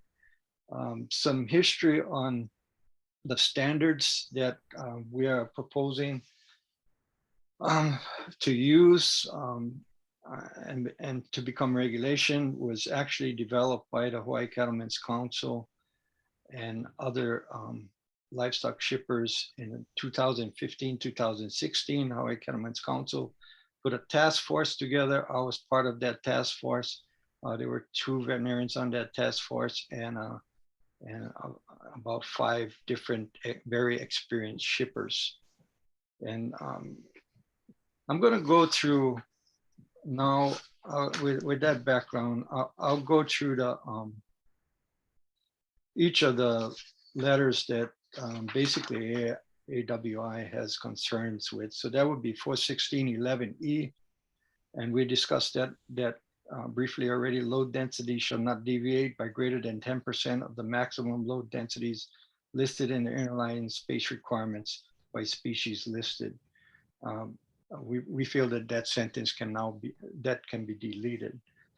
Although there are some variation in load densities between shippers with resulting success, successful inter-island shipments, experienced shippers agree the removal of the 10% deviation is agreeable to them and also keep the load density within the recommendations given by American Association of Bovine Practitioners and Dr. Temple Grandin for ground transportation.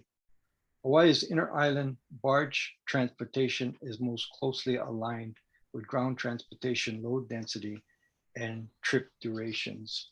When we, back in 2015 and 2016, came up with the charts that now are being proposed to be part of this rule, we've used the 2 most common shipping containers.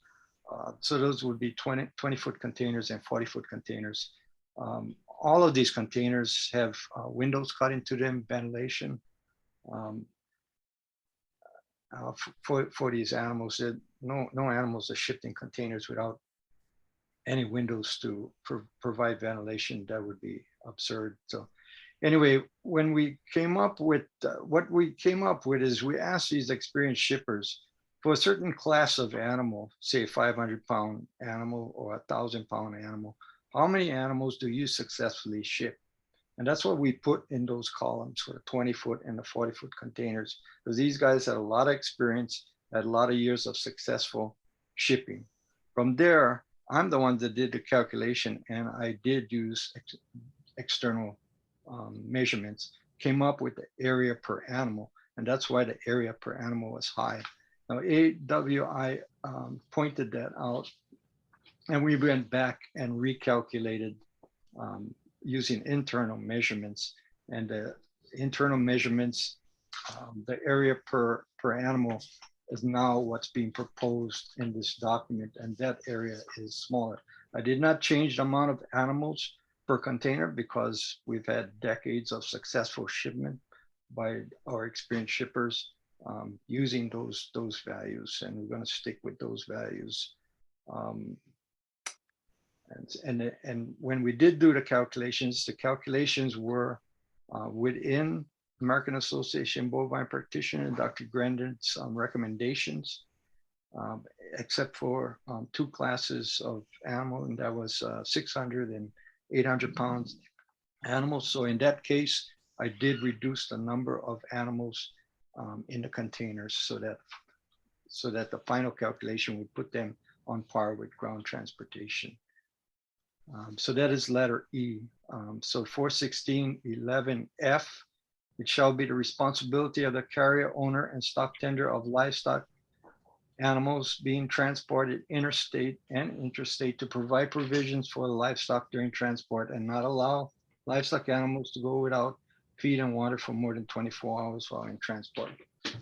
The ATC Inter-Island Shipping Guidelines, off of what this is based, utilize 24 hours to indicate the length of the inter-island barge voyage. It was recognized that there would be no verifiable way to document the time containers were loaded on ranches and offloaded at their destination. USDA maintains a 28-hour rule that allows livestock to be transported without food and water. That excludes the livestock load, and it excludes the livestock loading and unloading time. After 28 hours of transportation, the livestock need to be unloaded, rested, fed, and watered. There are some situations that allow for that time to be extended further.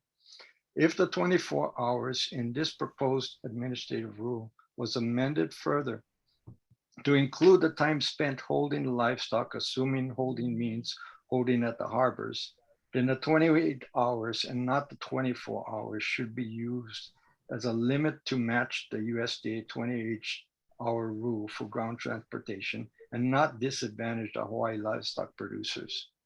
That being said, the USDA 28-hour excludes livestock being moved by air and sea.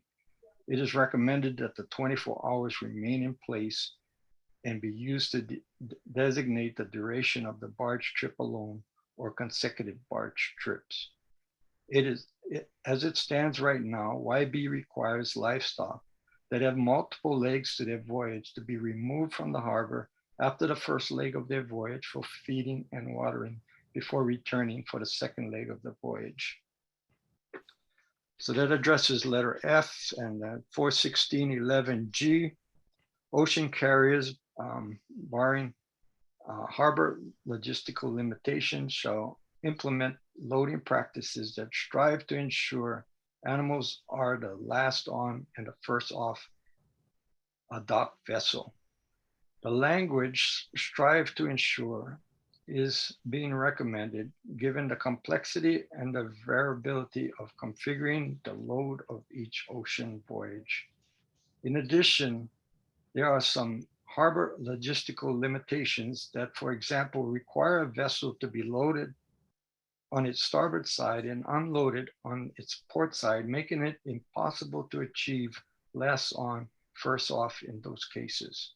However, the carrier should demonstrate that they are striving to achieve the shortest time possible for livestock to be aboard a vessel that is docked.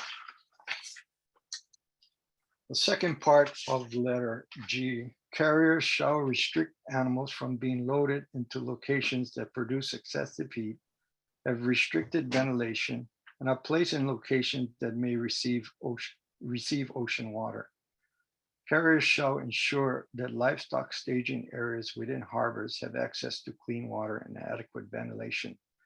The intent of the last sentence in G is to ensure that the livestock are always staged in areas within harbors that have water sources, and not that all livestock be provided water when at the harbor. The watering of livestock in the harbor is typically dependent on the length of the voyage. Shorter inter-island voyages typically do not require livestock to be watered if the voyage is less than 24 hours. Longer interstate voyages will typically hook up to water at the staging area at the harbor. For those voyages can be longer than a few hours. Shade was not added to this language for several reasons. HCC and inter-island livestock shipping standards already made a requirement that all shipping containers or trailers must have a solid roof to protect from the sun, rain, and contain the animals entirely. HDOA does not have the authority to construct shade structures within a state harbor. If a determination was made to construct such a structure, DOT would be required to authorize that construction. HCC has had meetings regarding the needs to construct shade structure within the harbor with C.N. Lee, now retired animal physiologist with the University of Hawaii. Dr. Lee has done much research and applied that research to cool livestock using shade, ventilation, and other methods to keep livestock at optimum production levels. He cautioned that it is an assumption that a shade structure would benefit the livestock held at the harbors from heat stress. He went as far as saying stationary structures would provide at best several hours of shade from direct sunlight, and the structure may make matters worse by disrupting ventilation. My query of multiple shippers of livestock with years of experience indicate that they have not witnessed livestock showing signs of heat stress at pre-embarkation staging and upon arrival and discharge from the harbor. One shipper mentioned the only thing he witnessed indicating heat stress was on wild cattle caught that were agitated by humans who should not have been near the container of cattle causing the agitation. So that basically summarizes my position on the other comments AWI had regarding those portions of 416.11 that they felt should be amended further. Okay, thank you. Anya, did you have your hand raised previously? Sorry. Yes, but I think that James was in front of me, so let him go first. No, I'll go last. I'll go last. Okay, so I have a question or something that we might want to discuss. Are we at all taking weather, are we at all taking the weather condition under circumstances? So for example, if we expecting the heat wave come our way, would it be possible to postpone the shipment, right? So if you're going to have 99 degrees and the cattle is sitting or the livestock is sitting in the containers, I was wondering if that's something that we're considering. So that's my first question. And the second, I strongly support amendment related to 10% and to time of transportation, last in the first out.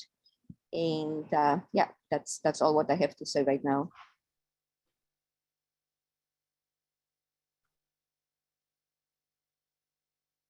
Dr. Muniz, you want to respond to Dr. Anya's question about the heat wave? Yeah, I'll go back to the question, and people may say, you're asking the fox the question, but, I have a lot of respect for these experienced shippers who've been shipping from multiple islands over the years. And we have close working relationships. I don't expect, excuse my language, but any BS from them. And when I ask them the question, and they're quite aware of what heat stress looks like in livestock. When I ask them the question, are you experiencing shipments, any shipments? Have you seen signs of heat stress in these animals?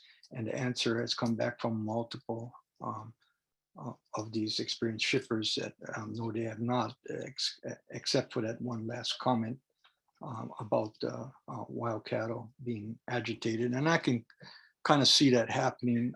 People are curious, they go up to the container, and these cattle are not used to being around people, and then they get agitated and they work themselves up, and then they end up showing signs of heat stress.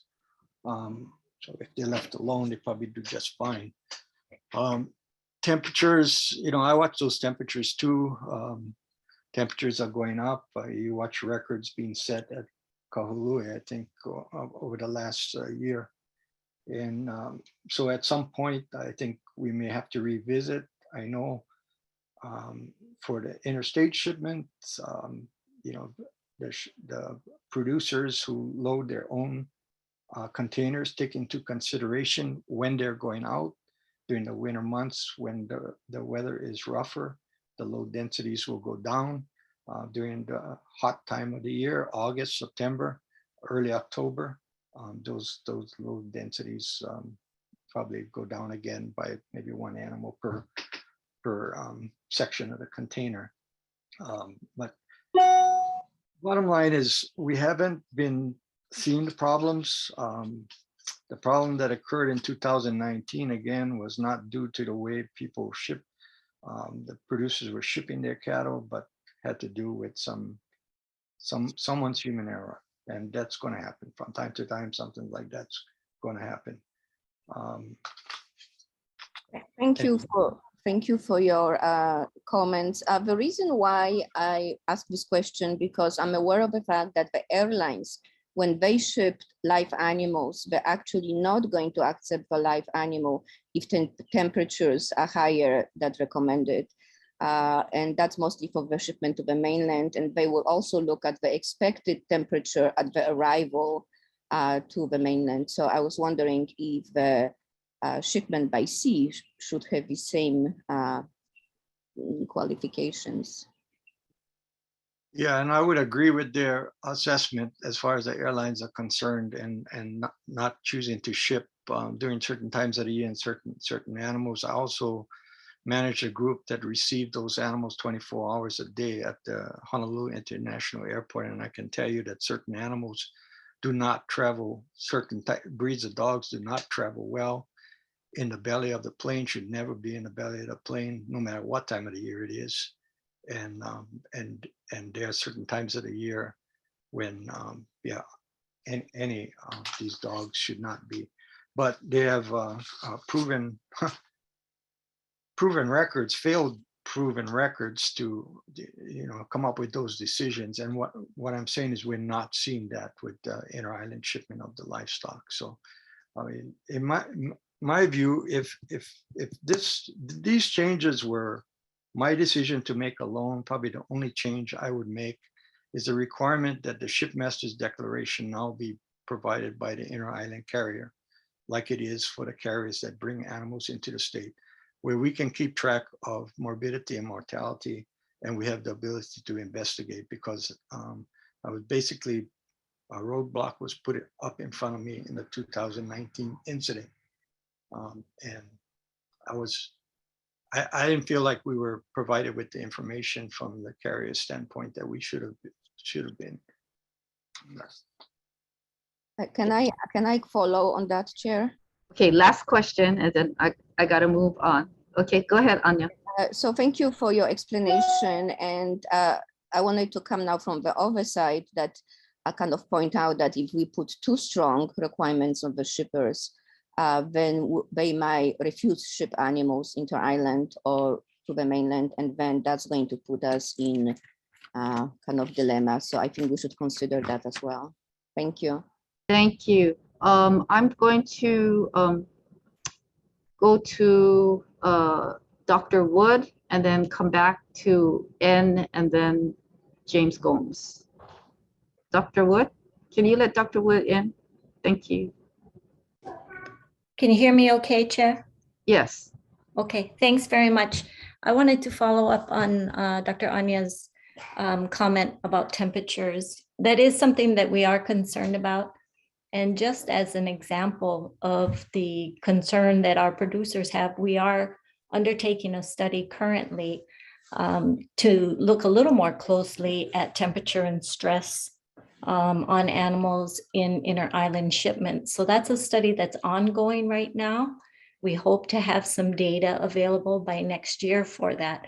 But you know, the concerns that you folks are raising are great concerns, but I want to assure you that these are ones that we have struggled with and contemplated for years and years and years. I'm glad that AWI and other organizations are now aware of what we do and how we do it. But the fact that they were aware of it in 2018, when we had the unfortunate incident, doesn't at all do justice to the amount of work and care that our producers have put into taking care of their animals for decades since we started this form of travel. And again, I do feel that we've been recognized through AABP for the work that we've done, as they do use our standards and our input in creating the guidelines for transportation. Thank you, Chair. Okay, thank you, Board Member N. Young. Well, sorry, real fast, and maybe it kind of dovetails with Dr. Wood's comments. Dr. Moniz, I know, you know, cattle is kind of the focus of this this discussion, and I know we have years and years and decades of experience with cattle. We're adding a couple other classes of livestock as well. You know, do you guys feel good about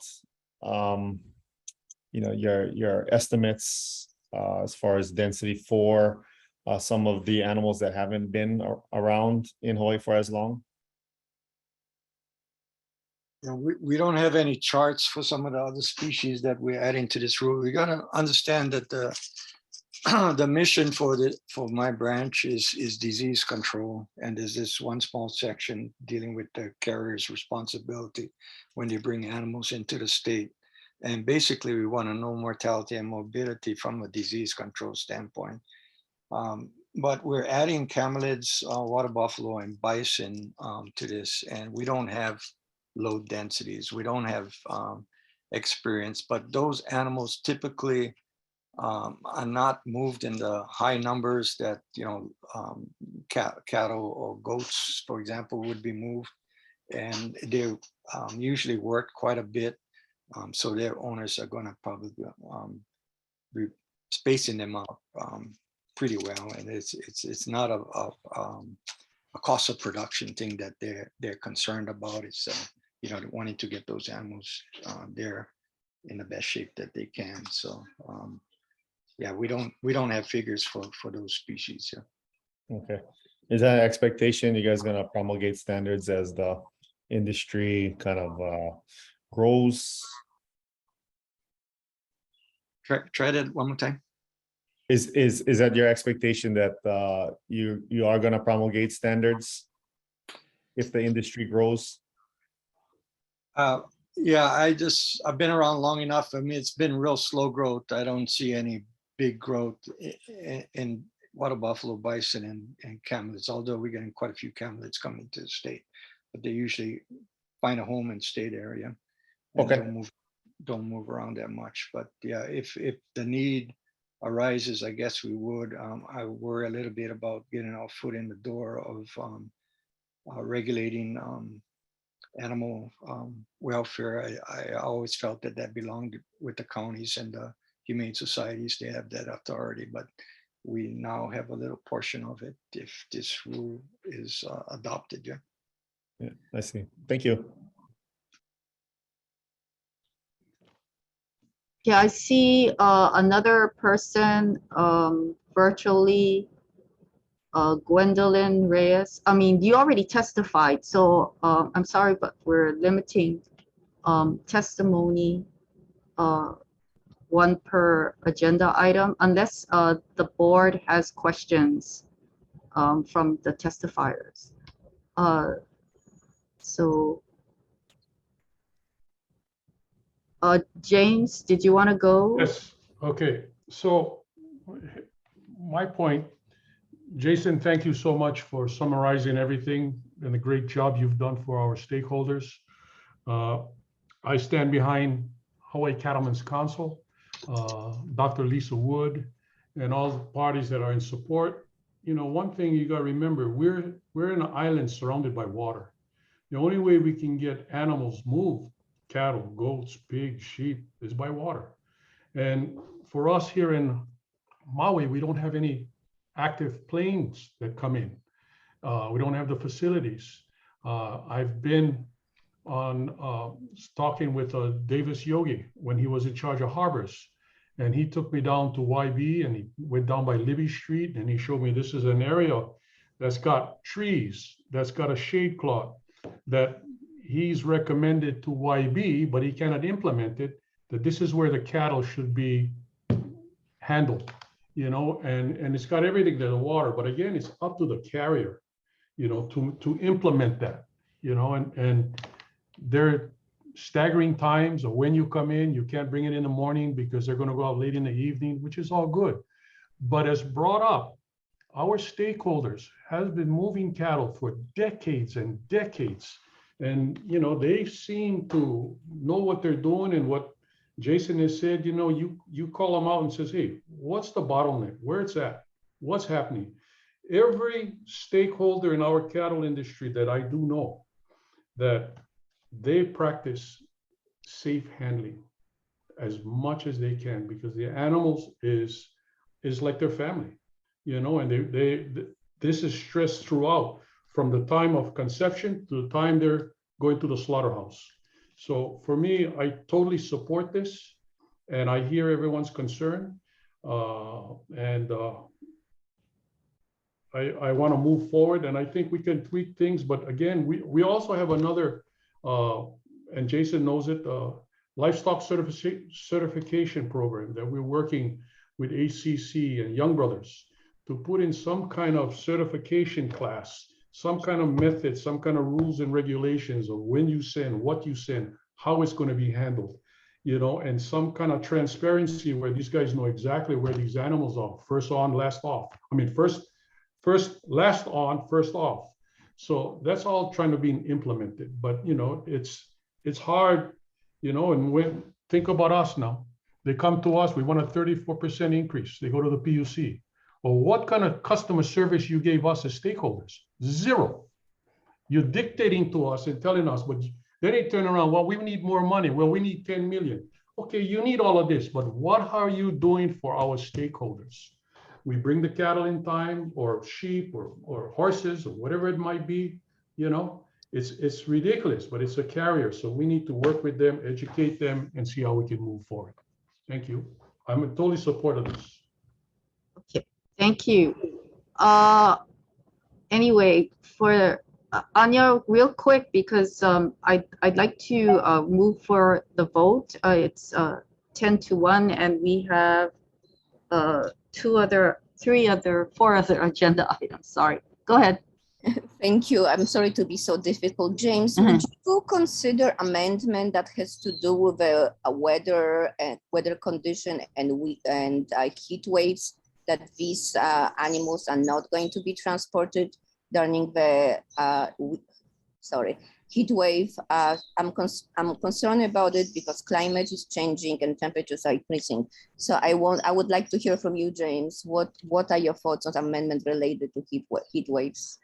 I think it's doable, because you, again, you would like to schedule your cattle or your movement, your livestock movements on, if it's winter time, it's going to be very rough. So I don't have to go through that, but but your suggestion is fine. Again, it's up to the carrier.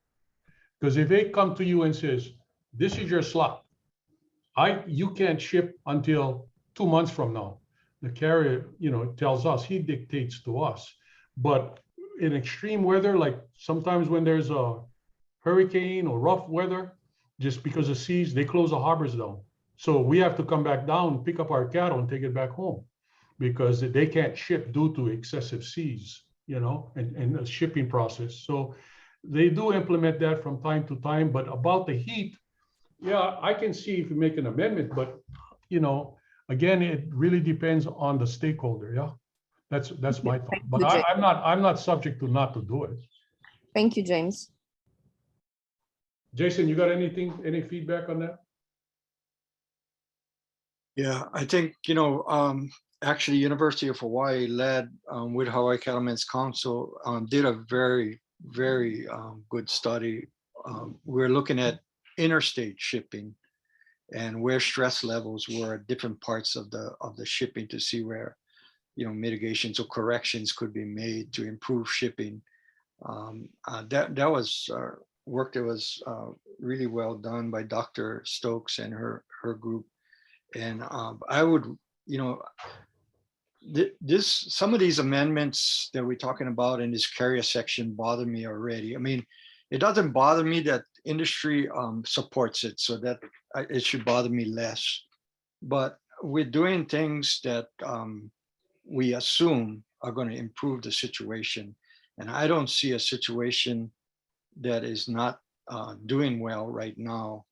And like I said, if I was, I would choose one of the items to put, that would be the shipmaster's declaration. So then we would have a record and we'd be able to investigate when we did have problems. So I'm going to make a comment, and it's maybe a little bit crude, but I'm at the tail end of my career, so I can do things like this. But when I was in veterinary school, we'd have these 4 horses assigned to us, so 4 animals assigned to us, and some clinician was doing some research on them to determine if treatment A, treatment B, treatment C, or treatment D was the way to go, because treatment A, B, and C have been used for decades, all these years, assuming that they made a difference. And a lot of times the results of that research was, and here's the comment, and I'll tone it down a little bit, but pee in their ear and you get the same results. So bottom line is we need to do the research before we start just putting these regulations in place and making it more difficult, more expensive for producers or even for YB. You can hear from Jimmy's tone. I mean, sometimes we get pretty frustrated with the shippers, but anyway, it is, and my years of working with these shipping companies, YB, Matson, is complex. Those shipments are complex, every single one of them.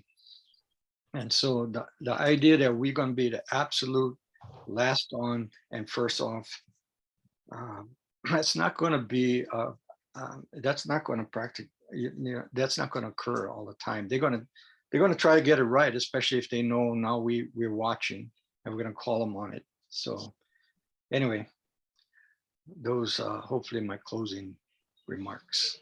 Okay. Okay, so James, I'm gonna just hear from Suzanne one more time, and we're gonna go to the vote. You still have your hand raised? You're done, right? Okay. I'm done. Okay, so Suzanne. Okay. So I'm just trying to translate the discussion into whether we have any actual proposed amendments. So number one, I hear that everybody's working really closely together for the on the veterinary side and the cattleman's side, and that we're trying to make sure this translates to shipping. So number one, could we do could we say best efforts, require best efforts to do last on and first off? That would be number one. And number two, we have something about don't ship when there's a heat wave. I think there's a big concern about heat. Number three, it doesn't sound like maybe we can so easily do something about shade, and it does seem like there's efforts to do that, but maybe say best efforts to keep them in a shaded location in the harbor. Again, a signal that these are of concern, but understanding that we need some flexibility.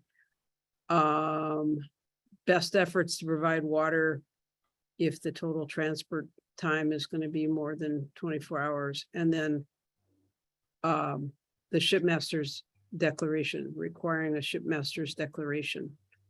So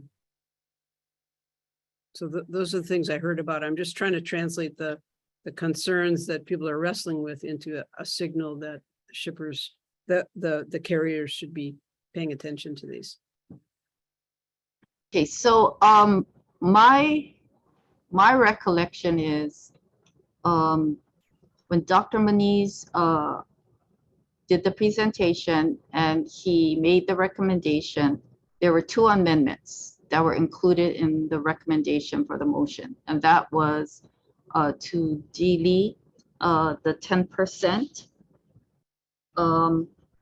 and a correction to the reference of the section in the rule. So those are the 2 amendments that was recommended, and that's the motion was made on that. During the discussion, other issues came up during the discussion. But I believe that the motion was made based on Dr. Moniz's 2 amendments to the recommendation that was presented to the board. Okay. And I'm suggesting additional amendments to capture the discussion that we've been having. Okay, who was the original motion maker of the motion? Jimmy? Yes, it was me. Okay, so she is, Suzanne is recommending. I'm open to that. Okay, who made the second? Randy? Was it you, Randy? Randy? Are you open to those amendments? Actually, I'm not sure that I'm okay with the amendments. I think the 2 that Jason proposed are satisfactory. And I think, he said that we should be basing things on research. And I agree that if we find through research that it is a problem, then they can come back and make changes. I'd rather not cloud up the motion or the so-called recommendations by changing it now. Okay. And again, that's why I'm just suggesting best efforts, not an actual. That's what she's saying, best efforts. So that's why I kind of agreed to it. Is you can try your best effort. Not saying that you have to. It's best efforts as to heat and water kind of things. Plus the shipmaster's declaration. Chair, could I ask Dr. Moniz's opinion on that first? Okay, thank you. Dr. Moniz? Yeah, I think the way we have it written now basically says, as far as last on, first off, for example, we know there are limitations, but the language will indicate to YB that we're going to be monitoring that. And if we get complaints about it, and there's evidence that you didn't make any effort to load these animals last on and first off, then we would feel that you'd be in violation of the administrative rule. Yeah. So I think the language is in there already. As far as adding additional language, I'm already in discussion with the cattlemen's industry about stuff that they might want to add, but we got to draw the line and pull the plug at some point and say, okay, we're adopting this now, and come back and redo it in a year or whenever we need to do it. Otherwise, we never get it done. Yeah. So I think we made some good gains. I don't want to see the branch or the division in the business of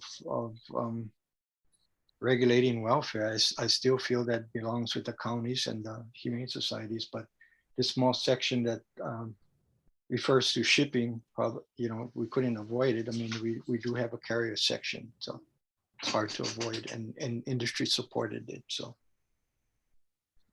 Thank you. Okay, Randy? Yeah, I prefer to stay with the original motion. Okay. So Brian, the second does not agree with the amendment, so. Yes, can I try again? So let's say we withdraw the one about last on, first off. I don't know about could we have best efforts to provide shade, or is that, do you folks feel they already do that? There are some islands that there's no shade at all. You know, they come in containers, but there's no shade. But we have a laydown area that's been designated for Maui, you know, so, and they got barriers around it. So in case any animal got loose, it's contained. They do have that, and we do have a site, it does have water, but it doesn't have any shade. Well, Dr. Moniz, what do you have any suggestion there or comment? Yeah, so my comment I made earlier was that the industry already was proactive with that in the 2015, 2016 work, where prior to that, livestock shipping containers didn't have to have covers. They didn't have to have roofs.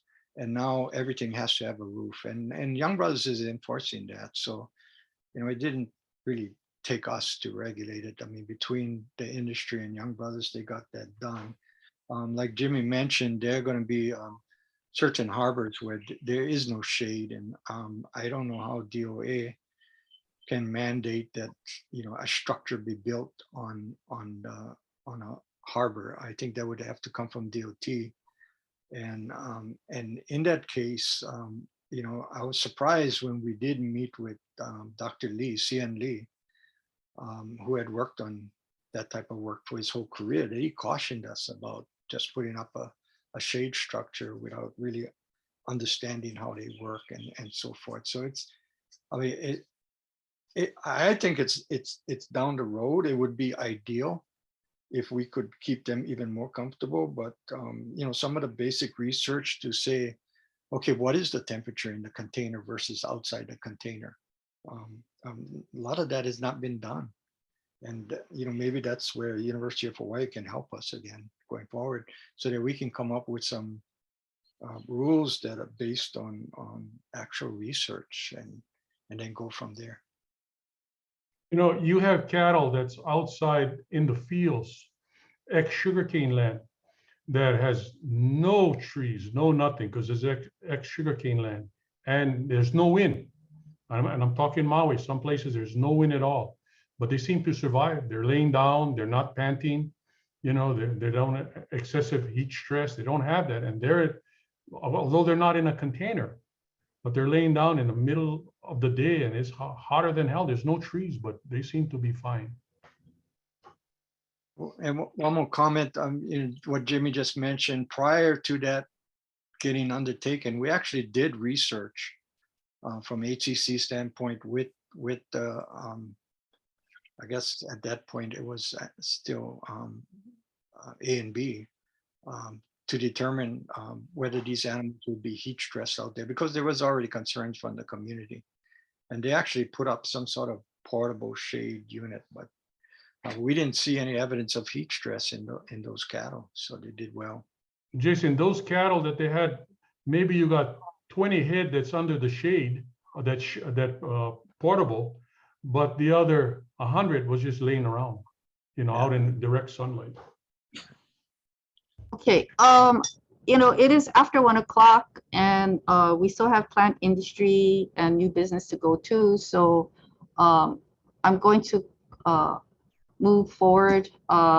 Randy, you. Chair, I would just like to try one more time for Dr. Moniz's shipmaster's declaration. I think we've covered all the other things, but he's the expert and he's clearly developed, identified a puka here. So can we just consider that as an amendment to require? I will second that.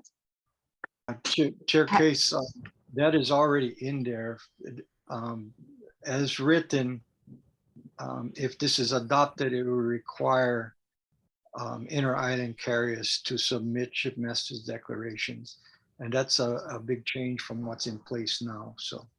So that's already. okay, great. I thought you were saying you needed something else there, but if you're saying this amendment does what you need, then I withdraw that.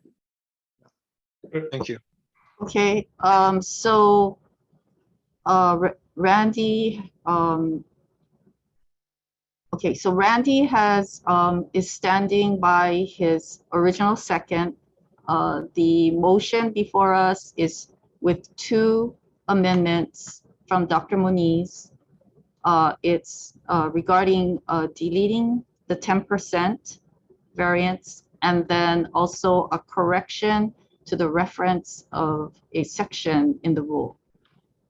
Okay, so I'm going to call for the question. All those in favor, raise your hand, please.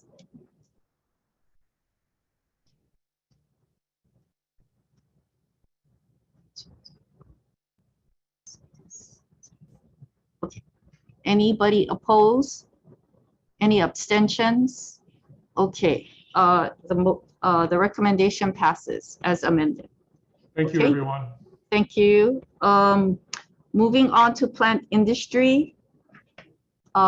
Please call up Jonathan Ho forward.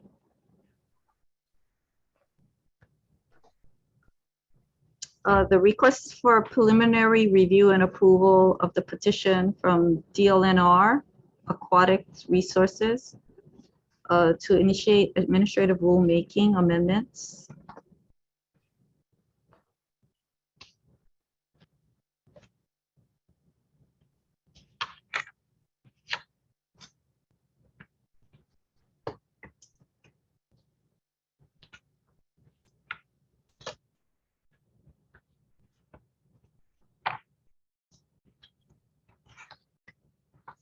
Jonathan, you're muted. I don't hear you. You have no audio. We can see you.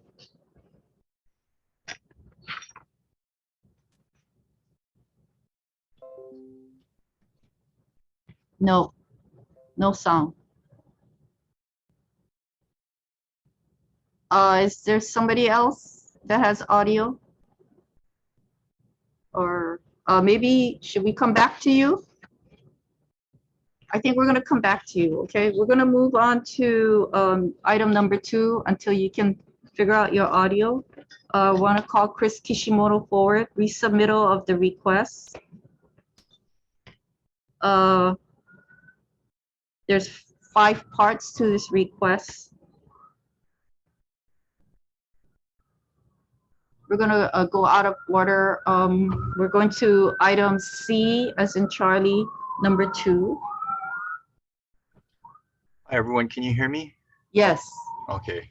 Good morning, Chairperson, members of the board. My name is Chris Kishimoto with the Hawaii Department of Agriculture's Plant Quarantine Branch, and I'm here today to present a resubmittal of a request to number 1, preliminarily review the currently unlisted beetle Cyphrea uberabensis for future placement on the list of restricted animals Part A as a biocontrol agent for Tibouchina herbaceae and other related species in the family Melastomataceae by the United States Department of Agriculture's Forest Service. 2, provided that Cyphrea uberabensis is placed on the list of restricted animals Part A, allow for its release from laboratory quarantine by permit for biocontrol of Tibouchina herbaceae and other related weed species in the family Melastomataceae. 3, provided that Cyphrea uberabensis is placed on the list of restricted animals Part A, allow for its importation and release by permit for biocontrol of Tibuchina and other related weed species in the family Melastomaceae. 4, provided that Cyphrea is placed on the list of restricted animals, Part A, to establish permit conditions for import and release of Cyphrea as a biocontrol agent for Tibuchina and other related weed species. And lastly, 5, provided that Cyphrea uberabensis is placed on the list of restricted animals, Part A, to authorize the chairperson to schedule a public hearing and appoint a hearing officer in connection with the proposed amendments in Chapter 4-71 Hawaii Administrative Rules. The commodity in this case is going to be various shipments of the beetle Cyphrea uberabensis. The importer and permit applicant will be Dr. Matthew Tracy Johnson of the USDA's Forest Service at Hawaii Volcanoes National Park Quarantine Facility located at the Kilauea Research Station in Volcano, Hawaii. Dr. Johnson is requesting that the board place Cyphrea uberabensis on the list of restricted animals, Part A, for import and release for biocontrol of Tibuchina herbaceae and other related weed species in the family Melastomaceae. Cyphrea uberabensis was originally brought into the Hawaii Volcanoes National Park Quarantine Facility from Brazil in July of 2005 for biocontrol research and host range testing. In January of 2020, a draft environmental assessment was submitted to the Office of Planning and Sustainable Development's Environmental Review Program with an anticipated finding of no significant impact. That draft was published in the environmental notice on January 23rd, 2020.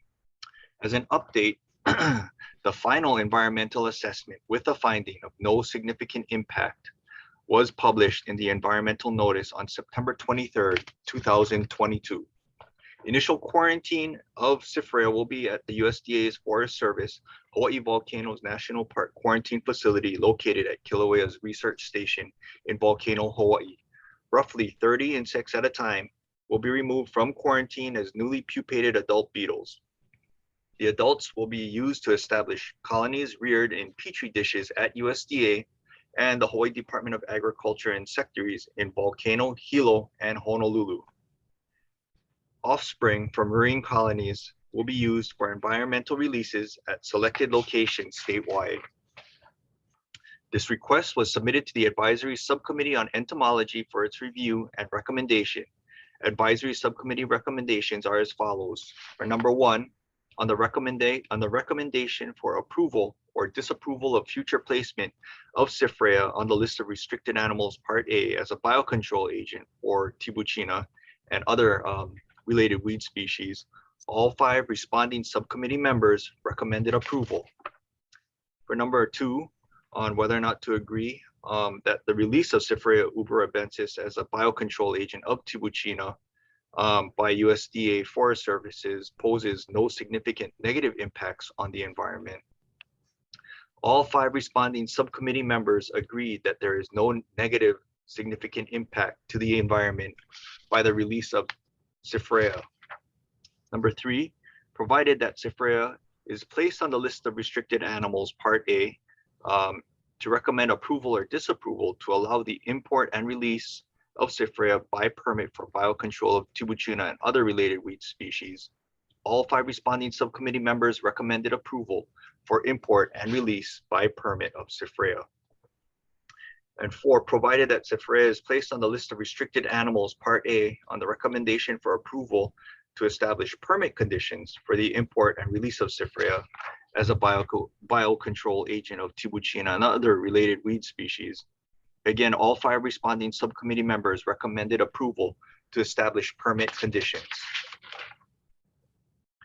This request was also submitted to the Advisory Committee on Plants and Animals at their meeting held on May 20th, 2022. And at that meeting, the committee had 5 votes to approve, 0 to disapprove, and 1 abstention, which was from the Hawaii Department of Agriculture. And this was in order to kind of eliminate the appearance of any conflict of interest, since the Hawaii Department of Agriculture is a collaborator with Dr. Johnson on this project.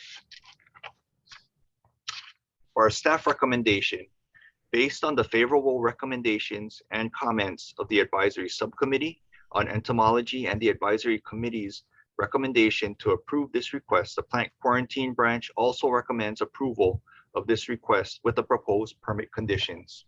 Thank you. Okay, thank you, Chris. Board, this is a resubmittal. I think I deferred it because we did not get the result of the FONSI. So as Chris Kishimoto reported that the findings were there's no significant impact on the environment. Anyway, just to note that that this is a resubmittal.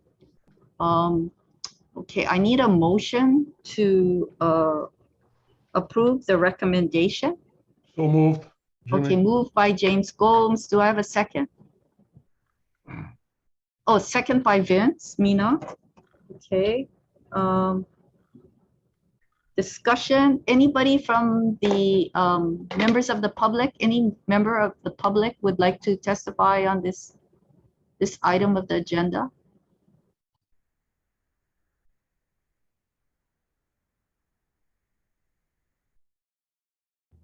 I don't see any hands raised. Stephen, Jason, do you see it? No. Okay. We have a hand raised from board member Mina, followed by Dean Anya and James Gomes. Thank you, Chair. I just want to point out that MISC back in 2018 put out a report around bringing the beetle in, and that they were, that this was being looked at and such. So we're almost 5 years down the road of all this invasive continuing to be invasive. So I totally support the movement of this forward. Thank you, Vince. Anya? I would like to excuse myself from the discussion and the vote because of potential conflict of interest. Oh, okay. Thank you. James? I only have one question. Why was there no response from Dr. Francis Holworth? The rest of the doctors or people were in favor of it and they gave their responses, but this one gentleman did not. Is there a reason on several questions? Yeah. So we basically contact each member and give them all the questions all at once. So because he didn't get back to us, he ended up not being able to answer any of our questions. But to answer the first part of your question, he had a change of contact information, and we weren't notified, and we didn't have that contact information. That has recently changed, and Dr. Hoare will now be responding to future submittals like this. Thank you. Okay, thank you. Any members have any questions?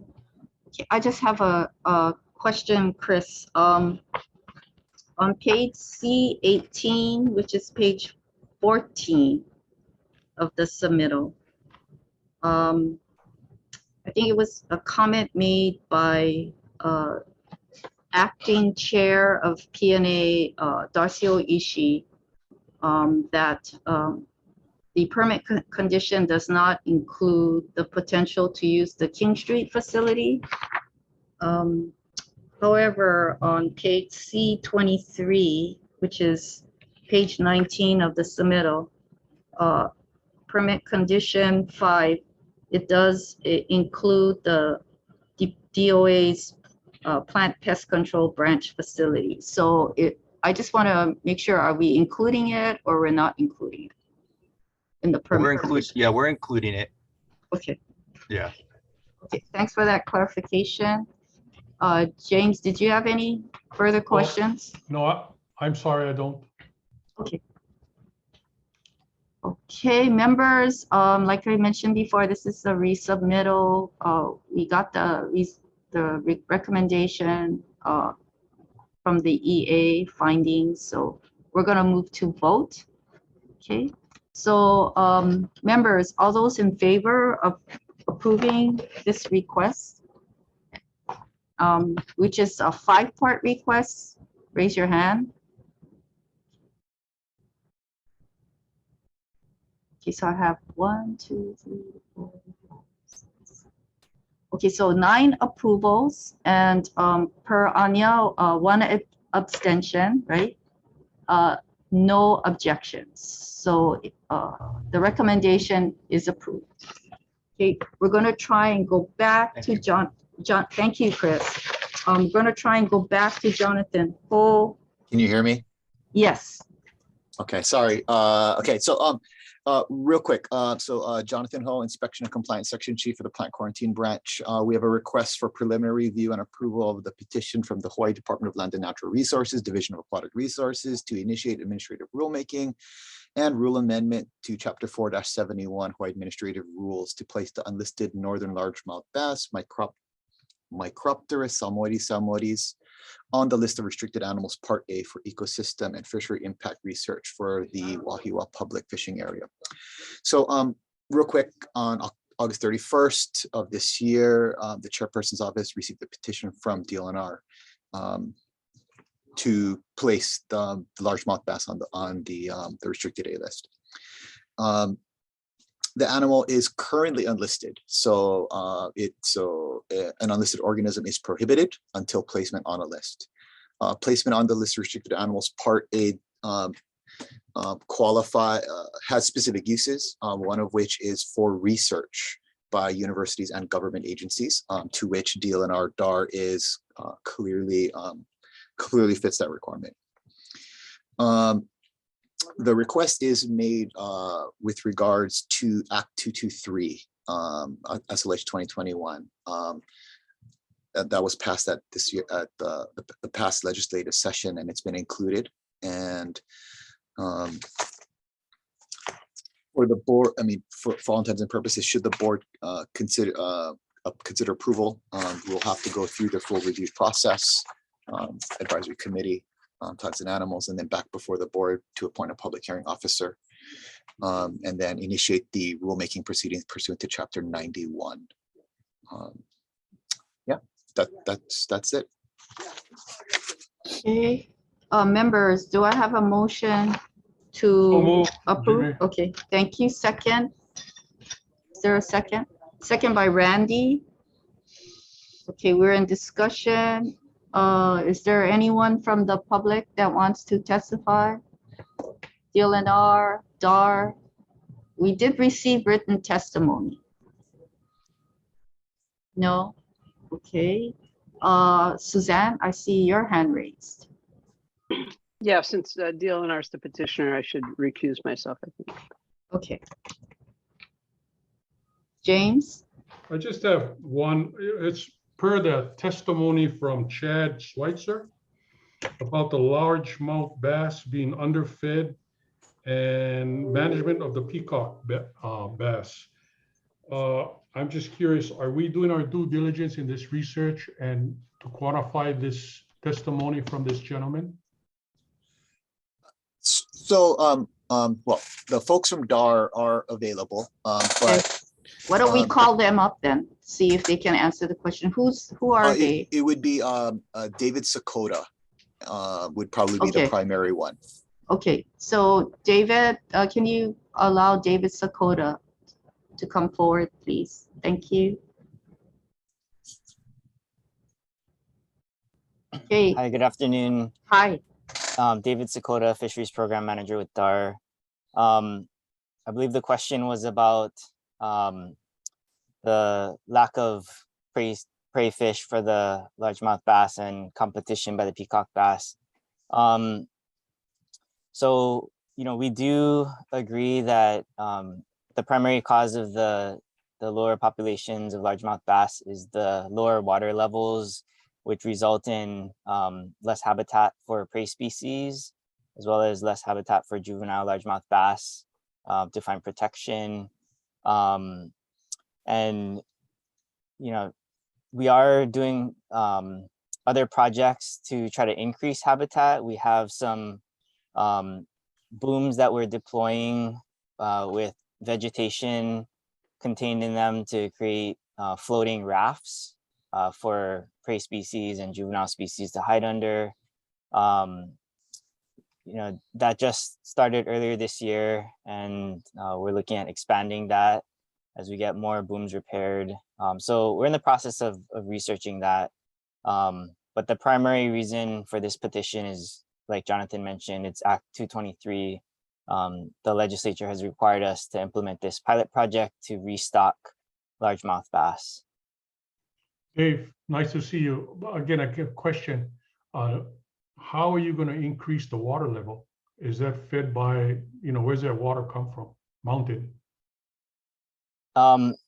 We don't have jurisdiction over the water level. Our understanding is the water level is being kept low because of dam safety issues. And so we can't deal with that, but we are trying to deal with the habitat issue by creating more floating mat habitat, with the low water levels.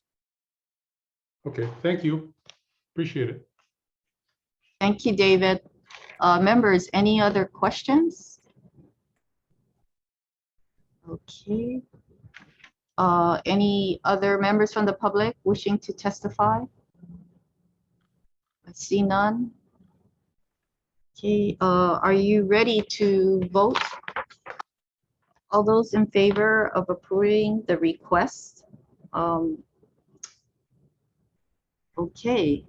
1, 2. Okay, so we have 9 approvals and 1 abstention from Suzanne case. Okay, no objections. Motion carries. Thank you. We're moving on to no old business. We're moving on to new business. Jonathan, again, you're up.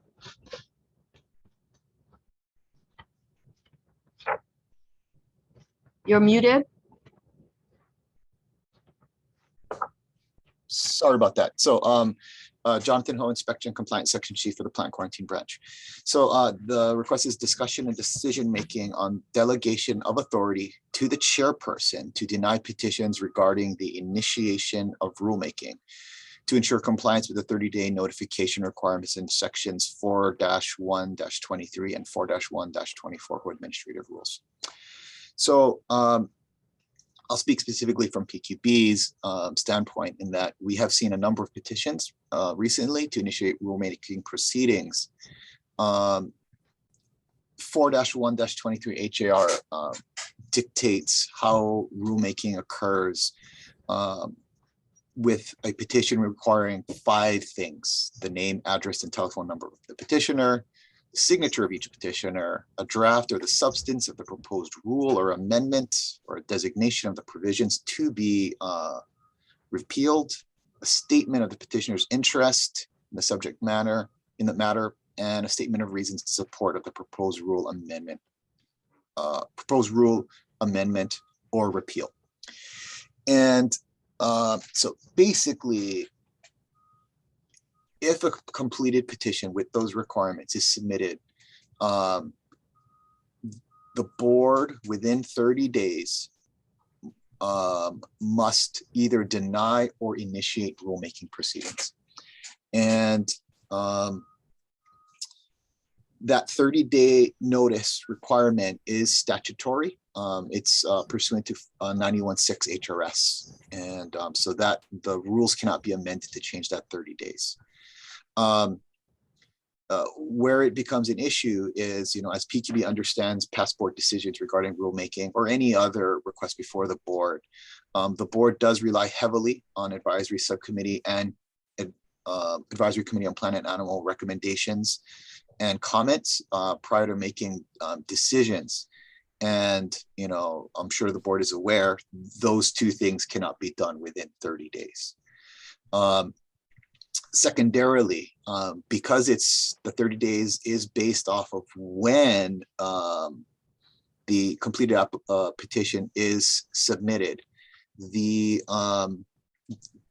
depending on scheduling for the board, And when the petitioner submits their petition, it could create some scheduling conflicts, whether to have a meeting or not, or to change the board's normal meeting dates, again, depending on when the petitioner submits their petition, to comply with the 30 days or to obviously to prevent the initiation of rulemaking.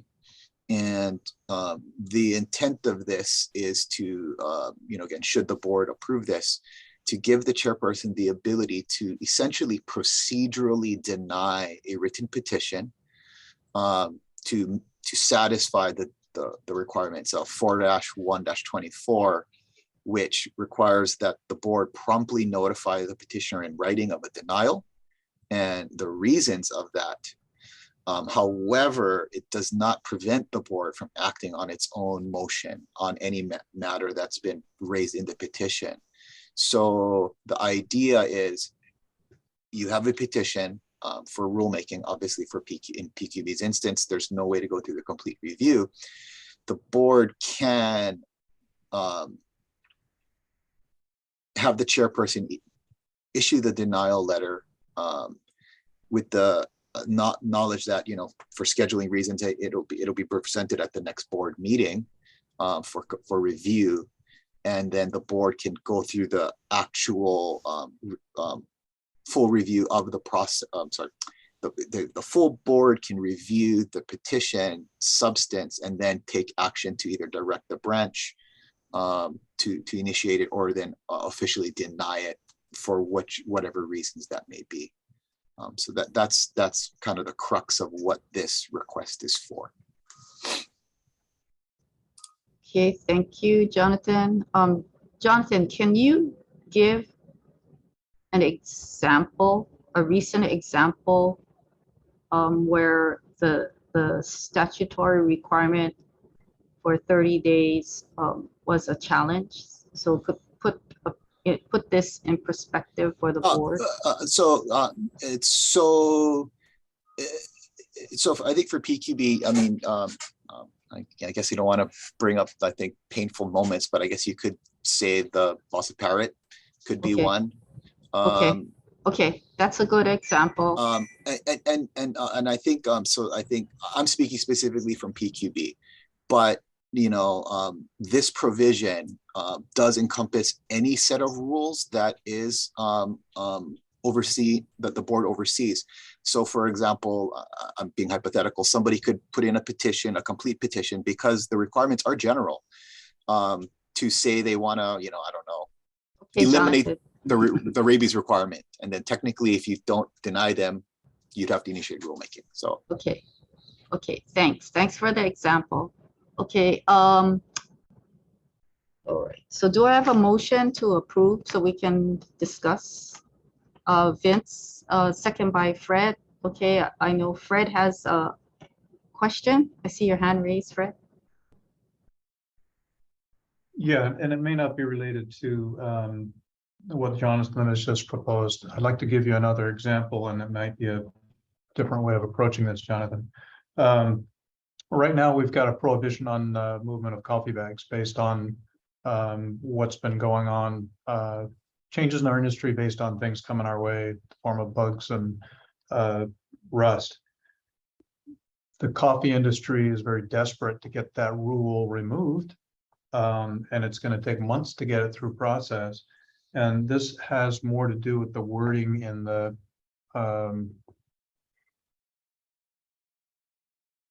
rule that says that a repeal of any rule of the board may be made by the board by its own nomination, which is us, or by petition of interested party. I don't want to go around, or nobody wants to go around the knowledge of the staff. But if it's a rule like this that just needs to be removed, can that motion be made from the board? I understand what Jonathan's asking for. Can we delegate to the chair the ability to basically deny to bring to process? So long-winded form of a question, but it's related to what we're talking about right now. Yeah, so I think real quick. So my understanding, this is for inter-island movement of the inter-island movement of used green or used coffee bags that contained green coffee. I believe it's just for reuse of coffee bags on island. I don't even think it's movement of bags. Well, so okay, so But yes, so- you might be right, Jonathan. You're right. Yeah, so okay, so I guess there's two different restrictions. So imported coffee bags, there's no, the restriction is different. It's by permit condition. For bag, the movement of used coffee bags from an infested area, inter-island movement of used coffee bags from an infested area to a non-infested area requires a treatment according to the rules for coffee variable. So I believe that that's where the contention is. And again, it is for inter-island movement, not necessarily for intra-island movement. So I haven't, I guess been fully, into the entire conversation, but that requirement does require treatment. And again, it's only from an infested to a non-infested area.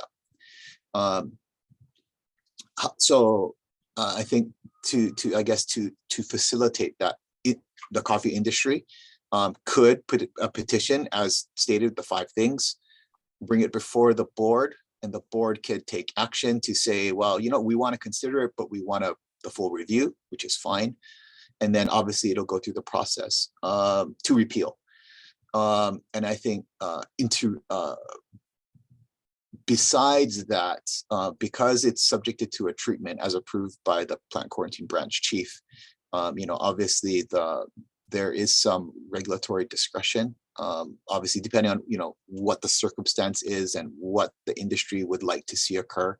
And I think those discussions could, result in, I think, some ways of managing the risk, because the rule as it stands is specifically for coffee berry borer. The CLR interim rule obviously came and went. There is no permanent restriction on CLR due to the widespread nature of it. But officially, CBB is not. Well, the rules don't define, I think, Kauai and Molokai and Lanai, I believe, as infested for CBB. So technically, the treatment requirements still exist. I wish I didn't have it. Yeah. Yes. But it's here. Okay. Thank you for that. I appreciate it. And we want to make sure that we're going about it the right way. And I know the Hawaii Coffee Association is working closely with Dr. Rogg. Yes. Yeah. Okay. Thanks, Jonathan.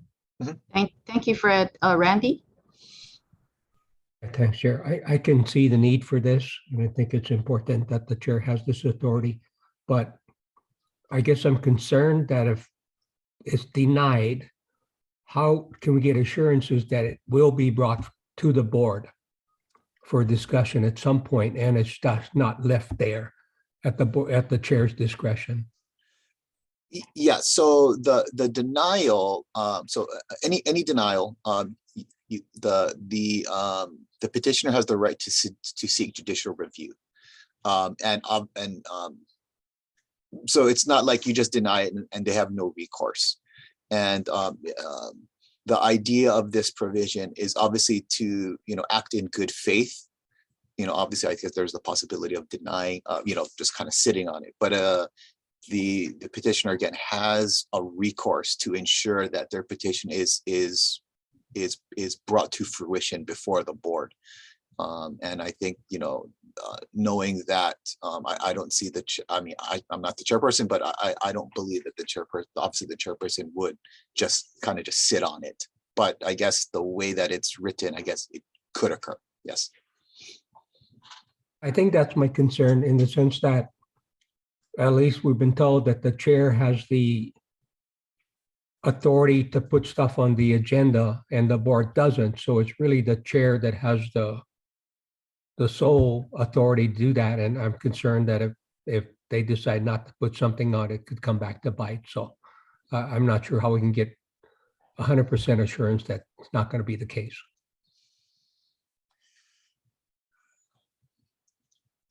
I'd have to, I guess maybe Ryan, I think, Brian, Brian Yee, do you have any comment?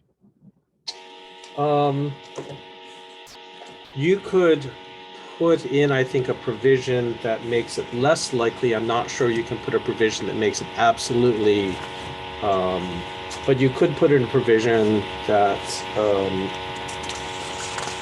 the chair has the authority to deny, provided that she informs the board at the next available meeting, so that you are always informed whenever she denies a rule.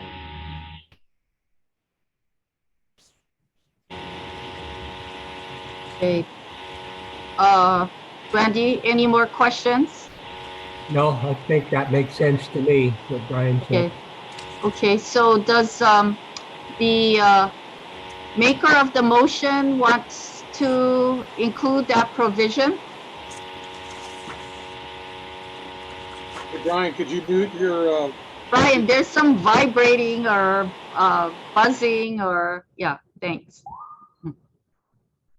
Does the original maker of the motion want to include that provision?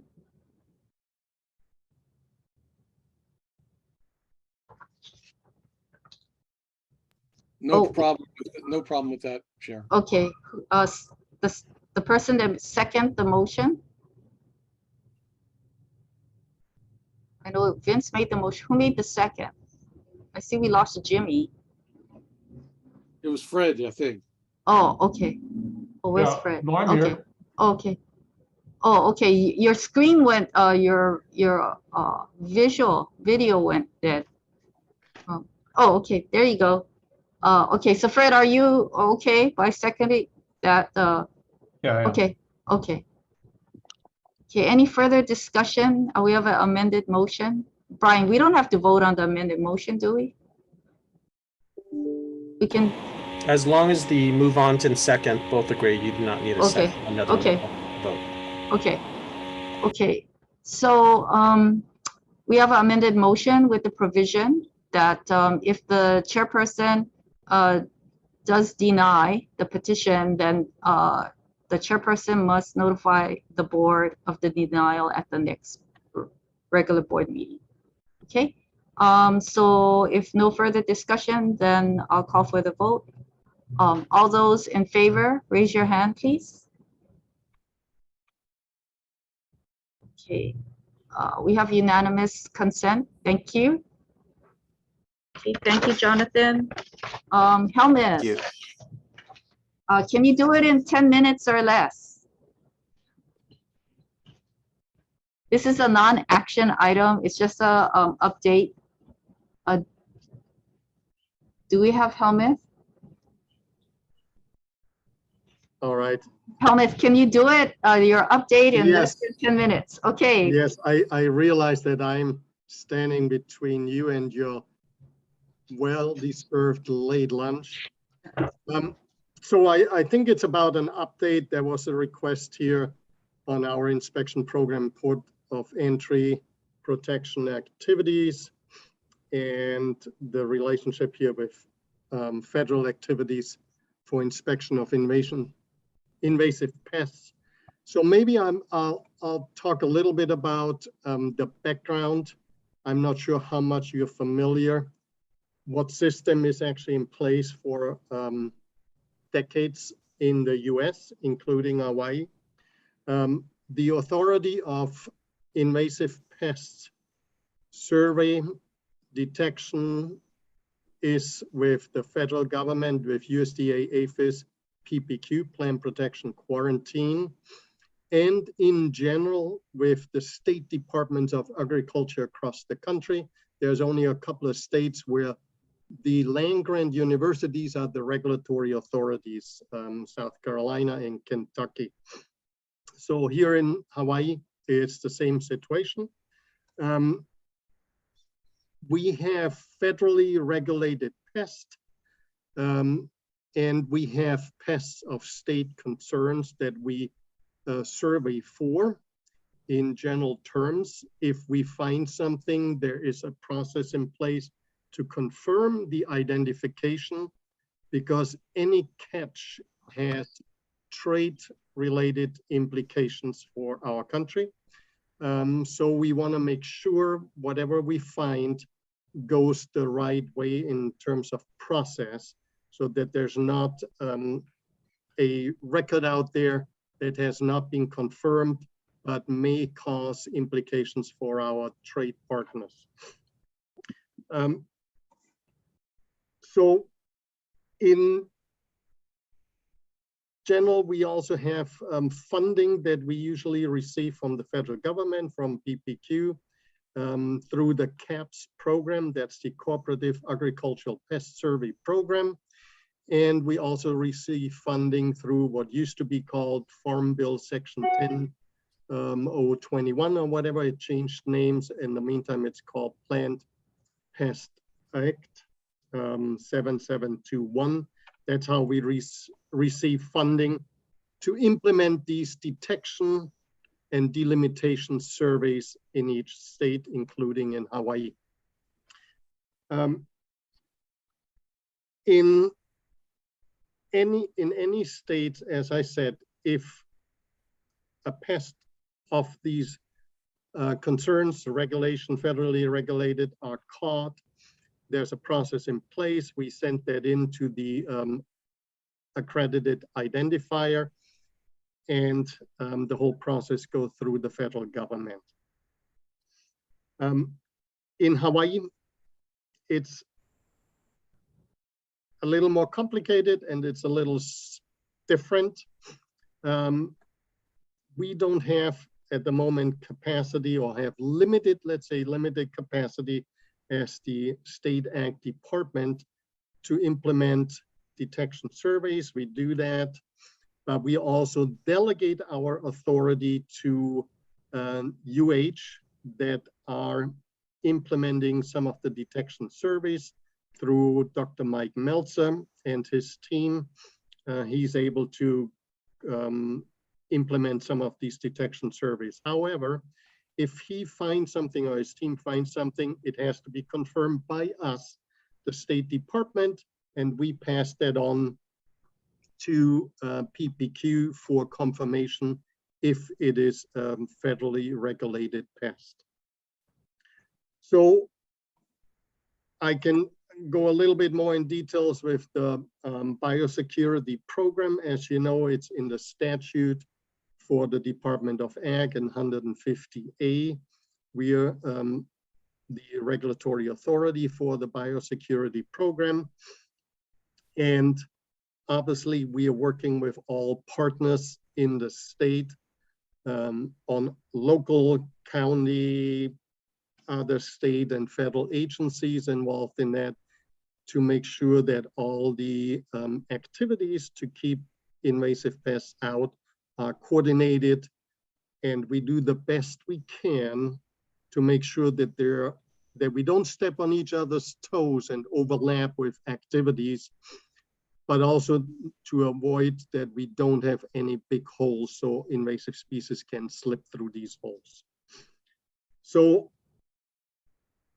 maybe that's enough for the time being, and if there are any questions, I'd be happy to answer. Helmuth, why don't you I think you what was requested was an update. So can you talk about the significant change in the funding which is going to allow the division to recruit for more inspectors? Can you do that, please? Yes.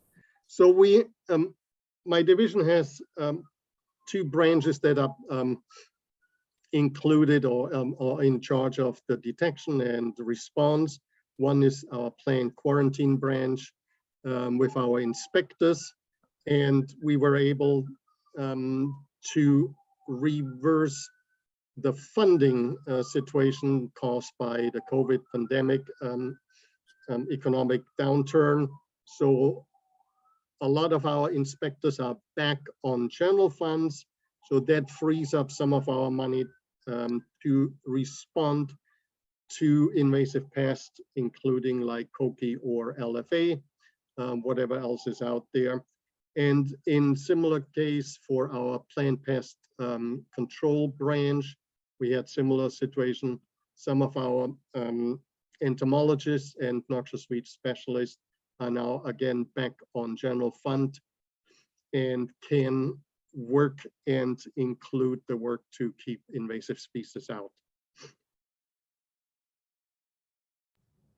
Okay, and did you want to talk about any new funding opportunities that that you can update the board with? Absolutely. So we can submit what it's called suggestions to the PPA process. I've done it for this coming fiscal year 23 on the federal side. I requested funding for expanding our existing dog detector program. We have submitted proposals for other detection programs that also includes obviously our coconut rhinoceros beetle that is going through UH. We have opportunities to get federal, earmark funding. We haven't done that yet from our point of view, from the Department of Agriculture, to boost our survey detection program. But we're trying to get in the next, because as you know, we had in the last session, the state session, we received $525,000 to do the port of entry biosecurity program. We are in the process of transferring that money into our accounts. We have a plan ready to set out traps, Japanese beetle, coconut rhinoceros, and we're working closely together with our counterparts from HISC and UH to coordinate the activities, again, not to overlap or miss anything. And we're using that funding here in most of the islands to make sure we detect early any of these invasive pests. We're trying to get continuous funding for that port of entry program as part of our regulatory authority, so we have the funding to continue that beyond the next fiscal year. So that's the update. I see James has a question. Board members, feel free to ask Helmuth any questions. Go ahead, James. Do you see a problem finding finding employment or finding new people to come on board, and without them trying to go into the private sector because they're offered more money? Do you see issues like that? Like, for example, the state vet, they on board and then they're gone, because private sector picks them up. Yes, sir. You are pointing to difficulties, not only for our division, but I think it's in general terms. The state has to, compete. If you look at what we can offer for some technical positions that require almost like a bachelor degree, 3 years of practical experience, we can offer less than somebody would get at any McDonald's. So unfortunately, that's out of our control. We have the issue with finding adequate staff to do the job. We're trying, and it takes some time. So just to add to that, our department has a diverse types of positions, and a lot of them are very science-specific requirements. But I must say that now that the legislature has reverted the way they fund our plant quarantine and plant pest control positions back to more to general funds, that allows Helmuth and his team to recruit more aggressively and not worry if they have enough personnel funding to cover the fiscal year. So they're making gains in plant quarantine inspectors, looks like they'll be able to get a plant pathologist on board. Cross your fingers for us. And then they're also recruiting for entomologists for Maui. We had a longtime entomologist on Maui leave us for Maui Community College. So we do a great job here at the Department of training people, and then they get hired away by academia or the federal government or nonprofits. But you can't criticize the Department of Ag for not training people well and opening opportunities for them. So I see Randy has his hand raised and Anya. If I just may add, sorry, that what Phyllis just said, to give you an example. Our training is so well respected that our inspectors usually get poached, and I use that word from our USDA APHIS PPQ folks as federal inspectors. So we've lost several of our colleagues after a few years to the federal service. Randy, followed by Anya and Diane. Doctor, my question relates to the federal government and the military. Are you guys tied in at all with them in providing inspection services? If not, how does that tie in, with protection from invasive species? And I guess because the coconut rhinoceros beetle, I believe, was found on the military base first. So anything? Yeah, that's correct. So we have very good relationships with our federal counterparts, Army, Navy. We have traps on their properties.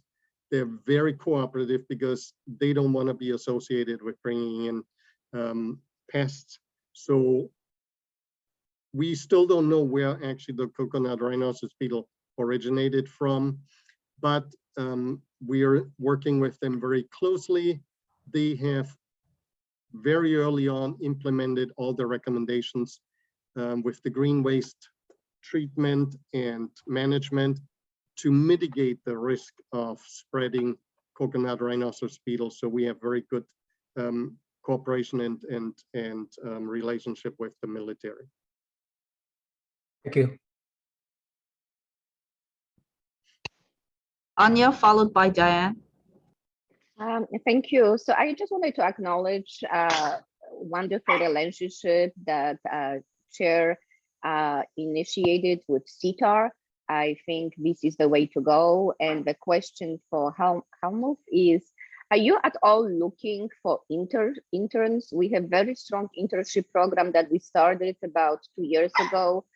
We work with, like in this case, we'll work with you, see what you need, and we will actually vet the students and send you the perfect students. Is that something that would help? Is that something that you guys are interested in? Absolutely, and we have what's called the 89-day hire program, so we can relatively quickly hire young graduates that are interested in experiencing the work that we do or trying to get some practical experience for themselves, so we can hire them. We've done it in the past. We're working on this again.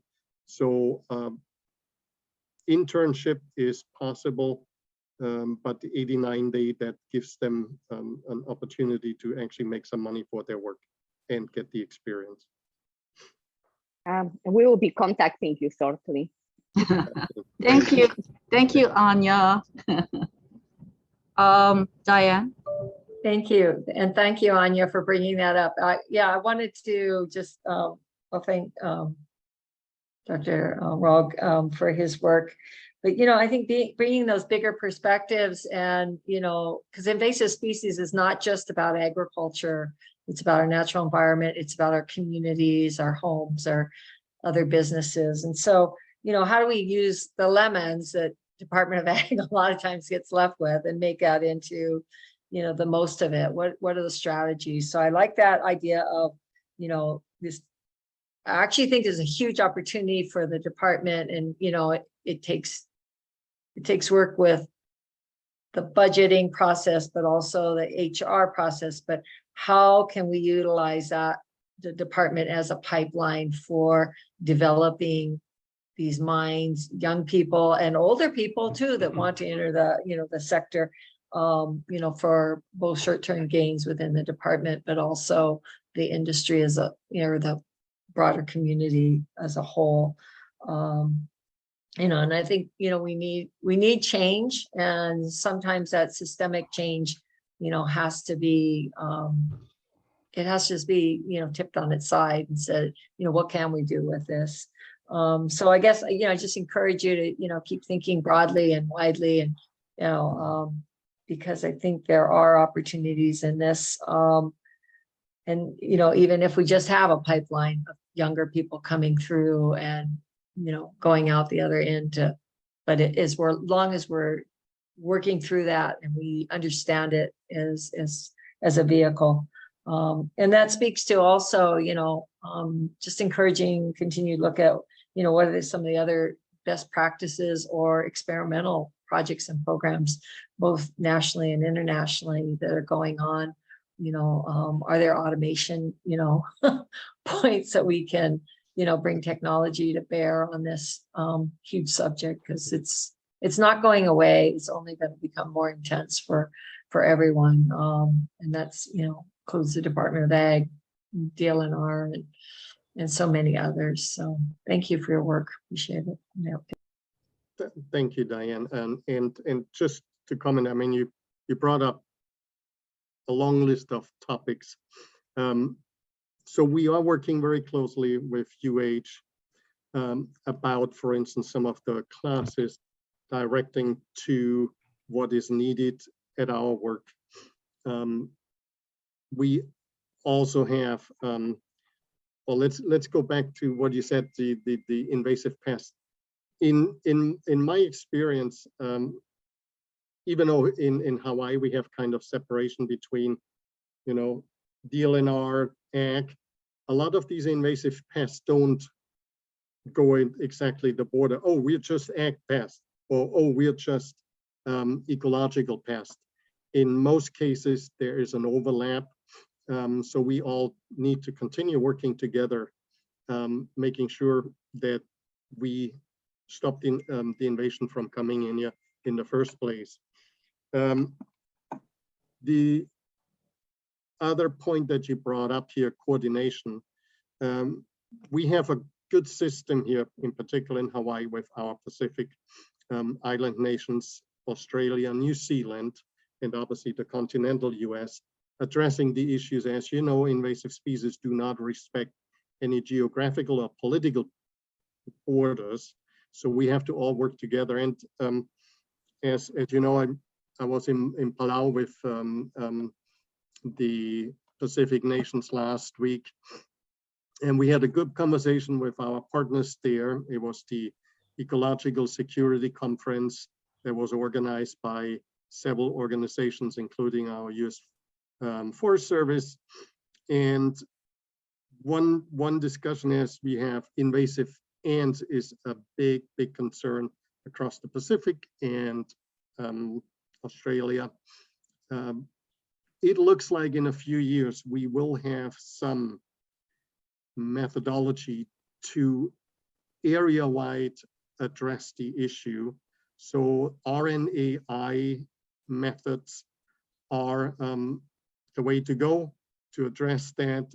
I talked with our counterpart here from Australia. They're working on that already.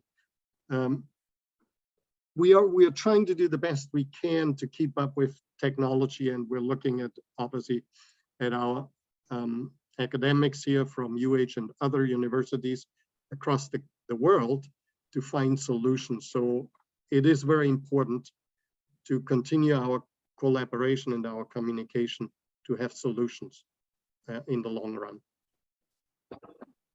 Okay, so it's 2:05. That's the update that was requested.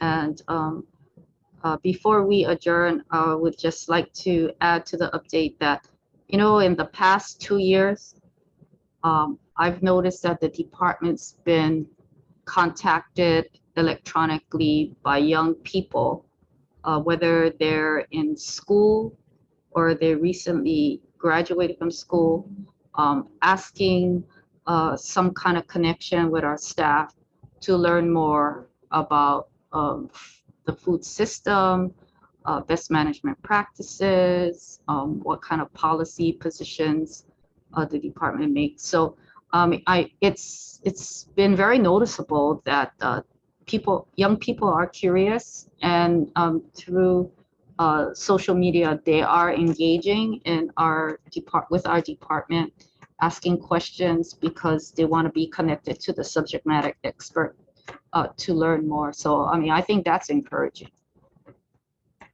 Okay, so with no further business, I'd like to adjourn the meeting.